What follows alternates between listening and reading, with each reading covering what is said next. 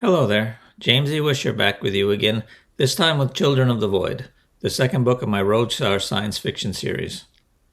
I hope you're excited for the next installment of Marcus, Solomon, and Ayaka's adventures. Don't forget to like and subscribe if you're enjoying the stories. Okay, with that out of the way, let's get started. Chapter 1. No, you can't try the new cloaking device. The Rogue Star emerged from hyperspace 500,000 miles away from Uran 3. Captain Marcus Drake guided his ship toward the brown, ugly moon orbiting a beautiful green gas giant. A pair of heavy cruisers patrolled the system for unauthorized ships. Come on, Marcus. His navigator and best friend, Solomon Keyes, took every opportunity to nag him about trying the latest toy First Counselor Dracor's technicians had installed on the star. We have to test it. What if it doesn't work when we need it to? We don't need to sneak down to the planet. They're expecting the load of medical supplies in the hold. If we go in cloaked, they're apt to think we're smugglers and blast us out of the sky the instant we hit the atmosphere. I never got shot down when I was a smuggler, so I'm certainly not going to risk it now that I'm doing honest work. I'd never live it down. What about that time we snuck the three-eyed princess off her homeworld before they could marry her off to that old guy with the horns? Our engines got shut up pretty bad. The star streaked toward the nearest cruiser. Marcus expected to receive a call any second. That didn't count. I landed us safe and sound. Besides, the cloak's Vensar tech. There's no chance it won't work. Not to mention, if we get shot down, how are we supposed to get the counselor's negotiator off the planet? Solomon crossed his arms over his ample stomach and frowned. Fine, forget I asked. A beep from the comm spared Marcus further pouting. You going to get that? Solomon hit the flashing button. This is the Rogue Star, go ahead. Marcus smiled. All traces of the pout vanished when Solomon went to work. This is Captain Corbin of the heavy cruiser Defiance. Please transmit your cargo manifest and shipping permit. Solomon typed a short command into his console. Transmission commencing. The data transferred, and a few seconds later, Captain Corbin said, Everything looks in order, Rogue Star. They'll be expecting you at Beacon 6. Understood, Defiance. Rogue Star out. Solomon cut the connection. A grid overlaid the main view screen showing Marcus his landing coordinates. See? No sweat. Don't say that, Marcus. Every time you say that, someone tries to kill us. Marcus grinned and accelerated toward the moon. Someone centuries earlier named the town Frontier X, and the spaceport comprised a dirt field half a mile from the town proper. If any rhyme or reason existed for the landing arrangements, Marcus couldn't figure it out. 3 other ships, 2 bigger and 1 smaller than his, sat on their landing gear at whatever angle had suited their pilots when they landed. Marcus brought the ship in for a soft landing, the loading ramp pointed toward the town. He powered down everything but the external defenses, slipped on his command gauntlet, and headed toward the cargo hold. As usual, his cargo handler came to life at his approach. Time to go to work. Herc switched from guard mode to work mode and followed Marcus through stacks of crates toward the ramp, the robot's heavy steps rattling the deck. Marcus hit the switch and lowered the ramp. Not wanting to blast their customer, he switched the auto guns off. Marcus walked down the ramp and looked around. A flatbed, wheeled hauler approached at a sedate pace surrounded by a cloud of dust. Marcus shook his head. This planet was low-tech. He hadn't seen a truck like that outside Willie's junkyard, ever. The flatbed turned around and backed up to the loading ramp. The driver's side door opened and a bow-legged fellow in a broad-brimmed hat hopped out. He ambled over to Marcus, thumbs stuck through his belt loops, an antiquated slug thrower holstered at his hip. You got the medical supplies? The stranger squinted up at Marcus, who noted the small horns jutting from his brow. They'd sent a native rather than one of the council's aid workers. That's right, Marcus said. If you want to lower your tailgate, I'll get started unloading. The native frowned. Don't you want to see my paperwork? Marcus shrugged. I got paid on the front end. All I want now is to unload and get a drink. The native barked a laugh and stuck out his hand. Man after my own heart. Name's Jack. Marcus shook his hand. Jack had a firm grip for such a scrawny fellow. Marcus. If the native's given name was Jack, then Marcus would eat his gauntlet. No doubt the other spacers had given him a nickname easier to pronounce than his native name, and it stuck. Jack unlatched the tailgate and Marcus typed a short command into his gauntlet. Herc grabbed the first crate and started for the truck.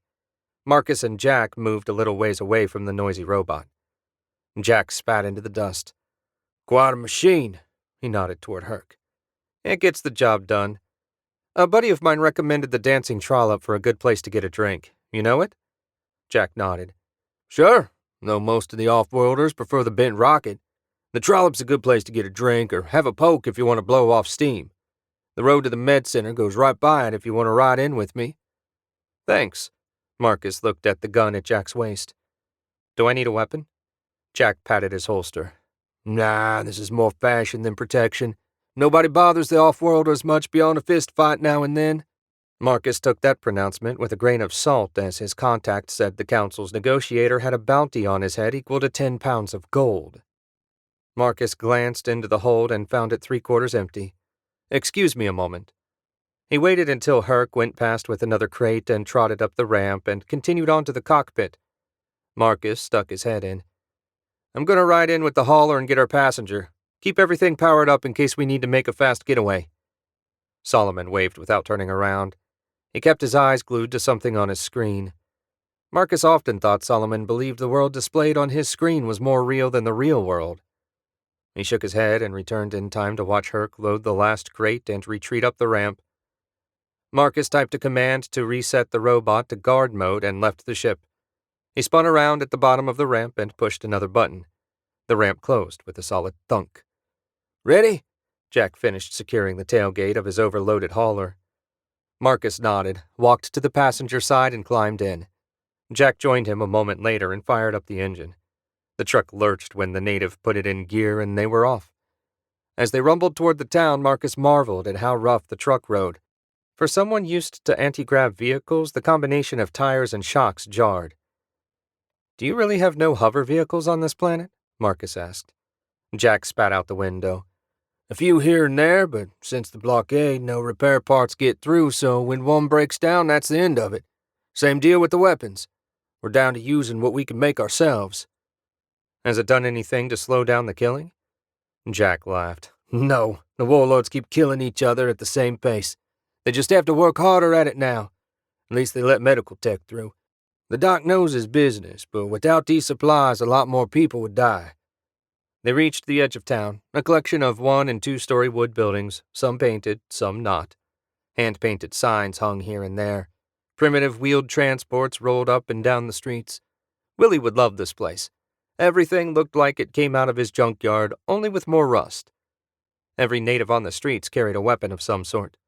Marcus would have liked a blaster, but they weren't allowed off your ship. He couldn't finish his mission from the inside of a local jail. The flatbed jerked to a stop in front of a wide 2-story building with tan siding and a deck on the second floor. On the deck, native females in low-cut dresses waved and whistled. They lifted their skirts partway up, revealing long legs covered in coarse gray fur. Marcus suppressed a shudder. Jack licked his lips. "This is it. Wish I could join you." They shook hands again. "Next time. Thanks for the lift." Marcus hopped down and slammed the door shut. Jack guided the hauler down the street toward where Marcus assumed the med center waited. Marcus wished him luck. He couldn't wait to collect his passenger and blast off this backwater dust ball. Marcus went up the front steps and pushed through the swinging doors. Inside, a raucous group of natives drank, gambled, and generally made a hideous volume of braying laughter.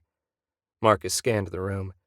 The negotiator had orders to meet him here at noon, local time, for extraction. His watch read 1/4 of, so maybe he hadn't arrived yet. A skinny, 7-foot-tall, 4-armed alien with horn-rimmed glasses couldn't very well hide in a place like this. Marcus walked up to the bar and found an empty stool. The bartender ambled down. "What can I get you?" "A mug of whatever's on tap." The bartender poured a glass of frothy green liquid, prompting another shudder from Marcus. "You haven't seen a tall, skinny alien by any chance?" The bartender set the glass in front of Marcus. "If you're looking to collect the bounty, you're too late. The sheriff grabbed him the second he walked into town. Poor bugger's over at the jail. I heard the Red Devil's coming to collect him personally." "Damn it!" The Red Devil was the handle of the nastiest warlord on the planet. He'd put the bounty on the negotiator. Where's the jail, anyway? Center of town. Go out the door and hook a right. Walk 3 blocks and turn left. You can't miss it. Marcus slapped a 20-credit coin on the table. Thanks. He left without taking a sip of the nasty-looking drink. Outside the saloon, Marcus turned right and followed the bartender's directions. It took about 5 minutes to walk to the jail, an imposing stone building with iron bars set into the windows. At the front, 4 natives with rifles stood beside a pair of double doors above which hung a large sign with "Sheriff" written in red letters. The guards wore deep frowns and held their weapons in death grips. Talking his way in seemed unlikely. Looked like you could buy justice everywhere in the galaxy, even the backwater worlds. The loading ramp opened at Marcus's command as he approached the star. He ran up the ramp and over to the storage cylinder. Marcus typed in his access code and the cylinder spun around. Where is he? Solomon stood in the cargo hold door. Marcus turned away from his gleaming black armor. The locals grabbed him. He's in jail, and the warlord that wanted him is on his way to collect. What are you going to do? What do you think? Marcus turned back to his armor. Black Dragon, armor up. Light switched on as the suit's computer went from standby to active. Marcus stepped into the armor, which wrapped itself around him.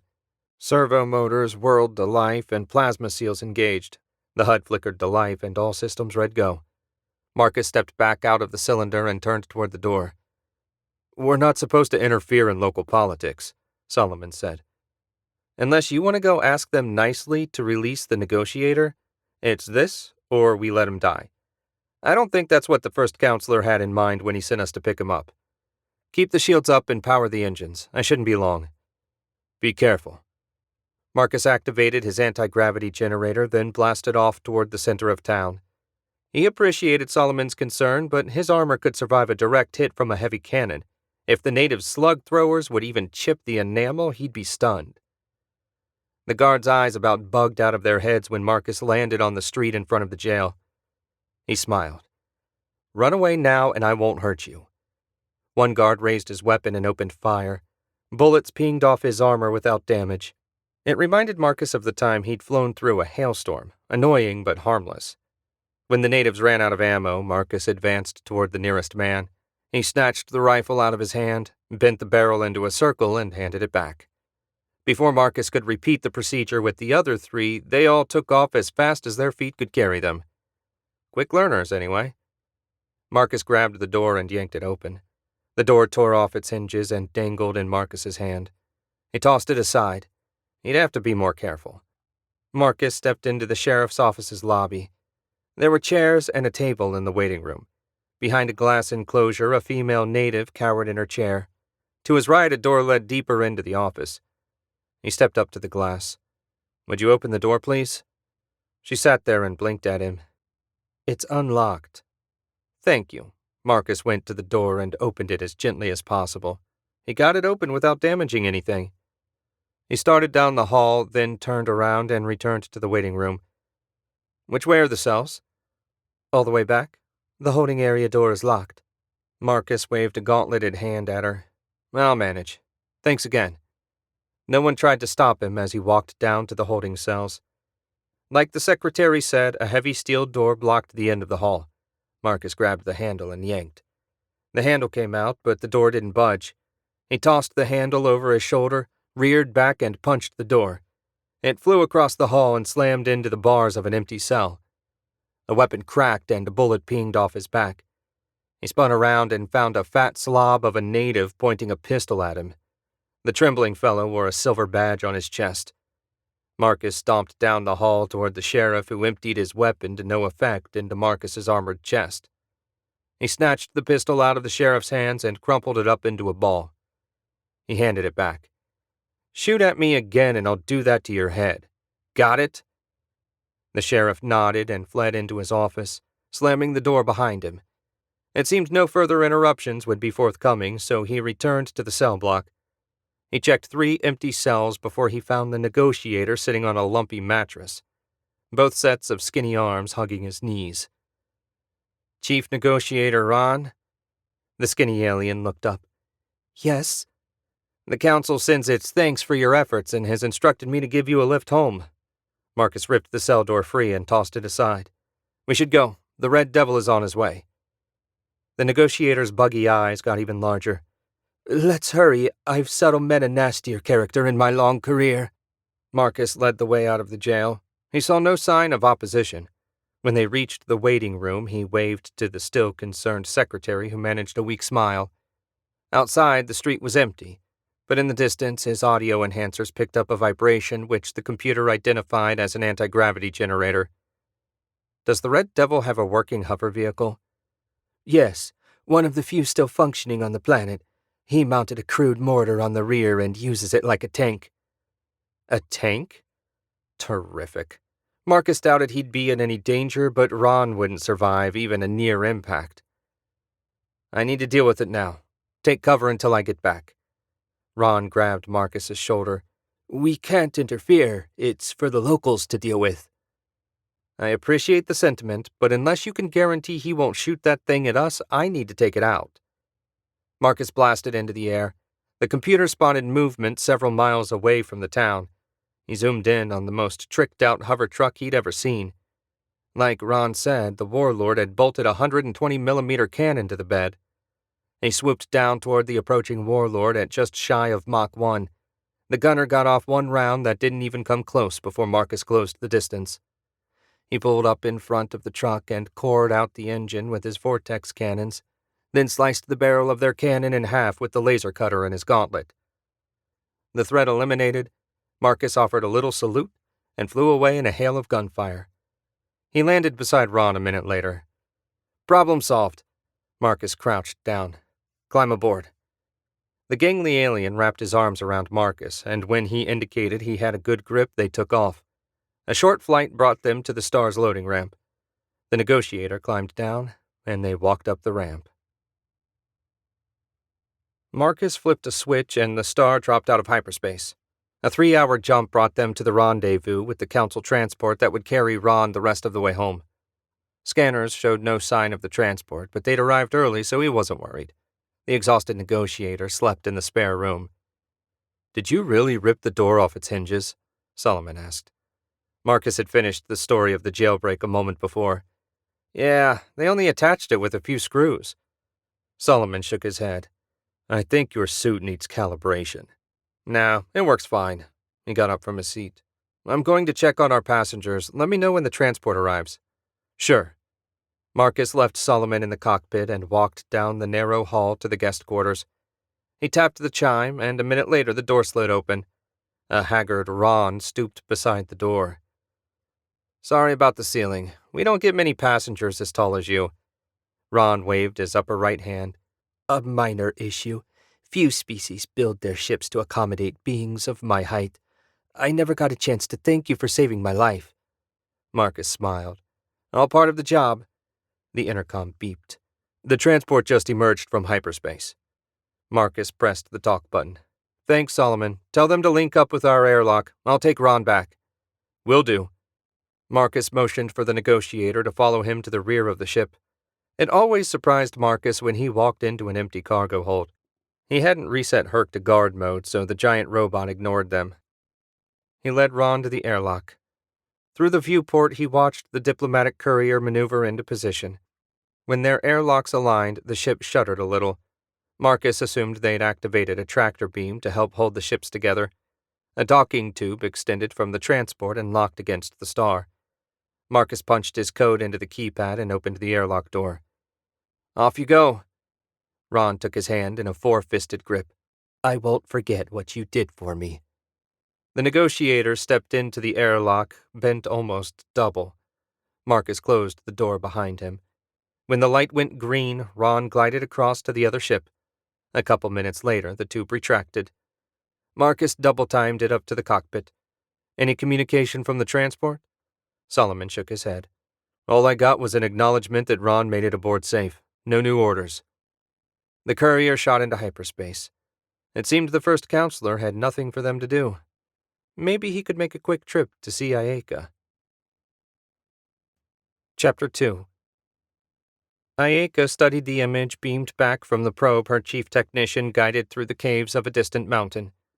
They'd established a comfortable, if small, base of operations on the ruins of the old Omni Lab. Ayaka smiled. In the past 6 months, they'd made huge strides in understanding the natives and their habitat. To her delight, they'd located 6 more tribes scattered under the mountains. The shaman had introduced her to one group, and they had made peaceful contact. The natives were a kind people, and after some initial hesitation, welcomed her with open arms. Radiation spike, Lauren, her second officer, said. Ayaka refocused. The natives always built their villages in areas of high radiation. Something moved at the edge of the probe's view.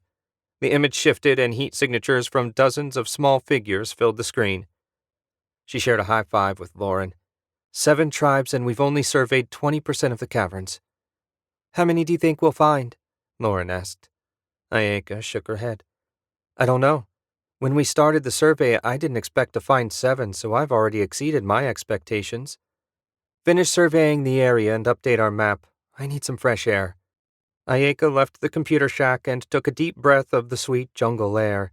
Some big red blossoms had opened the day before, and their perfume filled the clearing. She sighed. There was always something new and wonderful to find on this planet. She turned toward her tent, hoping to catch a nap before the evening staff meeting. Halfway across the clearing, a young man shouted, Ayaka! He waved his arms and ran toward her. Ayaka turned toward her over-eager communications specialist. Red-haired Timmy O'Sullivan had graduated from college on Earth 3 months ago and promptly signed up for a job as far from his home planet as possible. What is it, Timmy? You've got an incoming call, civilian channel.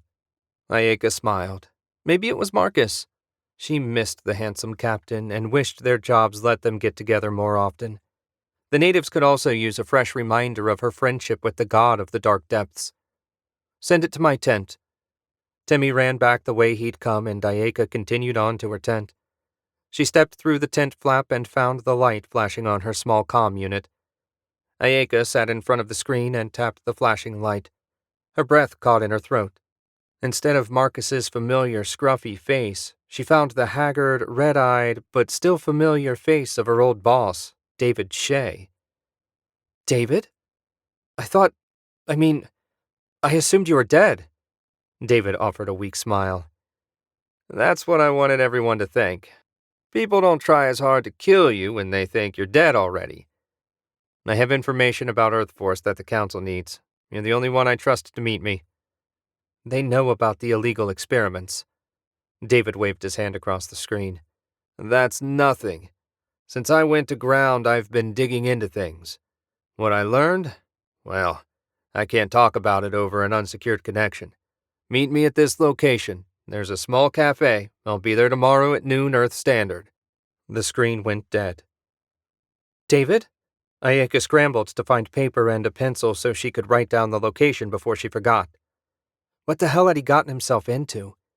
Part of her wanted to contact the Council and let them handle it, but she knew if David saw anyone else, he'd vanish. If he had important information, and given David's experience and skill she suspected he did, she had a responsibility to get it. Ayaka powered up her data slate and connected to the hypernet. She typed in the location David provided and information popped up. He wanted to meet on a space station used by the natives of the nearby planet as a tourist destination. It seemed an odd place to meet, but if that's where he wanted to rendezvous, she'd accommodate him. Given the limited capabilities of the shuttles the Council provided, she'd need to leave in the next 2 hours if she wanted to make the meeting. She powered off her slate and packed an overnight bag, just the basics since she figured she'd only be gone for a couple days. She slung the bag over her shoulder and left her tent. It hadn't been long, so she figured she'd find Lauren still hard at work in the computer shack. Ayaka hurried back and poked her head in. Lauren bent over a console, inputting data. Lauren. Her second looked up, and Ayaka motioned her over. They went outside a little ways away from the shack. I need to head off-world for a few days. Can you take care of things here? Sure, what's up? An old friend got in touch and we're getting together to reminisce. It's kind of spur of the moment, I know. Lauren waved off her explanation. You haven't taken a day off in 4 months. Go have fun. I'll hold down the fort. Ayaka hugged the younger woman. Thanks. I'll see you in a few days. She headed over to the landing area where the team's 2 shuttles waited. Ayaka had minimal pilot training, but both shuttles had full built-in autopilots, so that wouldn't be a problem. The ship powered up at her command, and she input the destination. The autopilot hummed to life, and the shuttle lifted off. With nothing better to do once they entered hyperspace, Ayaka reclined her seat and fell asleep. The space station filled the view screen of the little shuttle. It had a central cylinder surrounded by 3 rings connected by tubes. The station orbited a green and blue planet that reminded Ayaka of Earth, only with more green and less blue. The station computer connected to the autopilot and guided the shuttle to a landing pad in the largest ring. Her shuttle set down in a landing zone filled with dozens of different makes of shuttle, most of them small personal transports like hers. Based on the number of shuttles in this area, she figured there had to be several hundred guests using her landing zone, and there were 4 more landing zones elsewhere on the station. When the shuttle had settled on its landing gear, Ayaka powered down and climbed out. She had half an hour to get to the meeting. A glowing path on the floor guided her to the exit. Outside the zone, she found a computer kiosk built into the wall. She typed an inquiry and received directions to the cafe. According to the computer, she needed to go down to the lowest ring and enjoy the excellent view of the planet from the cafe's all-glass outer wall. A line of 3 locals had formed behind her, so she ignored the rest of the sales copy and moved out of the way. The natives appeared near human, save for their tails and thick talons in place of fingernails. If you wanted to blend in, it wouldn't take much to add a false tail and some plastic nails. No wonder David chose this place. He could blend in, disappear at will. Ayaka crossed to the central cylinder via a connecting tube, and a lift brought her to the bottom ring's entrance. She walked through automatic doors and joined the crowd headed toward the cafe. After a short walk, she reached the door to the cafe. Inside, she found the dining room half full, most of the customers staring out the windows at the planet below. After a quick glance, Ayaka took an empty table near the side wall and sat down to wait. David hadn't said exactly where to meet, so she assumed he'd find her. She ordered tea from a passing waiter, sat back and scanned the room for anyone that resembled her former boss. A waiter returned with her tea and sat down across from her. "I see you remember some of your training." "David?"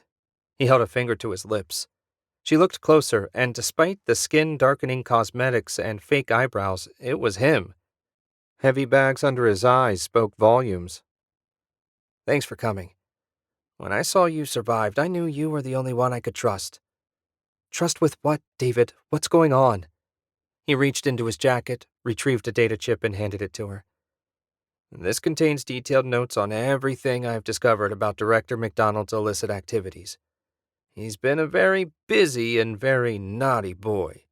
You need—" An explosion rocked the cafe. Screaming locals ran for the exits. Through the chaos, she spotted a man in a shiny black mask standing by the far door. He looked their way and raised a weapon attached to his right wrist. David grabbed the edge of the table and flipped it over an instant ahead of a green blast of energy. "Damn it, they found me!" David drew a compact blaster. "Get back to your ship. I'll try and draw him away." Before she could say anything, he broke cover and fired at the strange figure. Alarms blared and mingled with the screaming patrons. David slipped through the closest door, and Ayaka risked a peek over the table. She spotted the back of the masked man's head as he retreated. Ayaka sat down and took slow, deep breaths. It couldn't be happening again. She'd left this world behind. Ayaka bit the inside of her mouth, the pain focusing her. She needed to get back to her ship and get the hell out of here. If she could get the chip back to the council, whoever wanted it would have no more reason to come after her. A quick peek over the table revealed an empty cafe. She sighed and stood up. The masked man must have followed David. She retraced her route to the lift. A knot of tourists crowded and pushed to board first. Ayaka kept her distance, not wanting to get caught up in the chaos.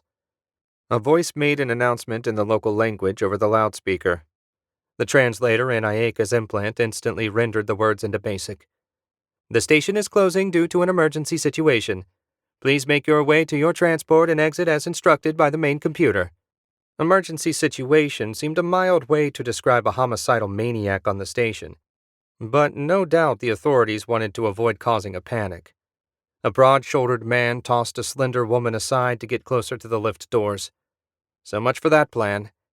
Ayaka spun on her heel and ran to the right. There had to be another lift. She jogged for 5 minutes before she came to another crowd of 200 tourists waiting for a ride up. This one seemed calm. An armed guard directed people to enter 10 at a time in an orderly fashion. Perfect. Ayaka got in line to wait her turn. The lift took about a minute round trip. Ayaka inched forward when the next load finished boarding. She glanced over her shoulder. No! The black masked figure stalked down the hall toward them. Had he gotten David? Ayaka got out of line and stumbled up to the guard. Sir, please. Back in line. He put a hand on his blaster. The killer! She pointed down the hall at the stranger. The guard looked and his tail twitched. He yanked the blaster out of its holster and fired. He missed. Tourists screamed and stumbled over each other to escape. The killer raised his weapon and fired. A fat woman near the guard glowed for a second, then disintegrated. He had a molecular disruptor. Terrific. The guard fired again. The blaster bolt struck the killer dead center in the chest. The masked man never flinched. A personal shield absorbed the energy blast. The killer fired again, and the guard disintegrated, leaving only his blaster behind. Disruptors didn't affect metal or other dense materials. A chime sounded, and the lift doors opened. Ayaka grabbed the blaster and dove through ahead of another disruptor blast. She leapt to her feet and jabbed the button to take her to the middle ring. A green blast illuminated the crack of the doors as they shut ahead of another blast. The lift vibrated as it shot up the central column of the station. Ayaka's breath came in ragged gasps. She hated this shit. Running and getting shot at. She'd left that all behind when she took the job on Alpha. She was a scientist, damn it, not a secret agent. Damn David for dragging her back into this life. The lift chimed and the doors slid open. Chaos reigned outside the doors. Shouting tourists ignored instructions and panicked all over the place. How would she get through this crowd and back to her shuttle without getting trampled? Ayaka raised the blaster and fired 2 shots over the group. The panicked crowd rushed to get out of her way. She ran through the opening, shooting whenever she reached a stubborn knot of people. Her method didn't endear her to the locals, but it got them out of her way. The sooner she got off the station, the safer they'd be. Ayaka ran down the connecting tube toward the landing zone where she'd left her shuttle. She rounded the corner and sprinted through the automatic doors. The masked man stood in the center of the zone. She skidded to a halt and backpedaled behind a 2-seat sports shuttle. No green energy splashed over it. She allowed herself a moment of relief that the killer hadn't seen her. Her relief didn't last long. Laser blasts stitched the side of her hiding place. A laser and a disruptor, not to mention a personal shield. What sort of monster was he? More to the point, how did he get ahead of her? Ayaka ran toward a different shuttle, a big commercial transport with enough seats for 50 tourists. Reflected in the transport windows, she saw the killer raise his weapon toward her. Ayaka dove out of the way of a disruptor blast. How the hell did he get behind? Laser fire tore through the shuttle on the opposite side, shattering windows and covering the floor with glass. There were 2 of them. She ran through the lanes of shuttles, each step bringing her farther away from her transport. She had to get around them somehow. Ayaka fired a shot at the one behind her. The blast went wide, but the green pulse that streaked by her showed she'd gotten his attention. She dropped to the floor and slid under a shuttle. The power cell of the big transport sat a little ahead of the rear tire. The second killer stood a few feet away. Ayaka took careful aim and fired. The power cell detonated, sending the killer flying. He slammed against the wall. Ayaka crawled back toward her shuttle. Please let that be enough to distract them so she could escape. She stayed low, crawling under one shuttle to the next. If she'd weighed a couple pounds more, she wouldn't have fit under a sleek black model directly opposite her shuttle. Ayaka looked left and right. One killer stood in the middle of the landing zone, unmoving, no doubt waiting for her to show herself. The one she'd blown up had already regained his feet. She needed to move before he recovered. Ayaka aimed at the power cell of a shuttle close to the first man. She fired. The cell sparked but didn't blow. The masked man turned toward her. "Damn it!" She scrambled out from under the fancy shuttle, not wanting to get caught under it. The masked man raised his weapon, and the power cell she'd shot exploded. The killer staggered. Ayaka ran for her shuttle. She punched in her access code. The door didn't open. She slammed her fist on the door. Damn it! She'd transposed the last two numbers. She looked back. Both killers stalked toward her. Ayaka took a deep breath and typed in the correct code. The door popped open, and she leapt in. A short command activated the automatic pilot. The shuttle powered up, and the anti-gravity kicked on. The shuttle rocked to the left when a laser blast struck near the right engine. She grabbed the yoke and shoved it forward. The shuttle lurched toward the exit. Another blast rocked it, then she slipped through the force field. Half a dozen alarms flashed on the console. She flipped the master alarm and the lights went out. "Set course for the Galactic Council." "Unable to comply," the computer said. "Hyperdrive damaged. Please effect repairs and restate request." "Shit!" "Please restate request," an alarm went off. "Environment compromised. Pilot survival compromised. Emergency protocol activated." The ship spun toward the planet and shot forward. It took a moment, but Ayaka found the oxygen meter. It was dropping fast. She figured the shuttle needed to be in the atmosphere within 10 minutes or she would need to learn to breathe vacuum. The shuttle hurtled toward the planet at maximum thrust. Ayaka tried to take shallow breaths, but the oxygen meter didn't slow its drop. The needle hit 0 at the same moment the shuttle struck the atmosphere. Despite the restraints, the rough ride shook Ayaka like a mouse in a cat's jaws. The heat warning blared a moment before the oxygen warning. Ayaka resisted the temptation to blast the console. With her luck, she'd destroy the autopilot and set off yet another alarm. The cockpit turned into an oven, and Ayaka coughed. She couldn't catch her breath. Her vision narrowed, and spots swam before her. She sagged against her restraints. This was it. She was going to die above a planet she'd never heard of, trying to do a favor for a former boss she didn't even like. A blast of cool air hit her. Ayaka sucked in a lungful, and the spots vanished. The worst of the shaking ceased. Best of all, no alarms sounded. The comm blared at her. "Come in, Shuttle 037. Our scans show you have serious damage. Do you require assistance?" "This is Shuttle 037. If you can guide my autopilot, I believe I can make it to a landing field. A nearby one, please." "Roger. Transmitting coordinates now." Numbers scrolled across the screen, and the autopilot beeped in acknowledgement. They shifted course. A few minutes later, a fair-sized city came into view. On the outskirts sprawled a large spaceport. She relaxed a little. It appeared she was going to survive. For the moment, at least. Ayaka made it to the ground in one piece. Her transport, not so much. She crawled out of the remains of her shuttle.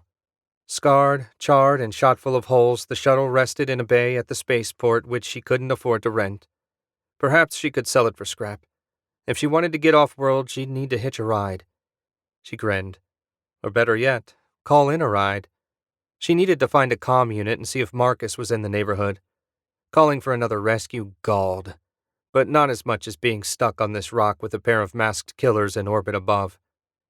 She left the landing bay and headed toward the central spaceport. They had to have a public hyperspace comm. At the doorway out of the landing area, movement caught her eye.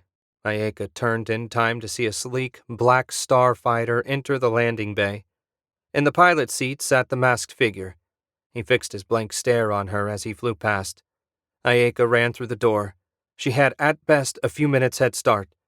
She ran down a breezeway connecting the landing zone to the terminal. Every few seconds she looked back over her shoulder, expecting to see the killer raising his weapon to blast her.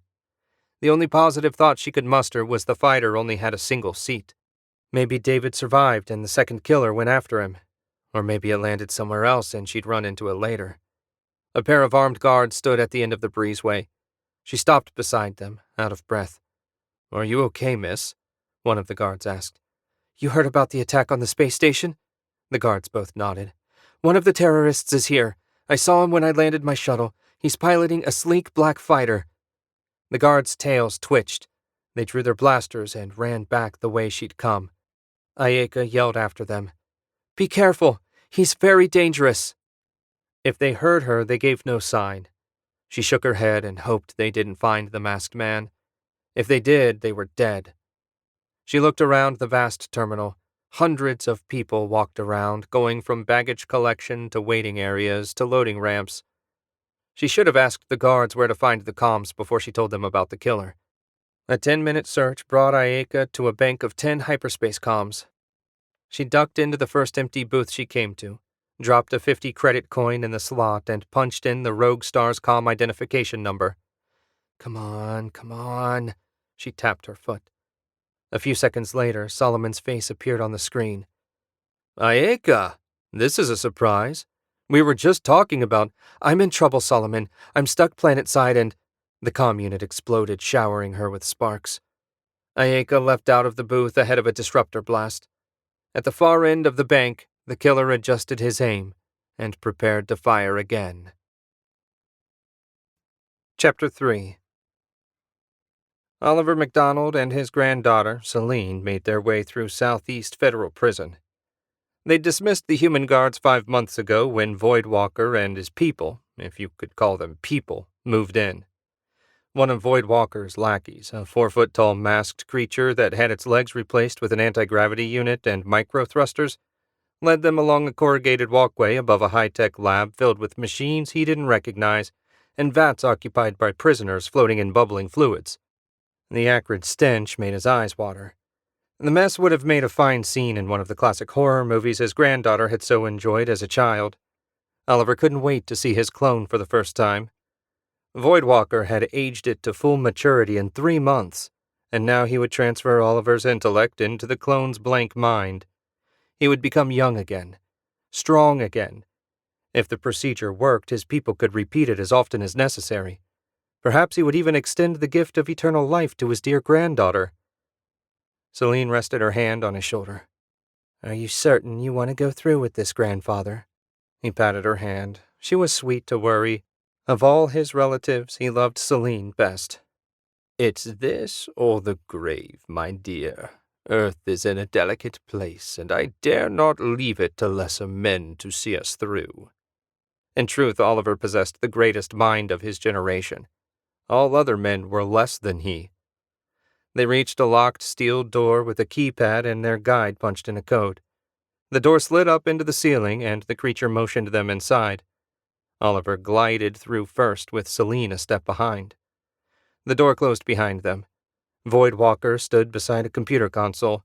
He held himself erect, his head at an arrogant angle. Oliver's wrinkled face reflected off the black, mirror-bright mask the Void scientist wore. A few feet away stood a steel cylinder. Oliver's mouth went dry. He had a good idea what waited inside. "Well, I assume everything we provided was to your satisfaction." Oliver tried to hide his anxiety, but feared he failed. Voidwalker nodded. "The space is adequate, and the subjects plentiful. You have held up your end of the bargain. I am well satisfied." The cold, emotionless tone made the Void leader seem every bit as much a monster as his exotic creations. "Now it's your turn." Oliver could hardly control the yearning in his voice. He'd wanted nothing so much in his long life. The desire sickened him a little, but he couldn't deny it. Soon he would abandon this frail shell of a body and live again. "Yes, your clone reached full maturity yesterday. We ran the final tests to assure its viability yesterday." Voidwalker pressed a button on his console and the steel sleeve on the cylinder shot up. Inside a vat of bubbling liquid floated a young Oliver McDonald. He directed his chair over and laid a hand on the warm cylinder. He hadn't seen the face floating behind the glass in decades. A firm chin, no wrinkles or bags under the eyes. The body below was well muscled, the hands smooth with no age spots or knuckles swollen with arthritis. "At last," Oliver's voice almost broke with pleasure. "Does the host suit you?" Voidwalker distracted him from his inspection of his new body. "It's perfect. When do we begin the transference?" "Now." Voidwalker guided Oliver's hover chair into position beside the tank. A pair of clamps held the chair in place. Voidwalker strapped a circlet connected to a set of wires around Oliver's head. He winced at the tight fit. "Are you prepared?" Voidwalker asked. "Once we begin, the process can't be reversed." "I've been ready to leave this wretched body for years. Let's not delay a moment longer." Voidwalker nodded once and stepped over to a computer console. He typed in a command and turned the dial. Oliver flinched when a shock ran through his body. A moment later, everything went numb, then dark. Oliver struggled, flailing in liquid that filled his lungs. He was drowning. He beat against the dark walls that held him. The liquid drained away, and he coughed and hacked the horrid, sour stuff out. Light, then color, filled his vision. The walls rose up, and he stumbled with nothing to help hold him up. Staggered? He was walking. God above, he hadn't walked on his own in 20 years. No wonder he couldn't manage it. A blanket fell around his shoulders. The blurry figure that delivered it resolved into his granddaughter. "Celine," he coughed. "Celine, it worked." Of course it worked. Oliver turned toward the cold, precise voice. Voidwalker's blank mask regarded him. The man tapped his finger against the bottom of the black mask. "It may take a day or two for your mind to fully integrate with your new body." Oliver used the towel to wipe the thick liquid off.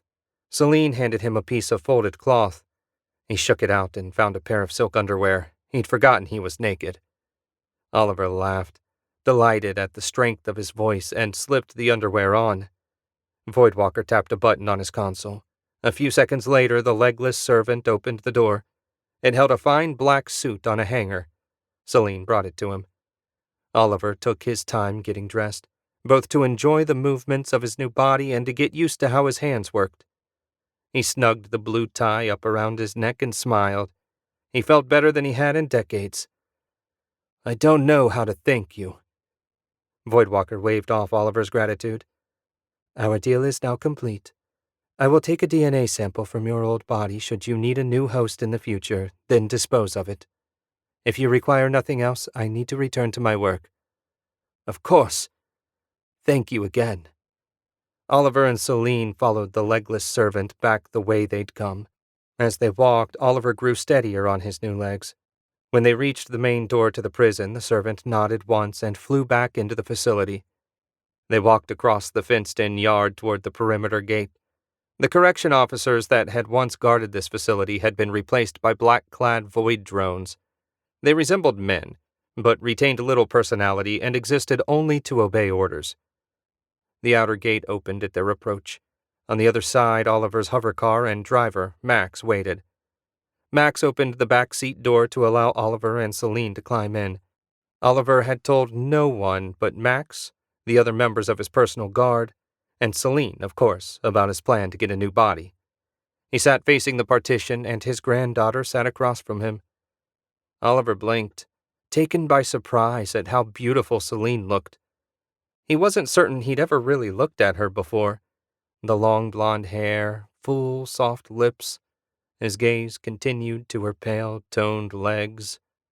He licked his lips and put a hand on her knee. Oliver slid his hand further up her thigh. Celine's hand struck his face with a loud smack, twisting his head to the side. Oliver shook his head and sat back. What was he thinking? It felt like his body reacted without his control. "My apologies, granddaughter. I don't know what came over me." "Hormones. You're in a 20-year-old male body. Did you not consider what that meant?" Max powered up the car and drove away. Celine was right. He hadn't even considered how a young body would react. It had been so long since he'd looked at any woman that way.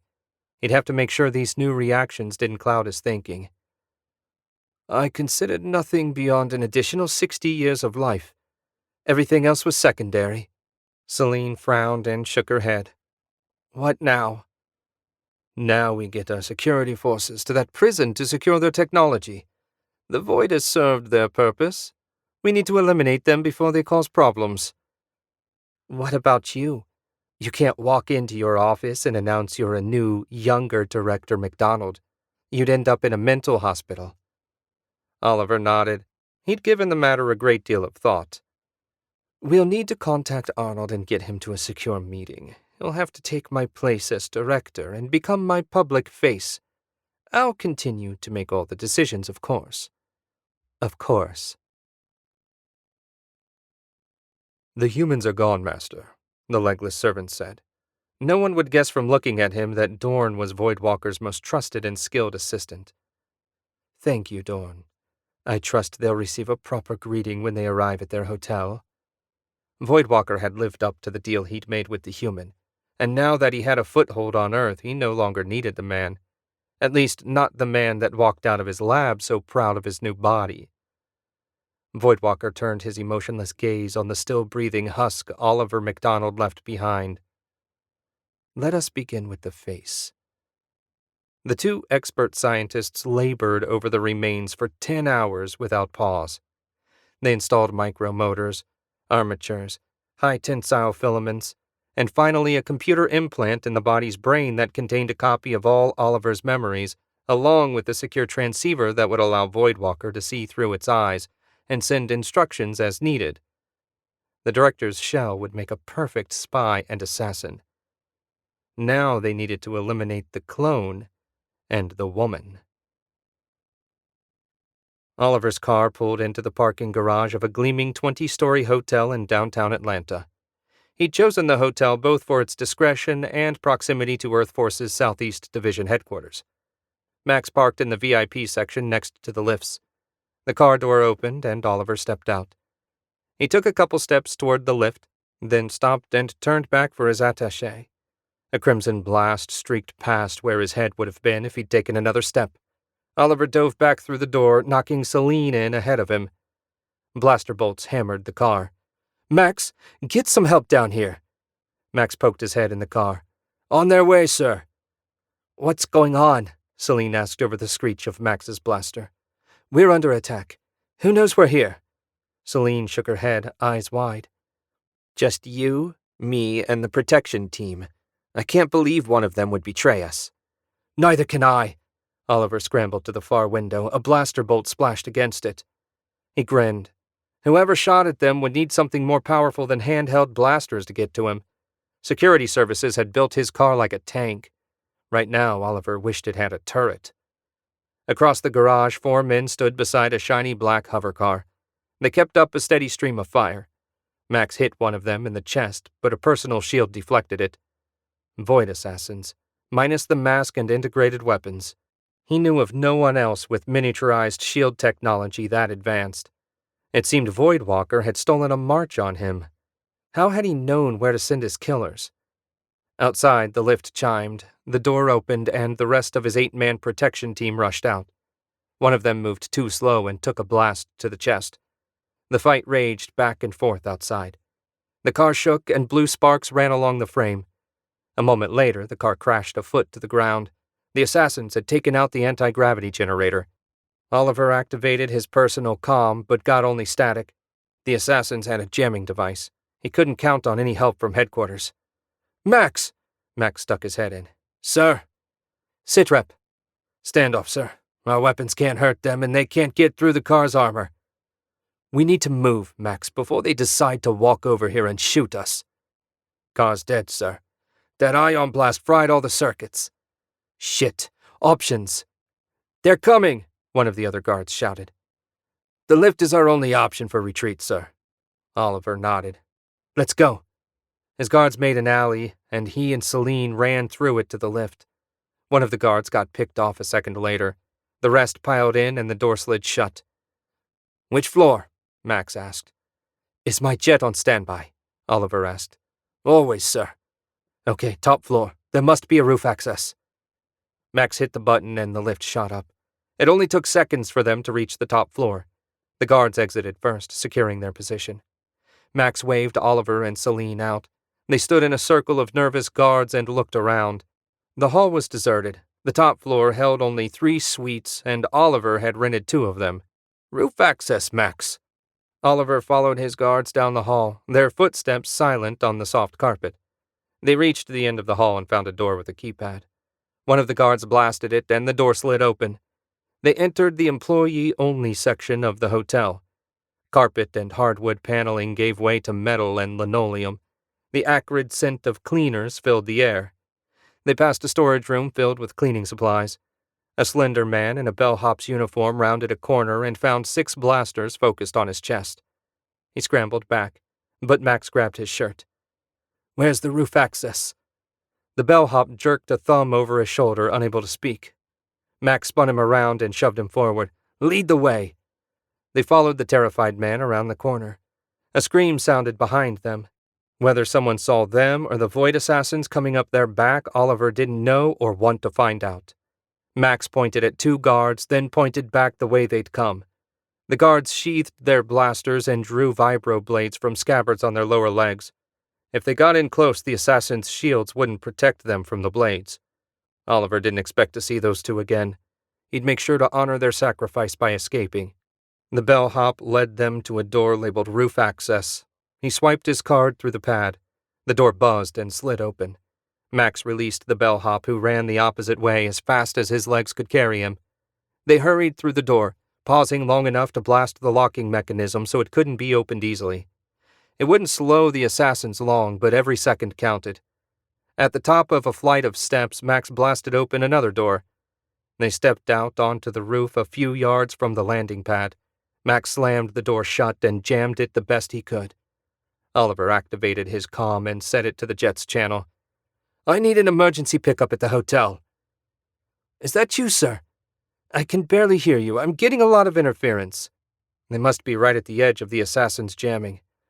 "I repeat, I need an emergency pickup at the hotel. Acknowledge." "Pickup at the hotel. Acknowledged. 1 minute to arrival." Oliver severed the connection. 1 minute. They had to hold out for 1 minute. Max came over to him. "Holmes and Andy have engaged the assassins. Orders, sir." Oliver shook his head. He had nothing. No plans, no plots, nothing.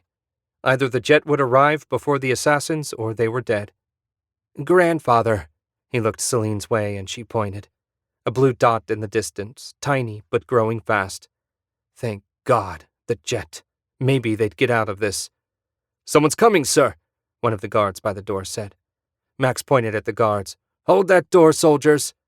Both men leaned against the door, though what good that would do if the assassins started blasting Oliver couldn't imagine. He looked up. The jet had only seconds to go before it reached them. Muffled blaster fire came from behind the door. The jet hovered over them for a second, then descended. The door to the roof glowed red, forcing the guards to step back from the heat. When the jet landed, the boarding ramp lowered.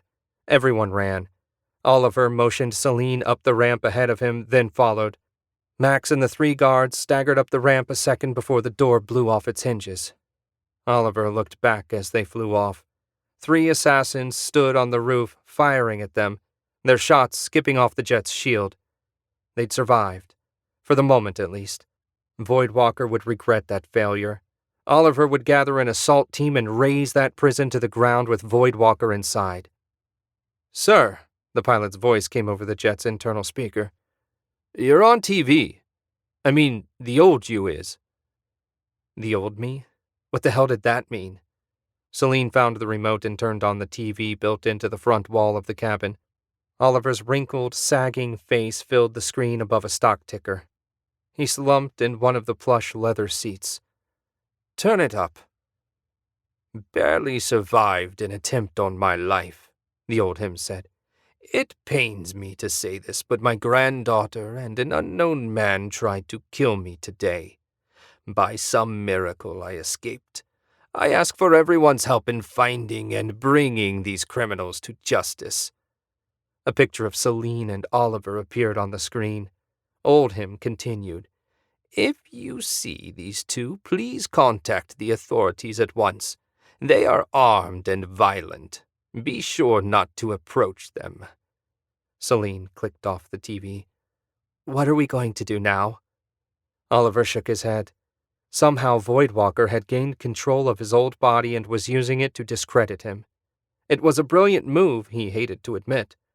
Oliver should have insisted on destroying the husk himself. but in the moment after the transference, his mind hadn't been clear. He never considered Voidwalker might have a use for his old body. Now he had to suffer the consequences for his lack of imagination. Chapter 4. If you want to go see her, let's just go. Marcus raised an eyebrow at Solomon's comment. I thought you wanted to check out that virtual reality place. You've been talking about it nonstop for a month. I couldn't enjoy myself with you mooning over her. Solomon brightened. Maybe all three of us could go. Marcus smiled and thought of a variety of virtual realities he'd like to explore with Ayaka. That's not a bad idea. She could probably use a vacation. The comm beeped. The two men exchanged a look. They weren't expecting any calls for a few days, if not weeks. Solomon pushed the connect button. Ayaka's face filled the screen. Marcus grinned. Talk about good timing. His grin vanished when he looked closer at her. Ayaka's face looked pale, and a thin sheen of sweat covered her. Something was wrong. We were just talking about... I'm in trouble, Solomon. The tremor in her voice more than the words told Marcus how deep in it she'd fallen. I'm stuck planet-side. The screen went dead. Ayaka! Marcus looked to his partner. What happened? Something severed the connection. Solomon's fingers flew across his keyboard. Can you get it back? What do you think I'm trying to do? She didn't hang up. Whatever cut the connection destroyed the hyperspace relay. I'm tracing it back now. Marcus clenched his teeth and watched Solomon work. What the hell had she gotten herself into now? He hadn't seen much of the background, but it didn't look like her tent on Alpha. The little he'd seen made him think of a public comm booth. Unless they'd done a lot of improvements on the jungle planet, she had to be off-world. Got it. The call originated on Milosh Prime at the spaceport near the city of Tren. That system's a 2-hour jump away. I laid in a course. Marcus clapped his friend on the shoulder and hit the thrusters. The instant the hyperspace vortex appeared, he hit it at full speed. They emerged from hyperspace on the dark side of Milosh Prime. 2 small space stations orbited the planet, but Marcus saw nothing resembling a capital ship or planetary defenses. Getting on and off the planet shouldn't cause a problem. Where's the spaceport? Solomon typed a command, and the nav grid overlaid his view screen. A line showed the optimal path to their destination. You need to hear this. Solomon put a local news report on the cockpit speaker.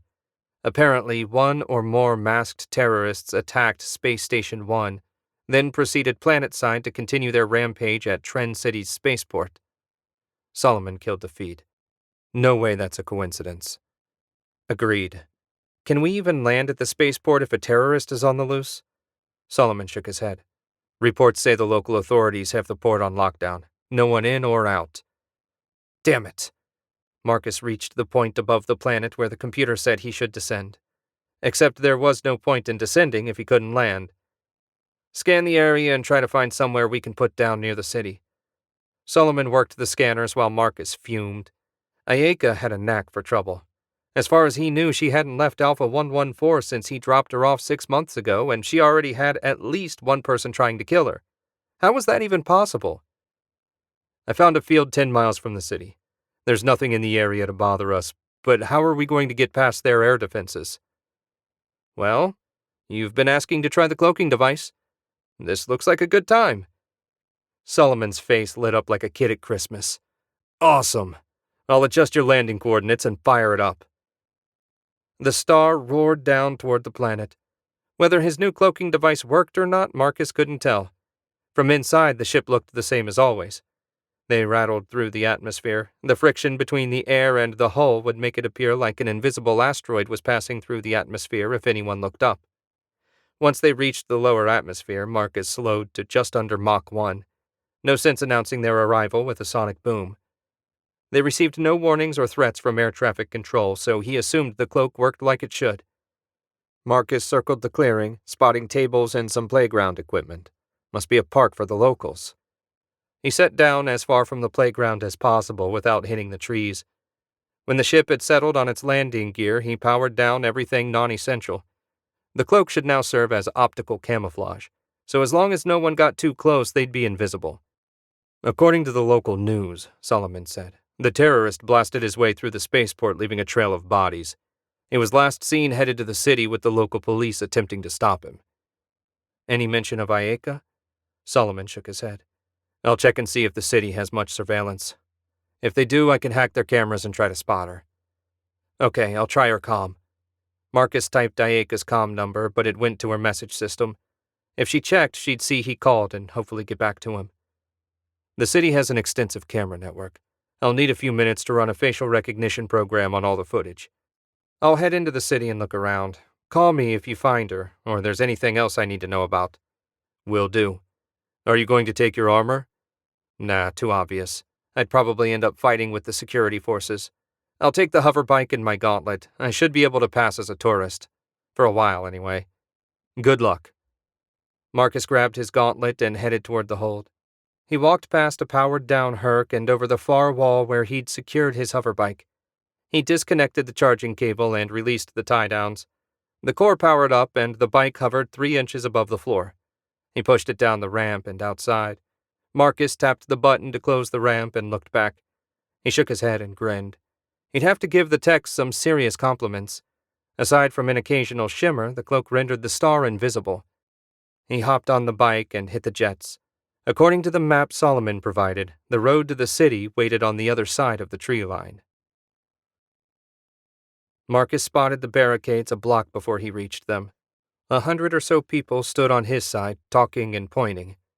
Looked like the security guys weren't letting anyone within half a mile of the spaceport. He powered down the bike, activated the anti-theft system, and walked toward the civilians gathered near the barricades. Marcus gravitated toward a stiff in a suit, pacing and grumbling. Any idea when they're going to let us through? The stiff looked away from his watch and at Marcus. What? I said, when are they going to let us through? I've got a shuttle to catch. You and me both, pal. I heard they're reopening the spaceport in a couple hours. Word is the action's moved into the city proper. Some masked asshole is blasting up the arts district. Better than the business district. The stiff laughed, just as Marcus expected. You said it. Marcus left his new friend to wait and retreated to his bike. Solomon, can you hear me? Loud and clear, go ahead. Focus your search on the arts district and send me directions. Roger, sending the info to your bike's nav. Marcus powered up the bike and found the new directions on the small central screen. It was only a couple miles, but he had to get past half a dozen roadblocks. Not impossible, but it would slow him down. He dialed Ayaka's comm again, but it went to message. Damn it, where was she? Marcus sped off to the east, managing 4 blocks before he had to turn onto a side street to avoid a roadblock. He wove through the city, never going more than a quarter mile in a straight line. The streets were quiet, almost empty of locals, probably hiding in their apartments, hoping not to get blasted. Marcus? He swerved to a stop. Go ahead. I can't find Ayaka, but I have video of the masked man. The video filled the bike's small screen. A figure all in black blasted a security vehicle and sent it flying. Armed police fired at the man, but as far as Marcus could tell, they weren't having much luck. Where is that? 5 blocks north of your position. I can't see any way for you to bypass the blockades. Ayaka ran, weaving her way through terrified locals. The killer sprayed disruptor blasts without a care for who he hit. She winced every time she caught a bright flash out of the corner of her eye. So many dead, and it was all her fault. Her and David's. What the hell did he learn that was so important someone would slaughter dozens of innocent beings to stop it from getting out? The high-pitched whine of blaster fire caught her attention. She chanced to glance back. More security officers had arrived to engage the killer.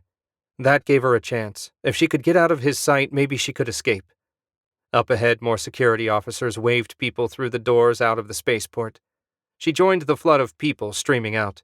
If any of the security personnel realized the killer had targeted her, they gave no sign, treating her like any other victim. Outside, she looked around for some kind of transport. A few hover cars idled by the curb, their owners standing nearby. Her comm vibrated, but she ignored it. Whoever called could leave a message. She had more pressing matters to deal with. The security people waved them towards a group of waiting buses. She hesitated. If the killer had some way to track her, she didn't want to get on a bus with a couple hundred innocent people. She walked toward the nearest car, a sleek gray two-seater she figured would get her out of there in a hurry and away from all these people. An agitated man paced by the car, his tail twitching side to side. Ayaka came up behind him and put him in a chokehold. He struggled for a few seconds before he went weak in the knees and passed out. She lowered him to the ground. "I'm so sorry." Ayaka patted his pockets looking for keys. She found an oblong control pod at the same moment a shout went up. She looked up in time to spot the killer in black emerge from the terminal. Security guards tried to engage, but their weapons had no effect on his shield. The killer turned toward her. She pressed the central button on the pod. The car powered up and the driver's side door opened. Ayaka slid across the hood an instant ahead of a laser blast that burned through the carbon fiber car body. She slipped behind the wheel, yanked the door shut, and slammed her foot down on the accelerator. The car swerved, then straightened and shot forward. The back window shattered. She risked a glance over her shoulder and almost got her head blown off when a laser blast streaked through the broken rear window and out the windshield. The spaceport dwindled behind her, and for the first time in hours, she breathed freely. A wide 3-lane highway led away from the spaceport toward the city proper. Traffic was non-existent, she assumed because security forces stopped anyone attempting to travel to the spaceport. She streaked along at just under 100 miles an hour. She'd reached the city in minutes. The car sputtered and smoke billowed out the back. Ayaka slammed her fists on the steering wheel. One of the blasts must have damaged the engine. A sign on the side of the highway said she had 2 miles to go. If this piece of crap could hold out that long. A red streak shot past the driver's side mirror. Barely visible through the smoke, a black security service vehicle pursued her. A familiar multi-barreled weapon stuck out the window. Son of a bitch! How did he track her so easily? Another blast streaked past, closer than the last. She wove side to side, trying to make his job as difficult as possible while not finishing off the damaged car.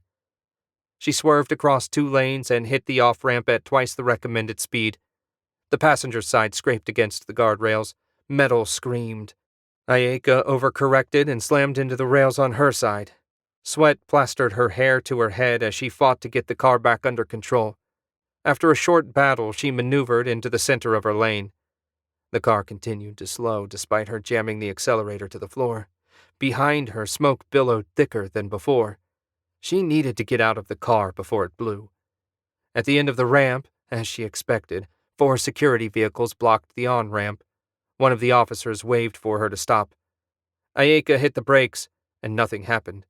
She stuck her hand out the window and waved the officer aside. She had no brakes, minimal steering, and a strong suspicion that her car would explode with the least provocation. A green blast streaked by and hit the officer in her way, reducing him to his component molecules. His partners opened fire with little concern for which car they hit. Her poor car rattled and shook under the withering blaster fire. Ayaka ducked down, using the dash as a shield.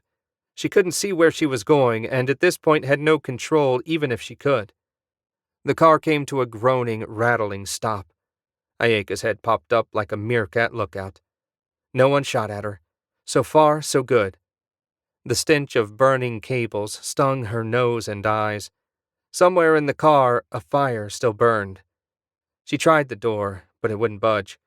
Ayaka settled for crawling out the shattered windshield. The car had stopped against the side of a run-down building in a derelict part of the city. Heavy equipment sat beside a pair of partially demolished buildings nearby. The whole area appeared to be in the process of rebuilding. Good. There'd be fewer innocent targets for the masked man to kill. In the distance, blaster fire rang out. The security forces were still trying to take down the killer. Perhaps they'd get lucky. She ran into the ruins, hoping to lose herself amid the rubble. Ayaka collapsed on a filthy, abandoned mattress on the second floor of a partially demolished apartment building. She felt like she'd been running forever. Her legs ached and her eyes felt gritty. God, what she wouldn't give for a couple hours' sleep. She didn't dare do more than close her eyes for a second. The area seemed empty, but she found signs painted on the walls that showed someone still spent time in this rundown part of the city, probably criminals. It wouldn't do to get killed by ordinary criminals while running from an extraordinary one. Ayaka's comm vibrated and her eyes popped open. Had she fallen asleep? Light still streamed through the holes in the wall, so she couldn't have been asleep long. She pulled the comm out, saw Marcus's number, and slumped in relief. He'd made it on planet, at least. That was the first good news she'd gotten in a while. She hit connect, but got only silence. She'd missed him. Something crunched outside her hiding place. Ayaka took a breath and held it, listening. Footsteps. More than one. It wasn't the killer, at least, but maybe someone just as bad. Lucky for her, the building had so many holes she could sneak out with no one the wiser. She went out the busted window and half fell, half climbed down a pile of rubble. She ran toward an open construction site a short distance across the street. It occupied a full block and, according to a partially defaced sign, would soon be home to a 12-story apartment building. There had to be somewhere to hide, somewhere she could spot anyone approaching and have several options to run. Near the eastern edge of the site, a massive crane held a steel beam suspended 50 feet above the ground. It appeared the construction crew had taken off in the middle of the day, probably due to an evacuation order. Ayaka climbed into the cab of the crane and scrunched down out of sight.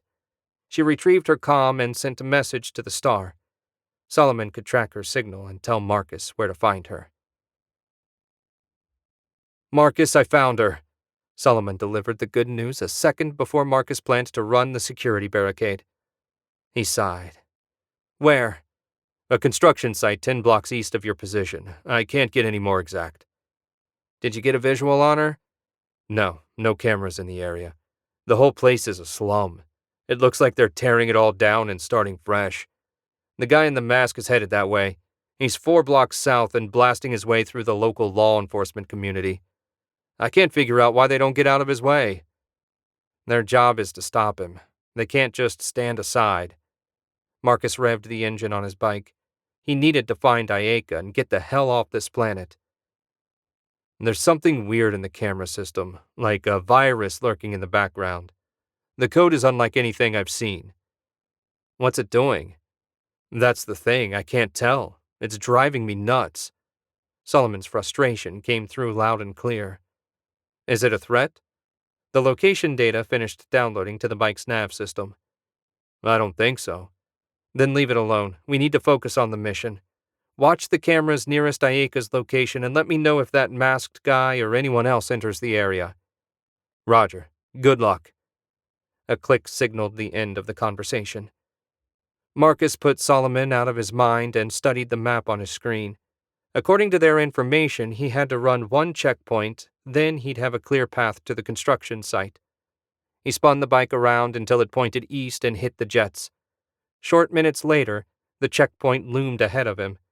He had an idea how to handle it. Marcus goosed the throttle until the bike hit maximum speed.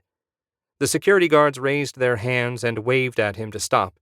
He ignored them, and 20 feet out he fed power to the anti-gravity generators.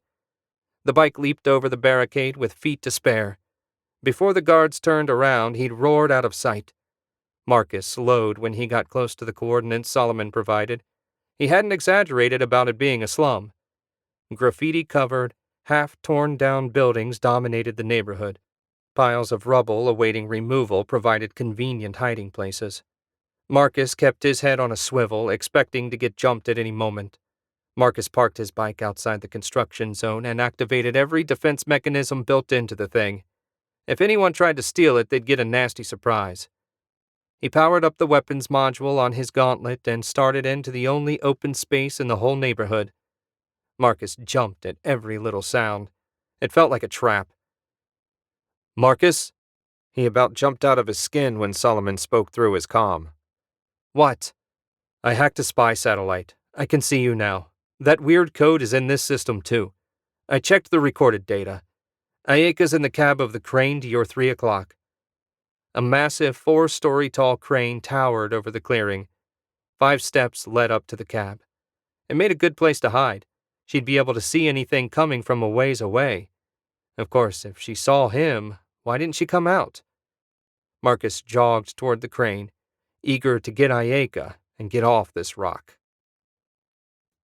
Chapter 5. They landed late in the afternoon at a small private airport outside Nashville.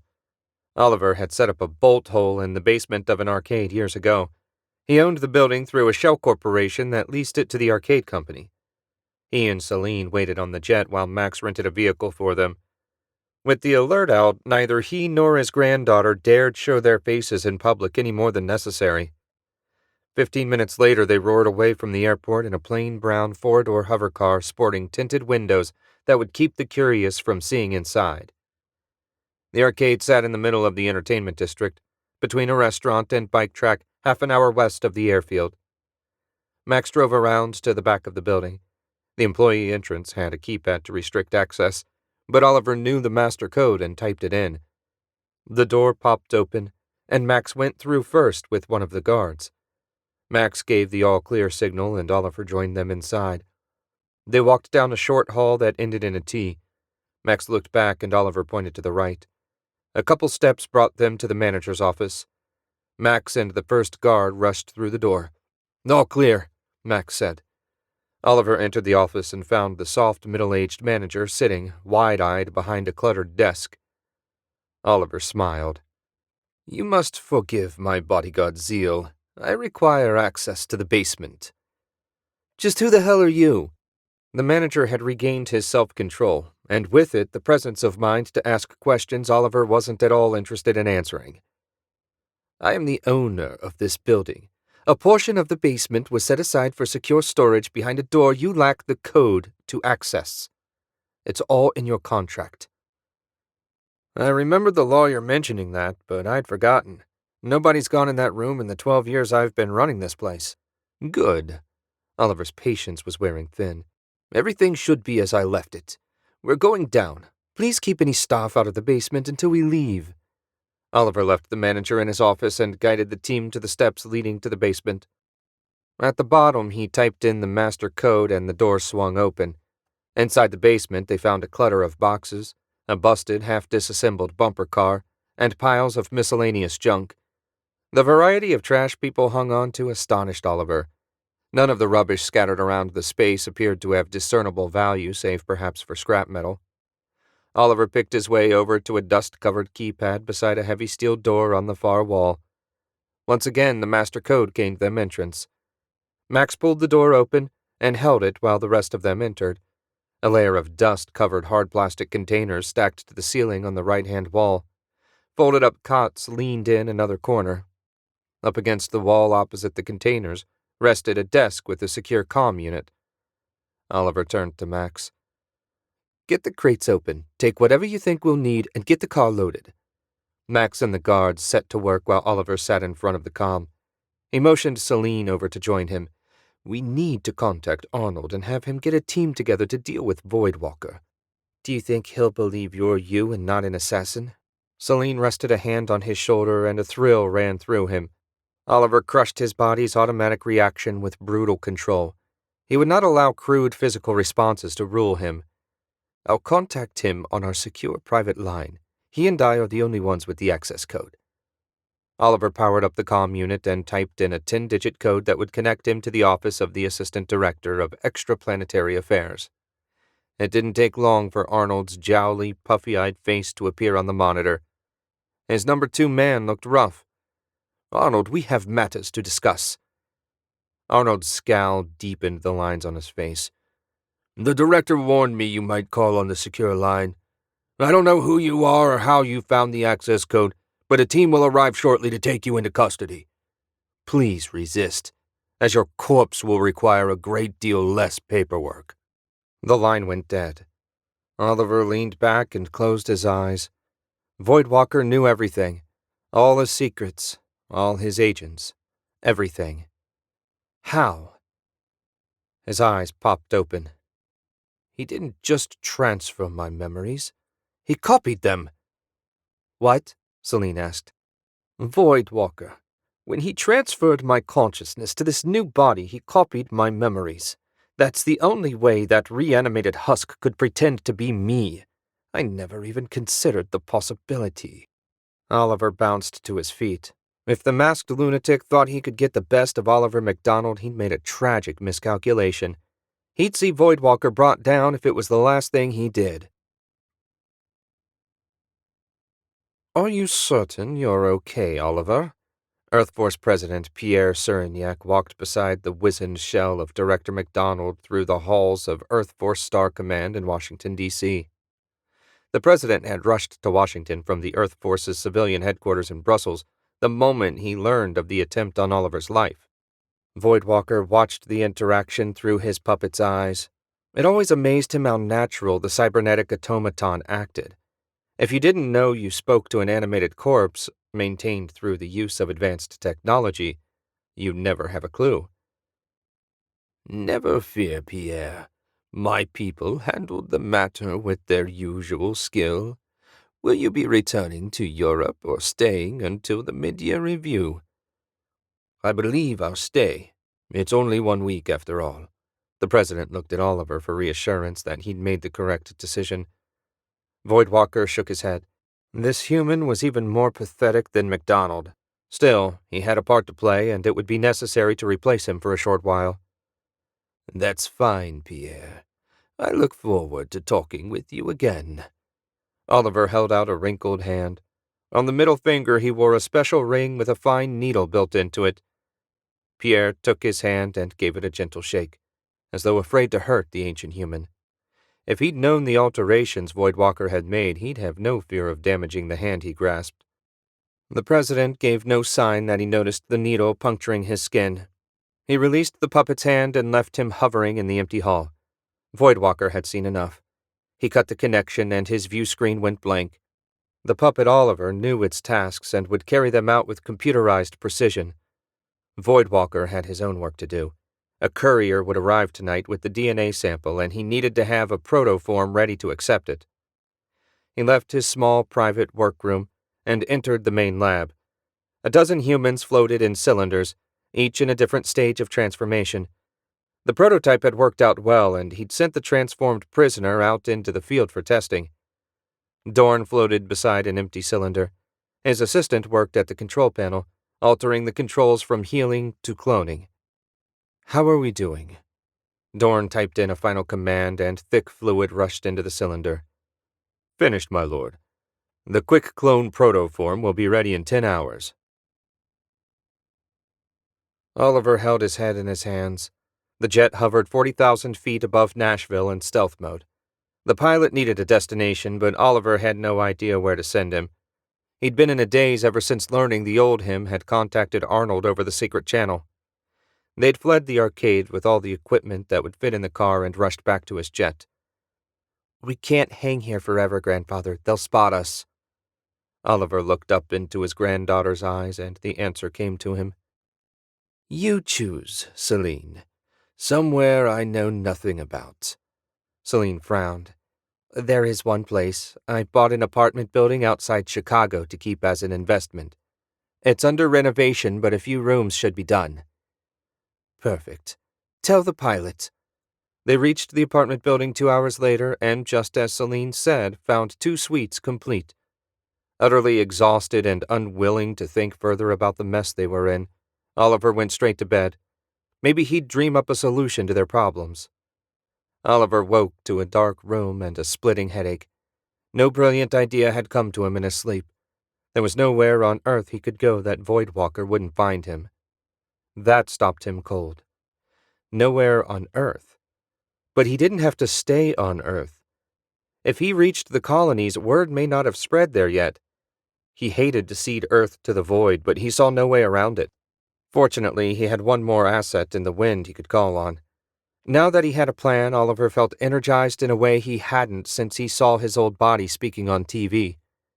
He hopped out of bed, walked to the curtains, and threw them open. Hints of orange colored the horizon. He'd slept the whole night away. He threw on his wrinkled clothes and went out into the living room. Max's eyes popped open the moment Oliver stepped into the room. He started to get out of the recliner where he'd been sleeping, but Oliver waved him back down. He needed Celine to make a call before they moved out. Oliver tapped on the door to the second bedroom, and a minute later, a bleary-eyed, sleep-rumpled Celine opened it. "Grandfather, what time is it?" "Time to get up. We've got work to do." Celine scrubbed her hand across her face and smiled. You sound better today. I feel better. I'm sorry about yesterday. I lost my way for a little while, but I've got a plan now. The first part requires you to make a call. Celine nodded. Let me get ready. No one would recognize me like this. The bedroom door closed. Oliver suspected he had at least 15 minutes. He needed to get the secure HyperNet link set up. They'd have to bounce it around the civilian system since he assumed Voidwalker would have the Earth Force network monitored. Up and at 'em, Max. We've got work to do. Yes, sir. Between the two of them, he and Max got the connection up and running in 10 minutes. He'd only managed 6 reroutes, but that should do as long as they kept the call short. A couple minutes after that, Celine emerged from her bedroom, looking as beautiful and poised as he'd ever seen her. Who am I calling? Celine asked. Adam Wright. Adam, you trust our lives to that screw-up? Oliver smiled. Celine never liked Adam. We're short on options. The reason I didn't have him hunted down after the Alpha incident was in case I needed a desperate man for a dangerous mission. I think this qualifies. He also has a ship and crew that I assume haven't stayed in contact with Earth Force. I see your point. What do you want me to tell him? He needs to come to Earth and pick us up ASAP. Make sure he understands it's under the radar and not to contact headquarters. Where should I tell him to pick us up? Oliver looked over at his driver. Max, where's the nearest private landing strip big enough to handle a space shuttle? After a quick search of the net, Max said, Collinsfield, 300 miles west. Celine nodded and sat down in front of the comm station. She activated the connection. A minute passed, then another. Oliver clenched his teeth. What was taking so long? Adam should have answered the instant he received a call with that priority code. After a full 5 minutes, Adam's face appeared on the screen. He looked like hell. His cheekbones jutted out above sunken cheeks, and dark smudges under his eyes spoke of a lack of sleep. He blinked, obviously expecting Oliver and not Celine. Ma'am? I never expected to get a call with this code again. Adam, things have taken a turn for the worse on Earth, and we require immediate pickup. How soon can you get here? A deep scowl creased Adam's exhausted face. I assumed after the Alpha incident I wasn't welcome in Earth space. Why? No kill order went out. We didn't rescind your authority over the ship. Grandfather kept you at a distance in case his most recent plan went sideways. You're the wild card, Adam. I thought you'd appreciate that. Adam's expression softened, and Oliver knew Celine had him. She had a gift for saying exactly what people wanted to hear. She was a genius manipulator, almost as good as him. I'm not even in the system now, and it'll take a day for me to make the trip. Where do you want to meet? Collinsfield. It should be in your computer. Send a burst transmission when you arrive in orbit. We'll be waiting. Understood. I guess things went sideways. You have no idea. Celine severed the connection. The conversation hadn't taken long. Oliver had to hope no one noticed it or had time to get a trace. He hated relying on hope. It was only a shade more reliable than luck. Let's get out of here. We'll camp out near the field. I guess someone was listening after all. Oliver and Max lay at the top of a hill overlooking Collins Field. 4 masked void assassins stood beside a sleek black shuttle. We can take them, sir. Max accepted the binoculars back from Oliver. We've got plenty of firepower now.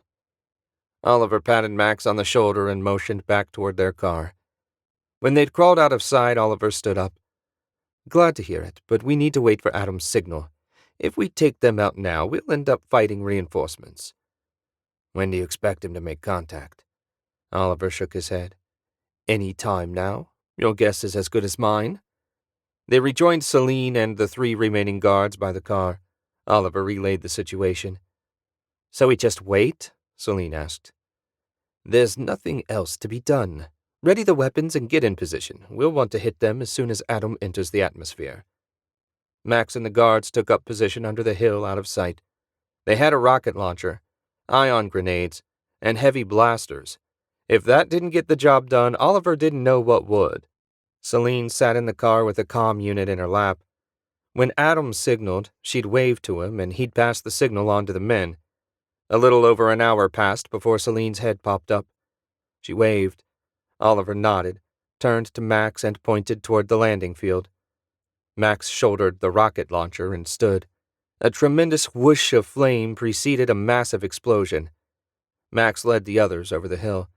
The crackle of ion grenades and whine of blasters filled the midday air.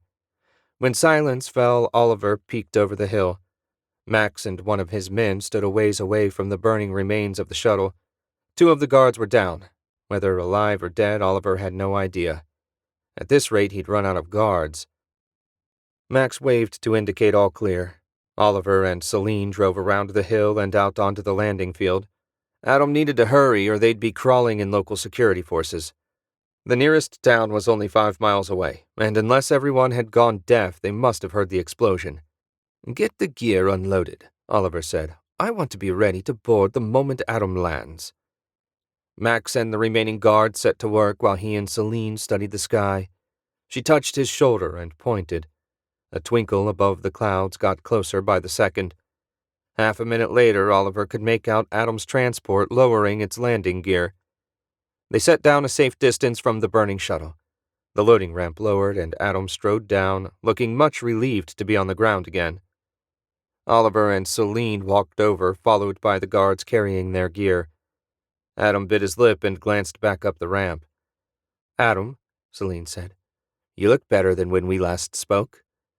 "I got my first decent night's sleep in 6 months last night." Adam pointed at Oliver. "Who's your friend?" "Don't recognize me, Adam?" Oliver offered a cool, humorless smile. Adam squinted, then his eyes widened. "Director McDonald? How? What?" "Long story, Adam. I'll tell you on the way to Mars." Oliver motioned everyone up the ramp. "I'm glad you don't need to go far, sir. We're in desperate need of fuel." Sirens rang in the distance. They needed to go now. Chapter 6. Marcus was halfway to the crane when something crunched behind him. His instincts screamed, and he leapt to the left, an instant ahead of a green energy blast that passed close enough to take a layer of skin off his arm. He hit the ground, rolled on his back, and blasted the masked man with a stun pulse. It splashed against the killer's shield with no effect. "Damn it!" Marcus scrambled to his feet and ran toward a wheeled loader. He wanted to get something heavy between him and the cyborg. He slid behind the bucket an instant ahead of another blast. Marcus tapped his weapons module and the metal stud snapped out into position. If he couldn't use ranged energy attacks, he'd have to close in and stun the killer directly. How the hell he'd manage that without getting disintegrated, he had no clue. "Hey, Marcus," Solomon again. Where the hell was the warning he'd asked for? "I figured out what that weird code is." Marcus circled around the loader, keeping the massive machine between him and the killer. "Not a good time." "Why not? Why are you running around that loader? I told you, Ayaka's in the crane." Solomon couldn't see the killer. That explained the lack of warning. "I'm trying to avoid getting blasted." "The masked guy's there? Why can't I see him?" Solomon fell silent and Marcus focused on his opponent. The killer matched his every move, but the loader kept him from getting a clear shot off. They were at a standoff. Unless something changed, they'd spend the rest of the day chasing each other around the loader. His opponent stopped moving and cocked his head as though confused. Marcus used the distraction to hide in the loader bucket. It was tall and deep enough that he only had to crouch a little. "This code is really cool," Solomon again. Marcus almost deactivated his comm, but stopped in case his friend had something useful to say. "It's a tracking program, but it also edits the video stream in real time to delete the killer. That's why I didn't spot him coming. I've never seen code like this." Marcus didn't dare reply. The killer's footsteps crunched nearby. He tensed, ready to drive the spikes of his gauntlet into whatever body part showed itself first. "I've stripped the code out of the satellite feed so I can see him, and he can't track you." A calf appeared, and Marcus punched it. The studs tore through the killer's pants and plunged into the flesh beneath.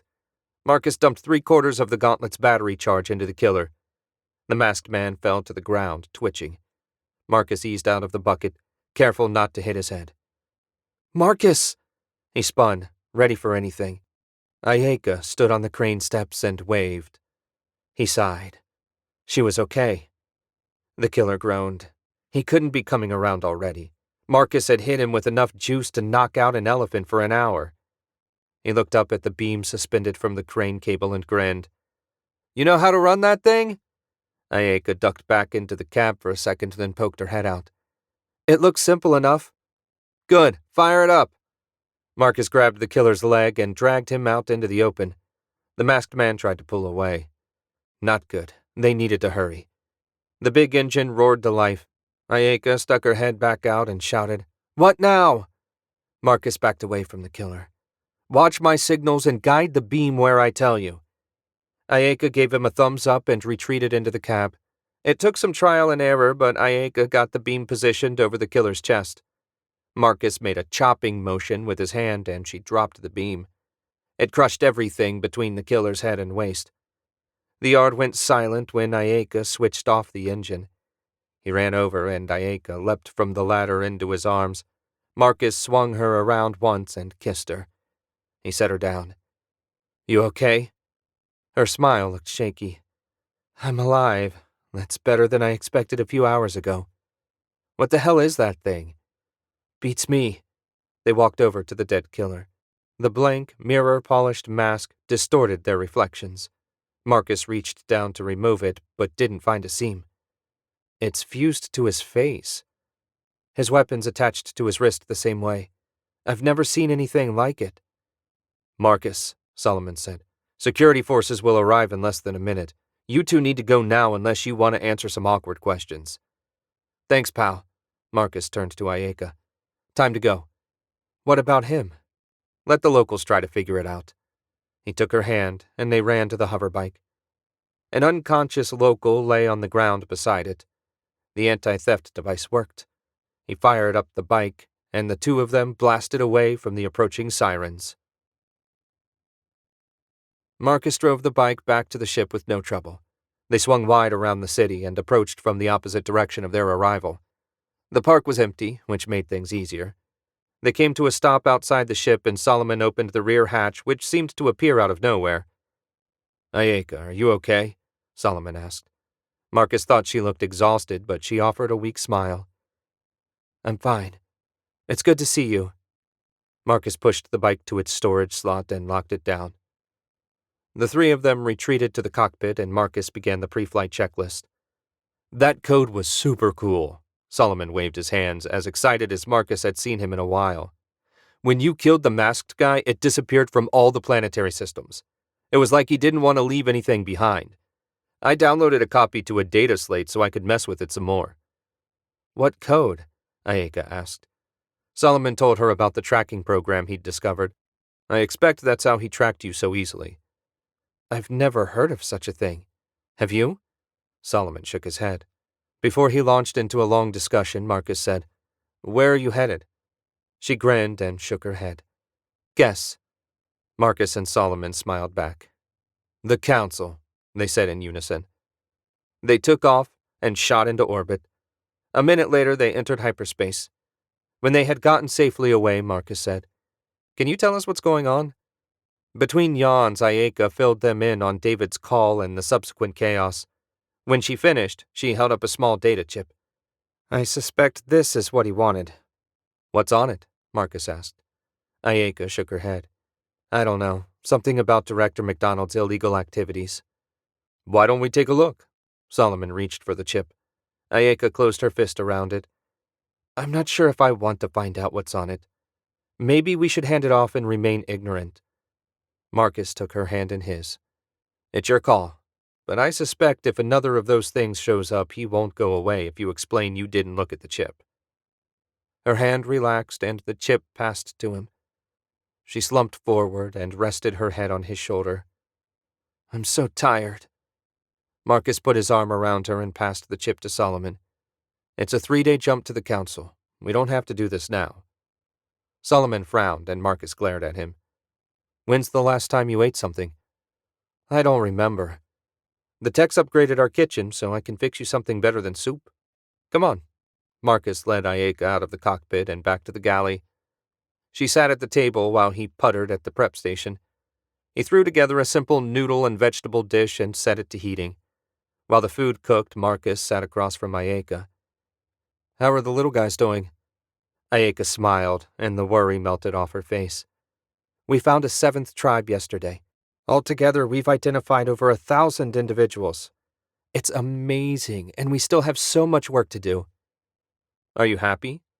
The timer rang, and Marcus retrieved 2 bowls from the heating unit. "I was." They ate in silence. Marcus didn't know what to say to make her feel better. Everything that came to mind felt like trite platitudes. He wanted to say everything would be all right, but he couldn't get the words out. He'd never had such trouble lying before. When they finished eating, Ayaka yawned again.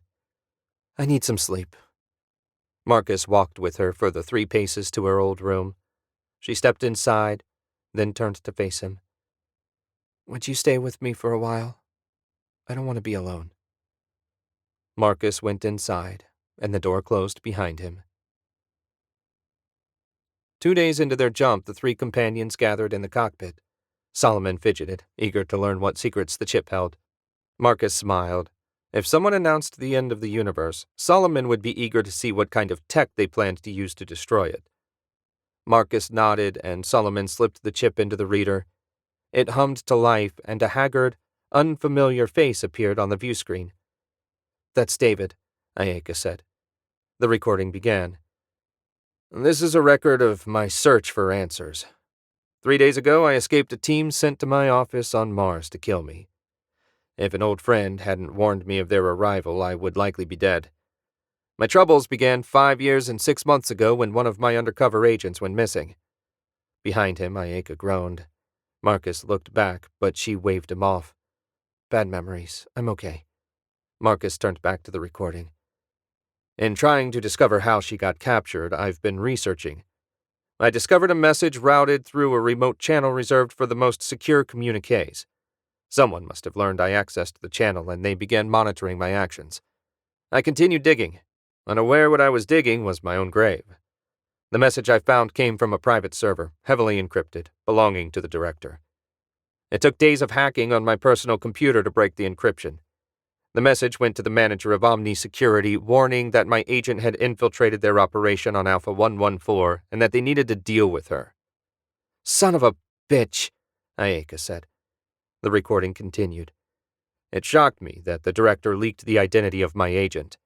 I tried to think who I could report this to, but the truth was anyone I might contact depended on the director's goodwill for their continued employment, so I kept digging on my own. If he'd betrayed us once, perhaps he'd done it before. I was right. Using the same secure router, Director McDonald had contacted a group, perhaps a cult would describe them better, called the Children of the Void. When I first learned of the group, I had no idea who they were or why the director contacted them, but I now had a new direction for my search. They let me dig in my spare time for the better part of 2 years before they moved against me. Using official channels and some contacts I'd gained over the years, I learned a little. The Void, as they're known, view technology as the ultimate god in this universe. They acknowledge no limits to their research, whether it is genetic manipulation, cybernetic enhancements, or artificial intelligence. I suspect the final straw broke when I discovered the name of their leader. He calls himself Voidwalker. The children wear blank, black masks with embedded technology." Marcus paused the recording. "Do you suppose our masked man was one of these children of the Void?" "I think he'd have to be," Ayaka said. "It's too big a coincidence. He finds a group that wears black masks, then a killer wearing one shows up." "I've heard of the Children of the Void," Solomon said. "There's a ton of rumors about them on hacker boards. Most people believe they're a myth. If they're real, it would explain that amazing code I found." "I think we have to assume they're real, and pissed off at David and now us." Marcus resumed the recording. "After I fled for my life, I spent 3 years searching for anything about the Void and ducking Earth Force agents. I operated on the edge of civilization, among outlaws, smugglers, and other scum. It worked out well. The fringe of society was where the Void's agents worked as well. They prey on the desperate and stupid, coaxing them into participating in their experiments. I encountered one survivor who'd had his head severed from his body and grafted onto a combat robot. He couldn't control it, and the Void dumped him in an alley and vanished. He scrounges electricity to keep his battery charged. I've never seen a more pathetic sight. Not long after I met the robot man, I encountered one of their enforcers, a cybernetic killer called a Void Assassin with a mask and integrated weapons system. I've never faced a fiercer or more tenacious enemy. It tracked me across 3 worlds before I managed to trap and kill it. I've been looking over my shoulder ever since. The recording detailed labs, mobile factories, and every other bit of intel David had collected. Marcus skipped through most of it until he came to the final entry. Ayaka did it. She brought down Omni. I knew that girl had potential. Unfortunately, the director is desperate now. He can't get the immortality he seeks by acquiring Vinsar technology, so he's sent a message to Voidwalker agreeing to whatever terms the Void set to get what he needs. I didn't learn the details, but I believe I've gathered enough information to contact the Galactic Council. I've sent a message to Ayaka. She's the only one I trust to deliver this message. The recording ended. Marcus leaned back in his chair and sighed. What the hell have we gotten into now? Chapter 7. The jump to Mars took just long enough for Oliver to explain the situation to Adam. It took all of Oliver's self-control not to laugh at the expression on Adam's face when he finished. We have a Viper in our midst, Oliver said. I need your help to kill it. I'm your man, sir. Always have been. Oliver clapped him on the shoulder. It felt good to have Adam on board, like having a familiar dog at your heel. But he knew what an accomplished liar the man was. You didn't get far in their line of work without that skill. He'd keep as close an eye as possible on him, but for his plan to work, he'd have to trust Adam to operate on his own. Oliver hated that part of his job the most, having to rely on others, especially a proven failure like Adam. Approaching the landing pad, Captain Wynn's voice spoke over the ship's intercom. A few minutes later, a tremor ran through the ship when it settled on its landing gear. Oliver's guards had transferred a selection of weapons from the large cases to small briefcases. The little group went to the rear of the ship where Captain Wynn waited. The captain hit the open button, and the ramp lowered. Oliver caught Adam's eye and nodded toward the captain. It was a nuisance, having to rely on others to give his orders, but no one knew him in his new body, so they had no reason to obey his orders. Get the ship refueled and remain on standby in case we need to head out again, Adam said. I don't know how long we'll be staying on Mars, but I expect the ship to be ready when I am. Understood, sir, Captain Wynn saluted. Adam nodded back, and the 5 of them walked down the ramp where a fit, dark-haired woman about 40 waited. Good to have you back, Captain Wright. We were wondering if you'd be returning. You know how it is on a mission. I'm glad to be back. He motioned for the woman to lead the way, and the little group walked toward Earth Force Mars headquarters. Oliver hated the gray stone building. He could trace most of his troubles to this place. Still, it would serve him now, and that's what mattered. They entered the building and took a lift to Adam's office. They stopped outside the door. Do you need anything right now, sir? The woman asked. No, just make sure I'm not interrupted. They entered Adam's office. The moment the door closed, Adam went to his desk and started making calls. Celine sat in one of the chairs beside the desk and took out her data slate. In a few seconds, she had a grid on the screen, each square representing a camera covering one of the approaches to the office. Smart girl. Oliver doubted Voidwalker had any assets on Mars, but better safe than sorry. It's no good, sir. I've tried everyone I can think to call. After 3 fruitless hours, Adam threw his hands up in frustration. They either don't answer or they give me the runaround. Oliver frowned. Something was wrong. Adam ranked high enough that someone in Earth Force should have been willing to talk with him about his concerns, unless his old body had warned them against dealing with his associates. Grandfather, we've got company. Oliver went over to Celine in time to see a heavily armed strike team enter the lift. They didn't have long. Adam, when you wake up, tell them we forced you to help at Blaster Point. You're going to be my inside man. If you learn anything, send it on my private comm channel. Oliver flipped the selector switch on his blaster to stun and shot Adam, who slumped to the floor behind his desk. He reached under the lip and felt around for the catch. They'll be here in less than a minute. Celine tucked her slate away and stood. The catch clicked into place and a 3-foot circle dilated open in the floor.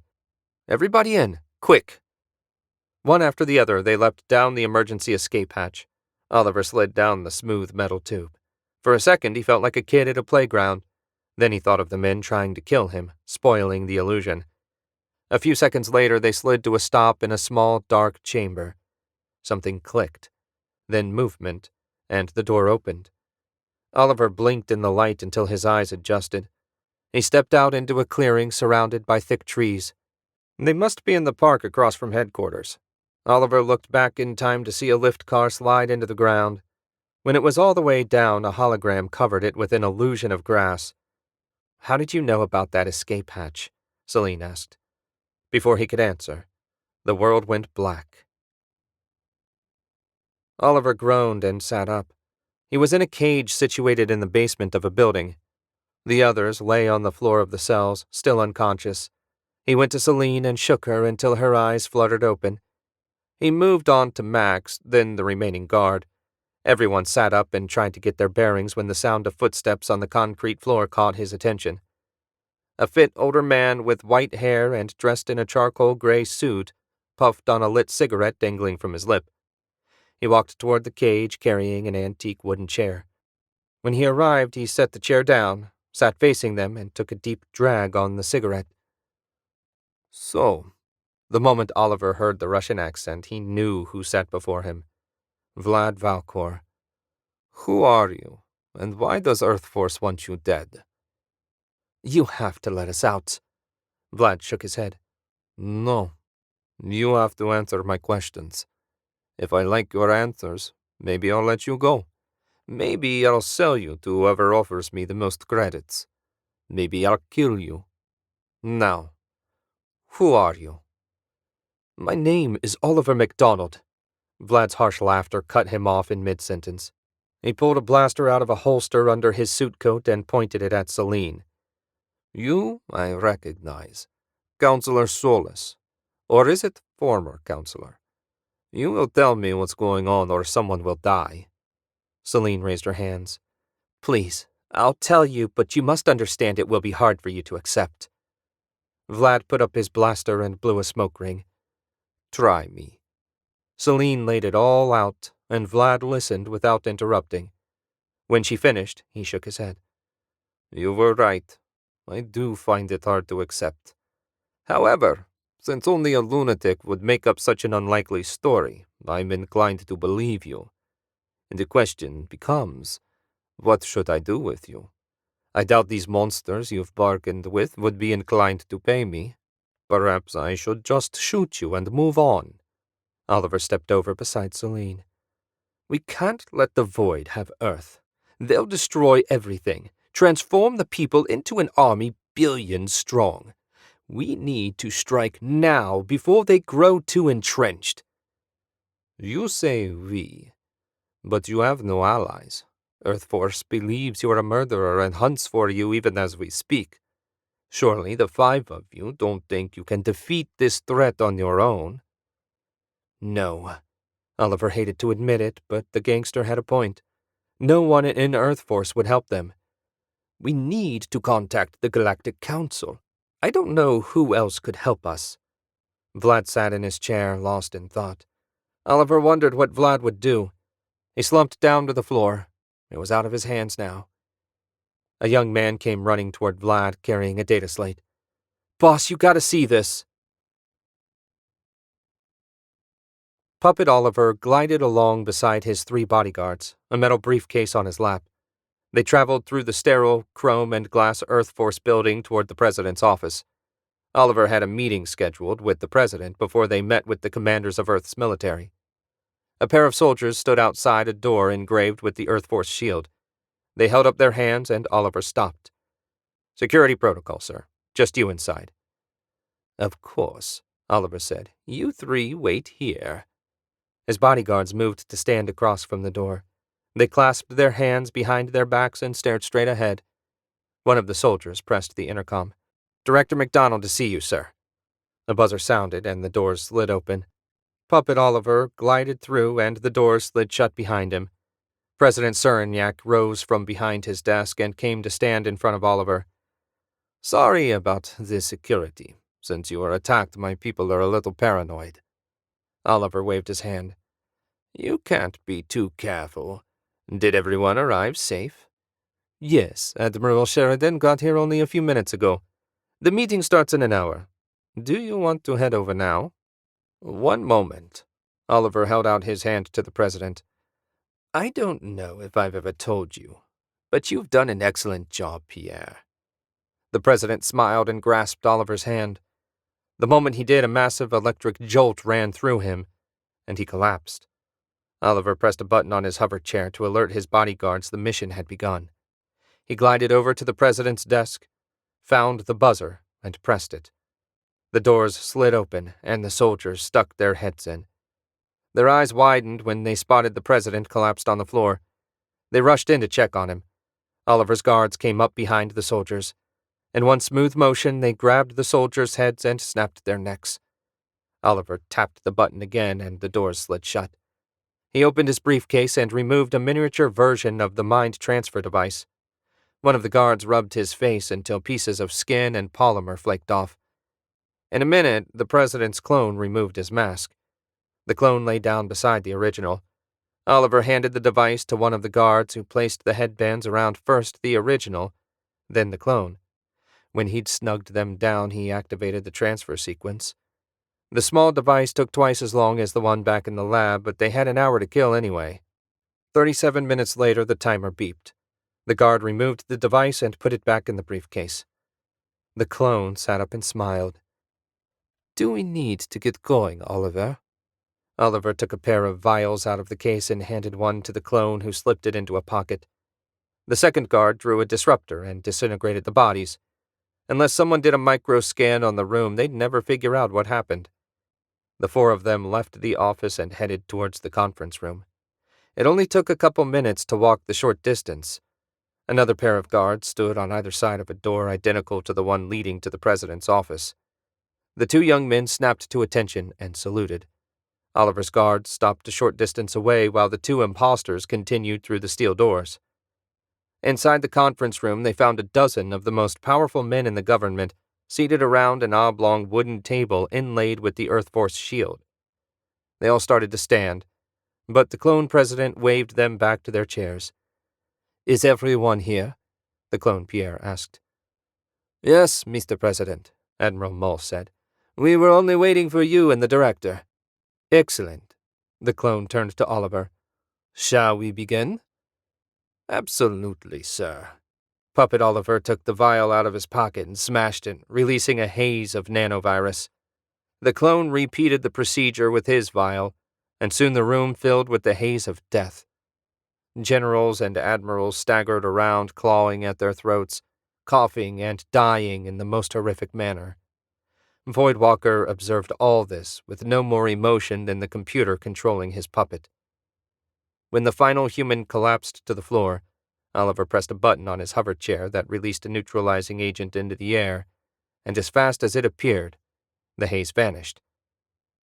Oliver turned to the clone. I believe you have an announcement to make. The clone took a data chip containing the text of a speech written for him out of his pocket and nodded. The two imposters left the conference room. The clone headed to the media room where he'd announce a horrible terrorist attack. Oliver turned the opposite way, his guards a step behind. They retraced their steps to the entry hall and went to a lift few people had access to. They rode the lift down to the lowest level.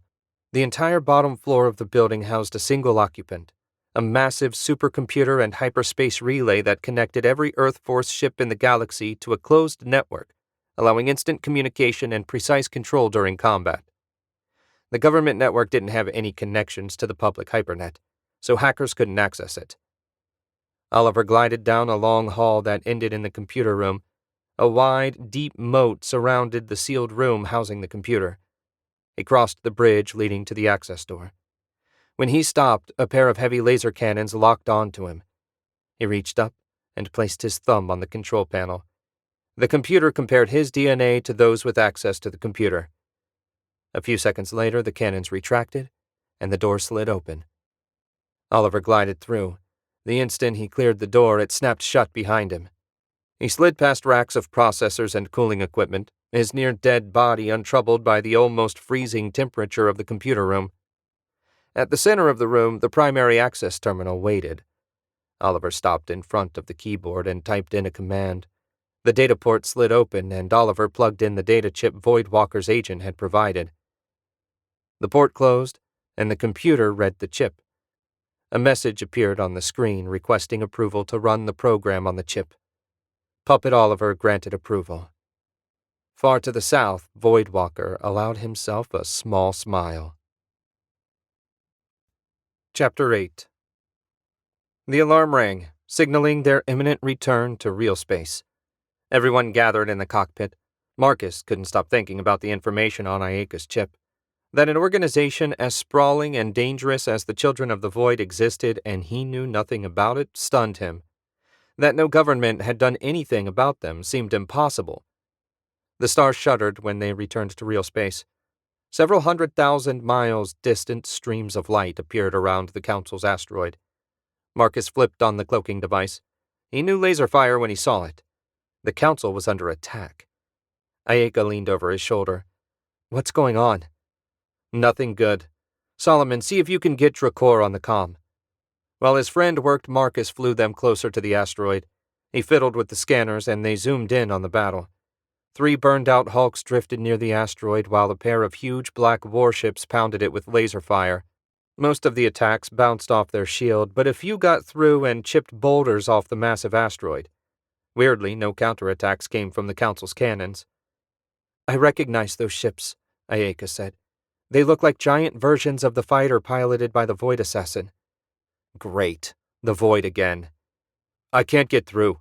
Solomon tapped his keyboard. "There's major jamming going on out there." "We have to check it out. Plot us a course to Drakor's secret entrance. If we're lucky, the first counselor will be nearby." Solomon laughed. "When's the last time we got lucky?" Marcus smiled at the double entendre, but didn't comment. He guided the ship along the path Solomon laid out. At minimum thrust, it took a while to reach the asteroid. When they did, the damage looked far worse than it had from a distance. Huge gouges in the stone gave mute testament to the power of the warship's weapons. Marcus eased them to a stop a few feet from the underside of the asteroid. Solomon typed a command, and a few seconds later a pair of disguised doors slid open, allowing them access to a secret hangar. Marcus guided the ship inside and landed. The doors slid shut behind them. Dim light filled the hangar. They were operating on emergency power. The scanners said they still had good atmosphere, so they could breathe outside the ship. "Try Drakor again." Solomon flipped the comm switch. A second later, over a staticky connection, Drakor's voice came through. "Marcus, is that you?" "Yes, boss. We're in the hidden hangar. Give us your location and we'll come get you." "I'm in safe room 3 in Sector 6. Someone's trying to cut through the door." Solomon pulled up a map of the asteroid. Sector 6 was 3 floors up and a quarter-mile west from their position. The universe alone knew how many of those masked men they'd have to fight through to get there. Lucky he just stocked up the weapons locker. "Hang tight, First Counselor. We'll be there as soon as we can." Solomon disconnected. Marcus got up and headed to the hold, the others following along behind. "Solomon, you need to guard the ship. Ayaka, if you're willing, I could use your help getting the First Counselor." "I wouldn't mind a little payback," Ayaka said. They reached the hold, and Marcus went to the new storage container beside his armor container. He typed in his access code, and the cylinder spun around. Inside, blaster pistols and rifles hung on hooks. Tubs held a variety of grenades, and his favorite new toy stood in the center, a Guardian Mark III heavy laser with tripod. "God, Marcus, are you planning to start a war?" Ayaka stared at the collection of weapons wide-eyed. Marcus grinned and grabbed the heavy laser and tripod. "Drakor hasn't asked me to start a war yet, but better safe than sorry." He carried the heavy laser down the ramp and set it up on the tripod facing the only exit, while Solomon dragged a half-inch cable down the ramp and plugged it into the laser. Ayaka joined them beside the laser. "Do you think that will stop those Void Assassins?" Marcus patted the weapon. "This baby draws power directly from the ship's power core. It was designed to shoot down starfighters. If their personal shields are strong enough to withstand a hit from the Guardian, we're in deep trouble." Turning to Solomon, Marcus said, "Anything comes through the door wearing a black mask, Fry it. Solomon nodded and settled in behind the laser.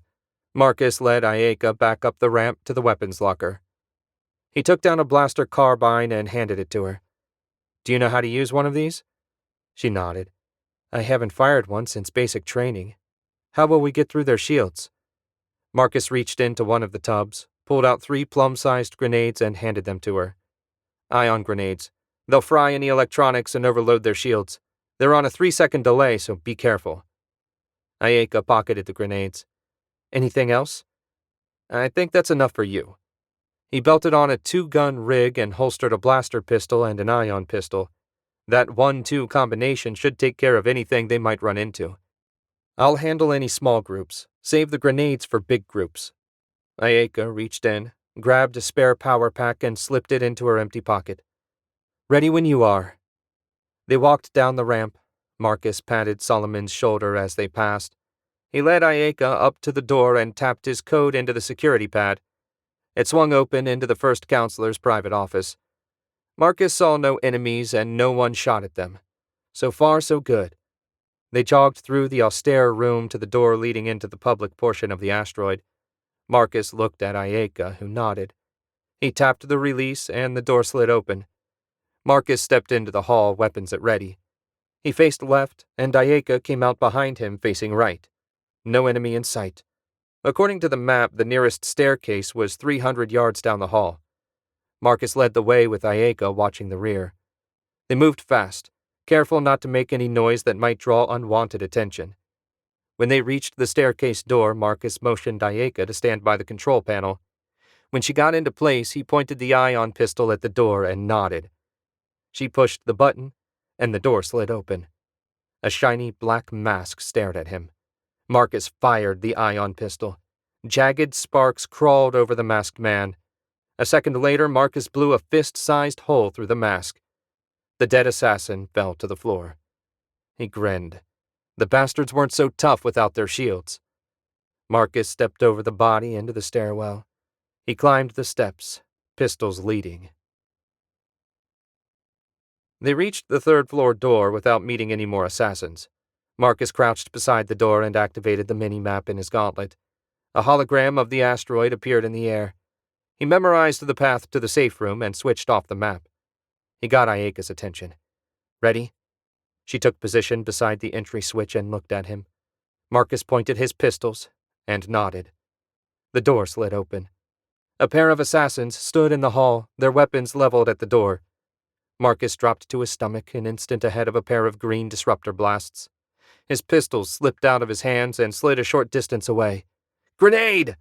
Ayaka fumbled a grenade out of her pocket and dropped it. Marcus snatched it out of the air, pressed the activator, and tossed it through the door. 2 seconds later, blue sparks filled the hall. He leapt to his feet, recovered his weapons, and went through the door. The assassins lay on the floor twitching from the effects of the grenade. Marcus shot them both. I'm sorry. I panicked. Ayaka trembled in the doorway. Forget it. These two knew we were coming. They're probably connected to a private network. When you killed the one downstairs, these two must have seen it and assumed we'd come upstairs. I bet there are 2 more watching the second-floor door. If you're right and they know we're here, we need to hurry. They ran through the halls, Marcus in the lead.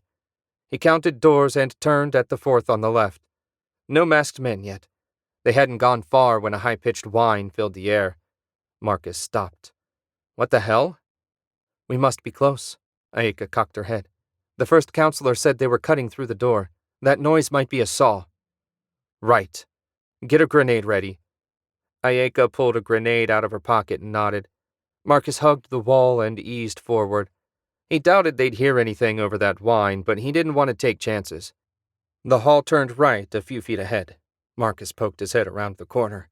8 void assassins surrounded a pair of robots using built-in plasma cutters to slash through the heavy steel door to the safe room.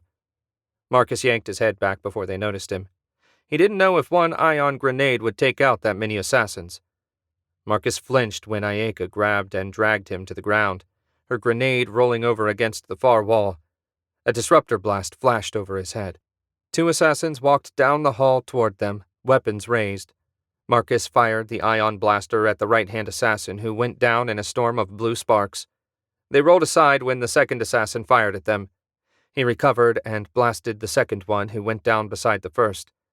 Before he could finish them off, a stream of laser fire streaked past his head. 4 more behind us, Ayaka said. Marcus turned in time to see Ayaka recover the grenade she dropped and fling it at the approaching assassins. The ion blast caught all 4, and they went down twitching. The first 2 sat up. Damn it! They'd recovered already. Marcus shot the left-hand assassin. His blast deflected off the assassin's shield. Finish those 4 before they recover, he said. Marcus switched back to the ion pistol and blasted the half-recovered assassins again, then finished them with his blaster. He spun back around, expecting the 4 remaining assassins to come firing out around the corner.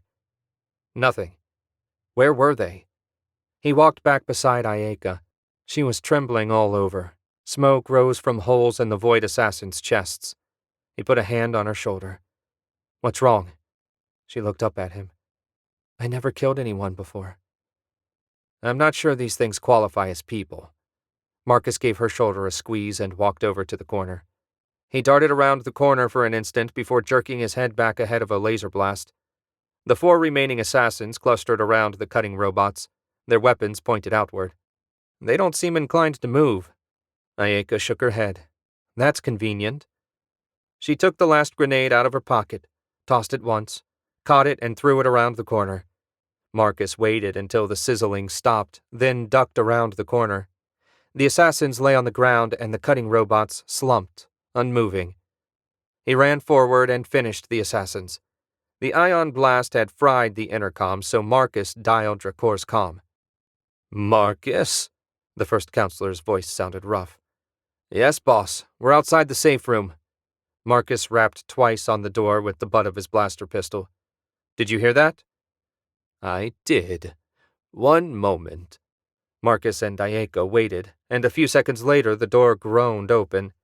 The first counselor and 4 other counselors stood in the doorway, dressed in torn robes and looking much less imposing than usual.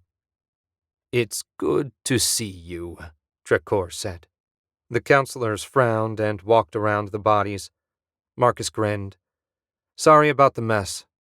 Do we need to collect anyone else before we go? No. The council wasn't in session. We were the only ones here. Great. We need to hurry before reinforcements arrive. Excellent idea, said one of the counselors, a tall, broad-shouldered, hairless male. Marcus couldn't put a name to the man or his species, but he liked the counselor's attitude. Marcus and Ayaka led the way back toward the staircase. Ayaka leaned in and whispered, We're out of grenades. If we run into more assassins... I've got half a charge left in the ion pistol. As long as there isn't an army between us and the hangar, we should be okay. When he said it out loud, it sounded believable. They reached the staircase door and Marcus went in first. No assassins lurked on the landing, so he continued on.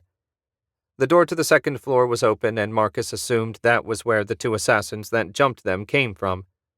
Marcus cleared the doorway, then slammed the door shut. He repeated the process on the first floor, and when he found it clear, motioned the others to follow him. The wall across from the door to Dracor's office had a huge scorch mark. Marcus held up his hand to stop the others and called Solomon. Marcus, where have you been? Solomon's voice sounded hoarse. I've got our passengers and we're outside the office. I'm coming in, and I didn't want you to blast me by accident. That's a good thought. Come on in. I've had some issues. Marcus entered the office. Through the hangar door, Solomon waved. 6 dead assassins littered the floor. Each had a hole in his chest the size of Marcus's head. Marcus glanced back at Ayaka. Told you the Guardian would handle them. You were right. She turned a little green looking at the bodies. They entered the hangar and Marcus motioned the counselors toward the ship. If you'll get aboard, counselors, we'll be on our way shortly. The counselors walked up the loading ramp with Ayaka. Solomon had the laser disconnected from the cable, so Marcus carried it in.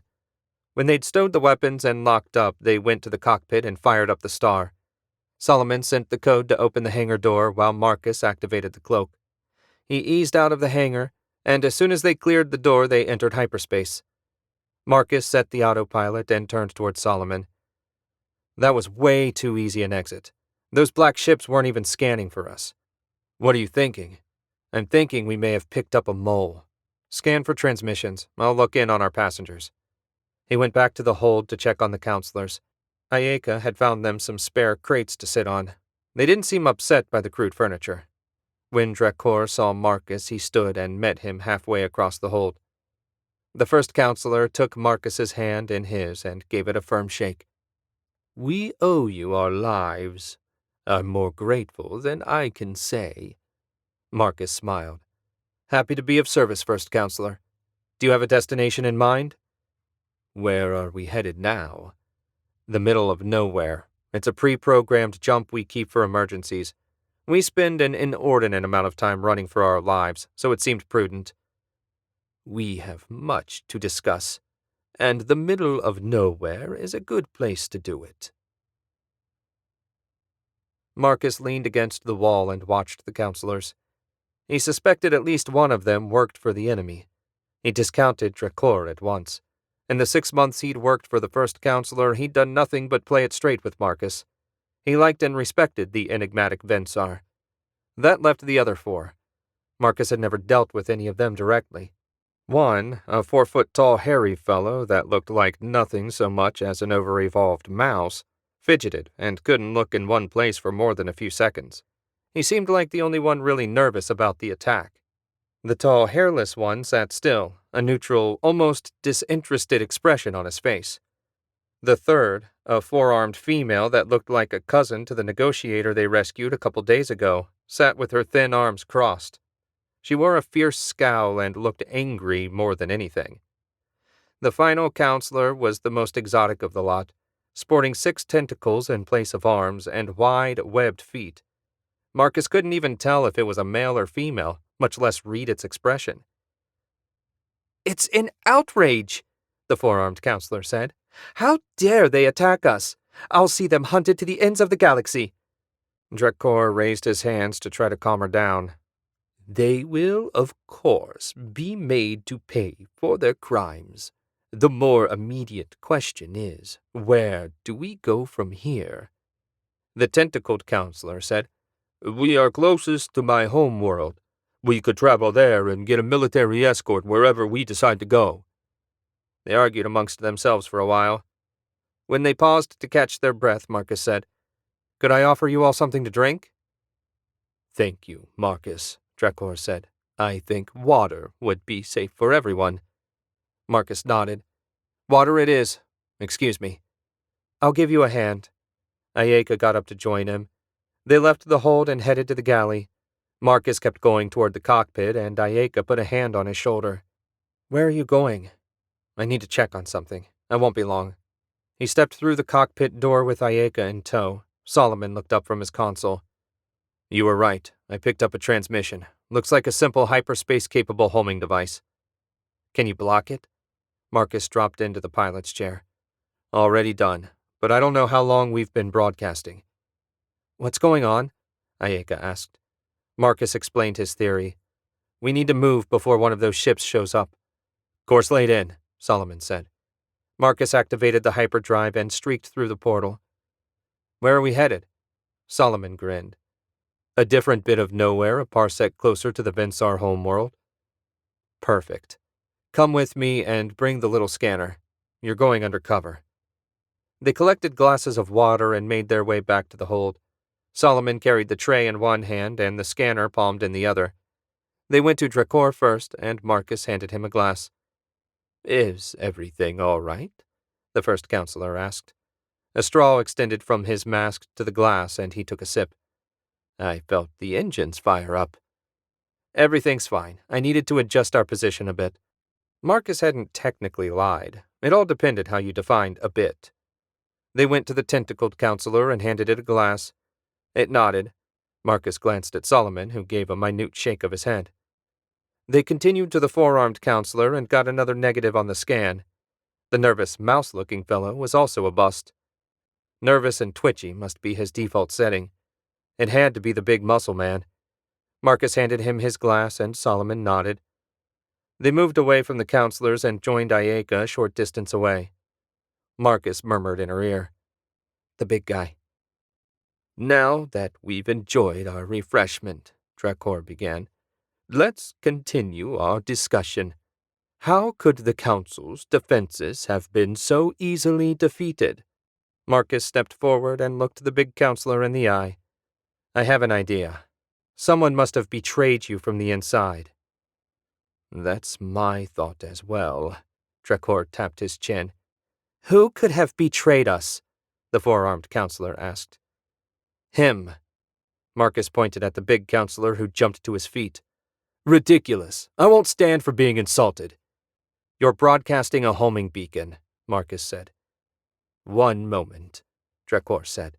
He studied the big counselor, then reached out and removed a small device from the folds of his robes. The four-armed counselor leapt to her feet, wrapped an arm around Drakor's neck, drew a holdout blaster, and put it to his temple. I didn't think you'd find the signal before the void ships arrived. If you'll all remain calm, they should be here soon. I doubt that. Marcus took a step closer, then stopped when the counselor's grip tightened on the blaster trigger. Solomon blocked the signal, and we're in hyperspace on our way to a safe location. No! She took the blaster away from Drakor's head and pointed it at Marcus. You must take us back, now!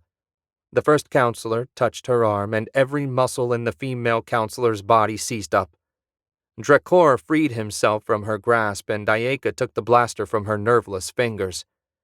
The four-armed counselor slumped to the floor, wrapped her arms around her legs, and wept.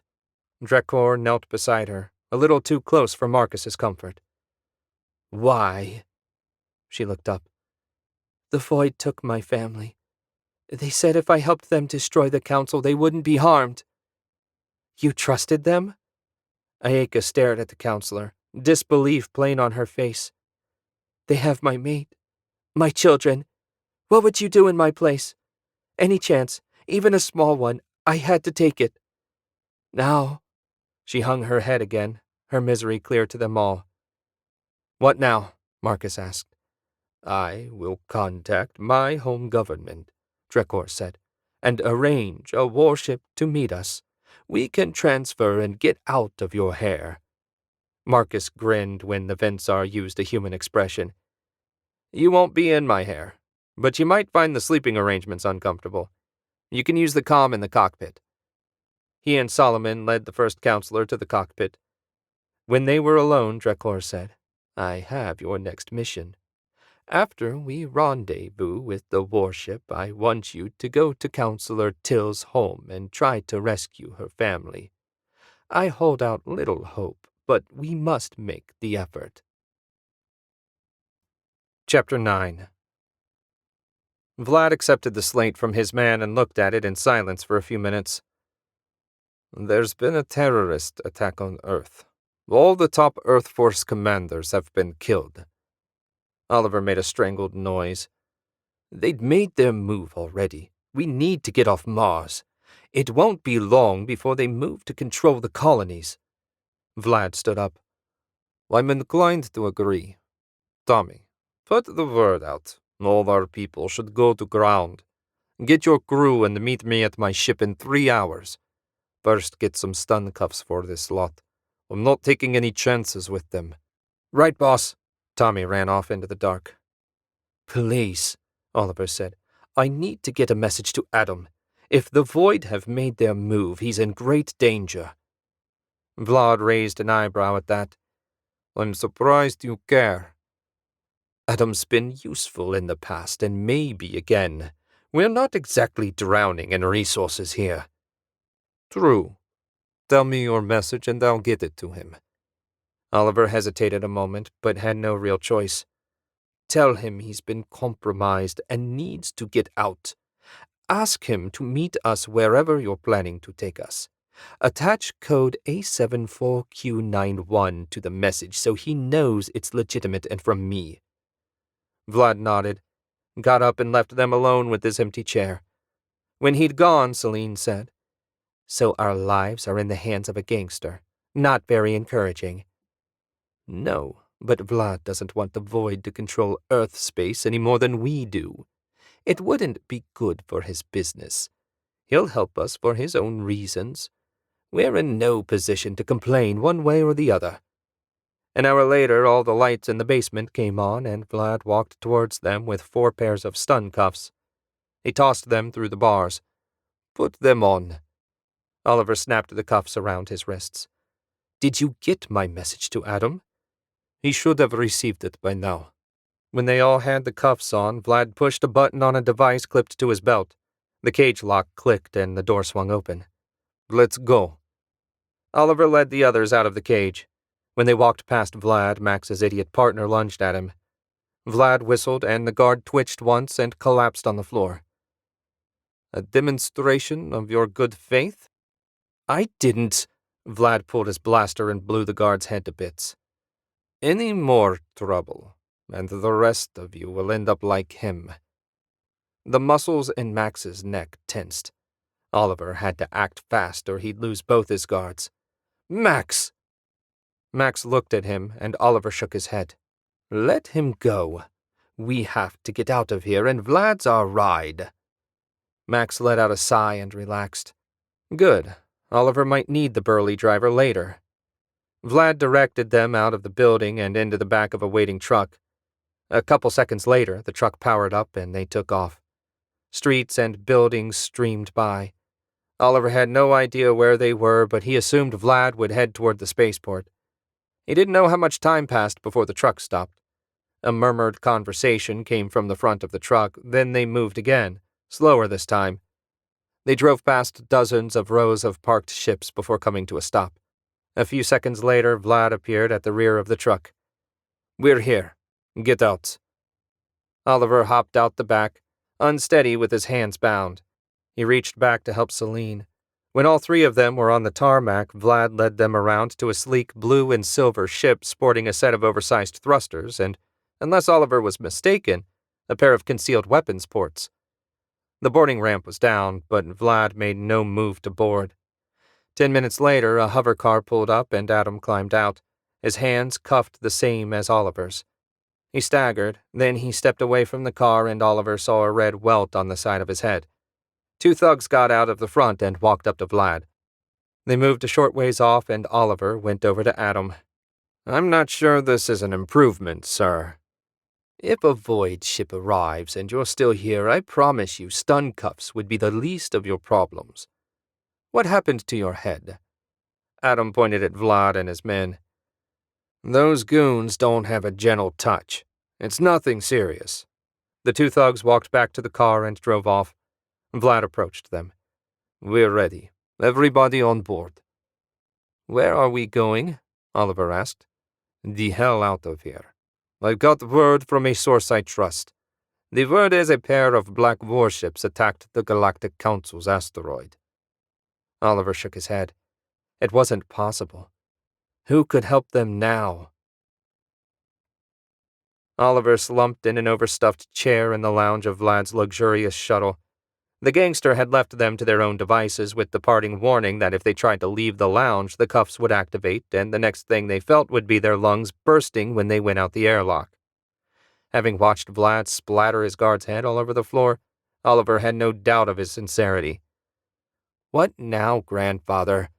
Celine sat on the arm of his chair. Oliver sighed. "We need to find out what's happening on Earth. There's a vid screen built into the wall. See if you can find the news." Celine went over and fiddled with the controls. When she stepped back, the president's face filled the screen. "We've been attacked in the vilest way possible. Terrorists have murdered the commanders of the military. I have ordered all soldiers and reservists to assemble at their bases to prepare for more attacks. Rest assured, we will learn who's responsible for this atrocity and deal with them." The president's face faded away and a stunning brunette took his place.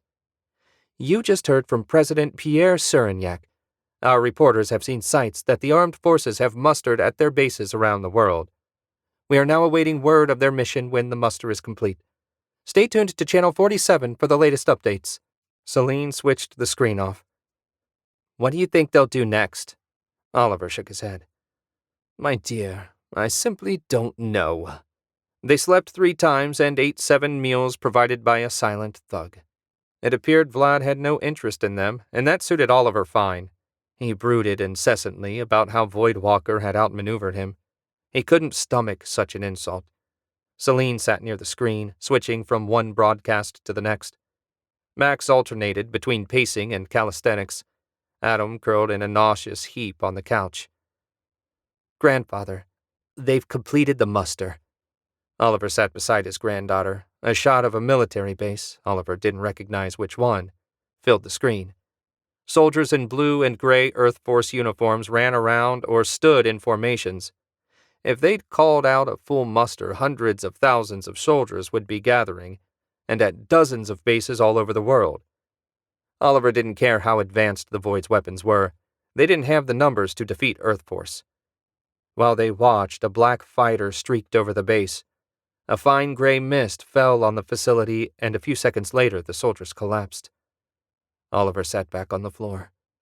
No. If what they'd seen was happening at every base on Earth, which Oliver felt certain it was, the bulk of Earth Force's fighters were dead or dying. The Void must have replaced the president with a clone. He could think of no other explanation. He ordered the muster so all the soldiers would be gathered for the slaughter. How had it all gone so wrong so fast? Just over a week had passed since he got his new body, and now Earth lay defenseless before the Void.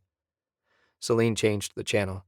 The brunette from the day before said, "We've gotten reports of a massive black ship descending through the atmosphere." The scene shifted to a black dot in a bright blue sky. It grew bigger by the moment until it filled the screen like a great black mountain bristling with weapon ports. It landed in a cornfield, crushing the crops flat. "What the hell is that?" Adam asked. He and Max came over to watch. "And how did it get past both the home fleet and the planetary defenses?" "That is a Void processing ship." Oliver spoke in a mechanical voice, his mind so overwhelmed he had no emotions left. "I saw the plans for it on Voidwalker's computer during one of our meetings. I don't know if he forgot to turn the screen off or simply didn't care if I saw it. It's a mobile lab. They can process hundreds of people at a time, transforming them into obedient cyborg soldiers." "The fleet?" Adam asked again. "My guess? My old body used its access to corrupt the supercomputer in Washington HQ. If Voidwalker got control of it, he could shut down our defenses and deactivate all our ship's systems except life support." "Why not turn our weapons against us?" Max asked. Oliver shook his head. "The weapons can be deactivated remotely but not fired. It was a failsafe. If a ship went rogue, we could shut it down. But if someone got access to the network, not a possibility anyone considered likely, they couldn't use our own weapons against us." "At least something worked the way it was meant to," Celine said. Oliver glared at the subtle rebuke but said nothing. What could he say? Everything he'd planned had gone to shit. Chapter 10. A little shiver ran up Marcus's spine when the Vensar warship emerged from hyperspace at the rendezvous point. It bristled with weapons, yet still sported sleek, graceful lines. The massive warship dwarfed the star. He suspected it could go toe-to-toe with one of those ugly black void ships and hold its own. They docked so the counselor's party could make their way across. Marcus stood with Solomon and Ayaka watching them disembark. Ayaka chewed her lip, and Marcus tried to figure out what she was thinking. "If you don't want to go, I understand," Marcus said. "I'm sure Drekor can arrange transport for you back to Alpha 114. Ayaka's face hardened. "No. The way they used that poor woman was inexcusable. I gave the first counselor David's data chip. Now I mean to see this through to the end." "Good." Marcus squeezed her shoulder. "I wasn't ready to say goodbye yet." The airlock cycled shut and the warship retracted its docking tube. The three of them returned to the cockpit. Solomon tapped the flashing comm light. "Go ahead, sir." "Counselor Till lives in an orbital mansion above her home world," Drekor said. "Contact me when you learn something." "You got it, boss." Marcus said. Drakor transmitted the access code for Till's mansion. Solomon laid in a course, and they shot into hyperspace. Till's mansion gleamed like a glass and steel diamond where it orbited the blue-green sphere of her homeworld. 4 days in hyperspace brought them here. They approached the place, and Marcus expected the worst. A light flashed on the console. "Mansion security is requesting our access code," Solomon said. He typed a command, and the ship's computer transmitted the code Drakor had provided. Alarms screeched, and Marcus rolled the ship right. A laser blast streaked past. He kept up his evasive flying as more blasts streaked through space toward them. A couple skipped off the shield. Thank the universe the techs had upgraded their shields along with everything else. What the hell? Marcus yanked the control yoke up to avoid a missile. The mansion security system didn't accept the code.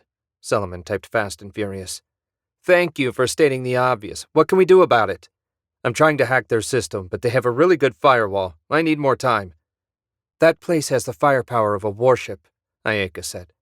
The ship shook when a laser hit their shield full on. The weapons control system was getting better at predicting his moves.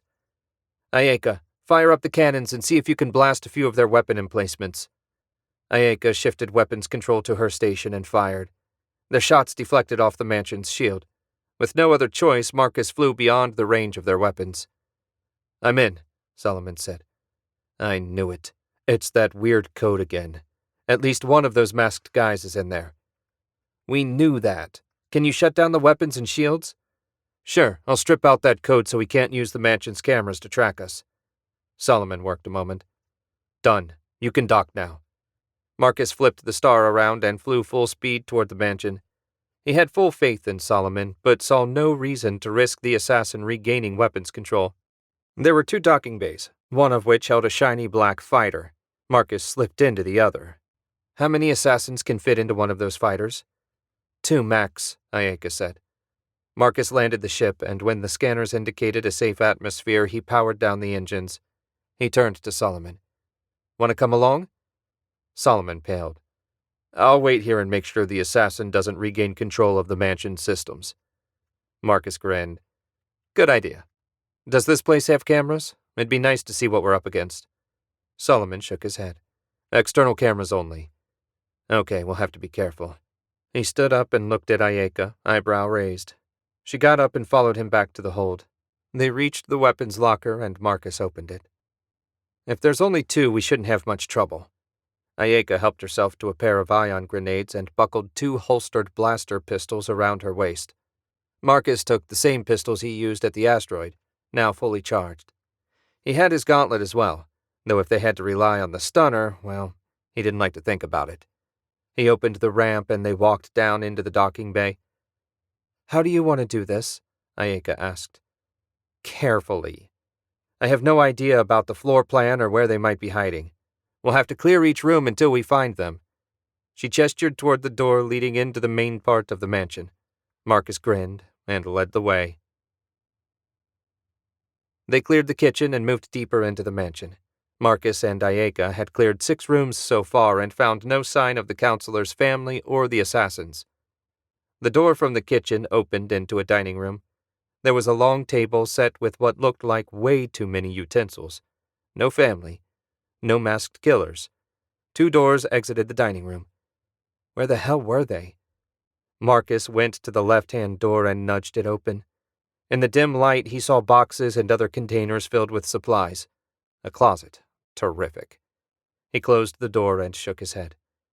Ayaka led the way to the second door. She opened it a few inches, peeked in and jerked her head back at once. She motioned Marcus over. He joined her by the door and she mouthed the word, "Look." He peered through the crack and froze. 3 bodies lay in pools of blood. A new monstrosity towered over them. It stood at least 7 feet tall, and its shoulders looked to be 5 feet across. Jagged, shiny black armor covered its body, and the familiar black mask covered its face. The Void had replaced its right hand with a weapons module twice the size of the one used by the assassins. A massive gauntlet covered in sharp projections covered its left hand, with fingers that ended in razor-sharp talons. Marcus swallowed the lump in his throat. That wasn't what he'd expected at all. He motioned Ayaka back from the door and they tiptoed to the opposite side of the dining room. They're all dead. I'm inclined to make a run for it. Ayaka nodded at once, her eyes wide. An explosion rocked Marcus back on his heels. The living room door blew into the dining room. The void monster stood in the shattered doorway, smoke oozing out of the central barrel of its weapon. So much for sneaking away. Marcus grabbed Ayaka's hand and they ran for the door. They had to get back to the ship. The creature pointed its weapon at them and fired. A blinding streak of crimson energy blew a chunk out of the wall a few feet behind them, the heat searing Marcus's back. They made it through the door and ran back toward the hangar. "It's got a plasma cannon," Ayaka said. "I noticed.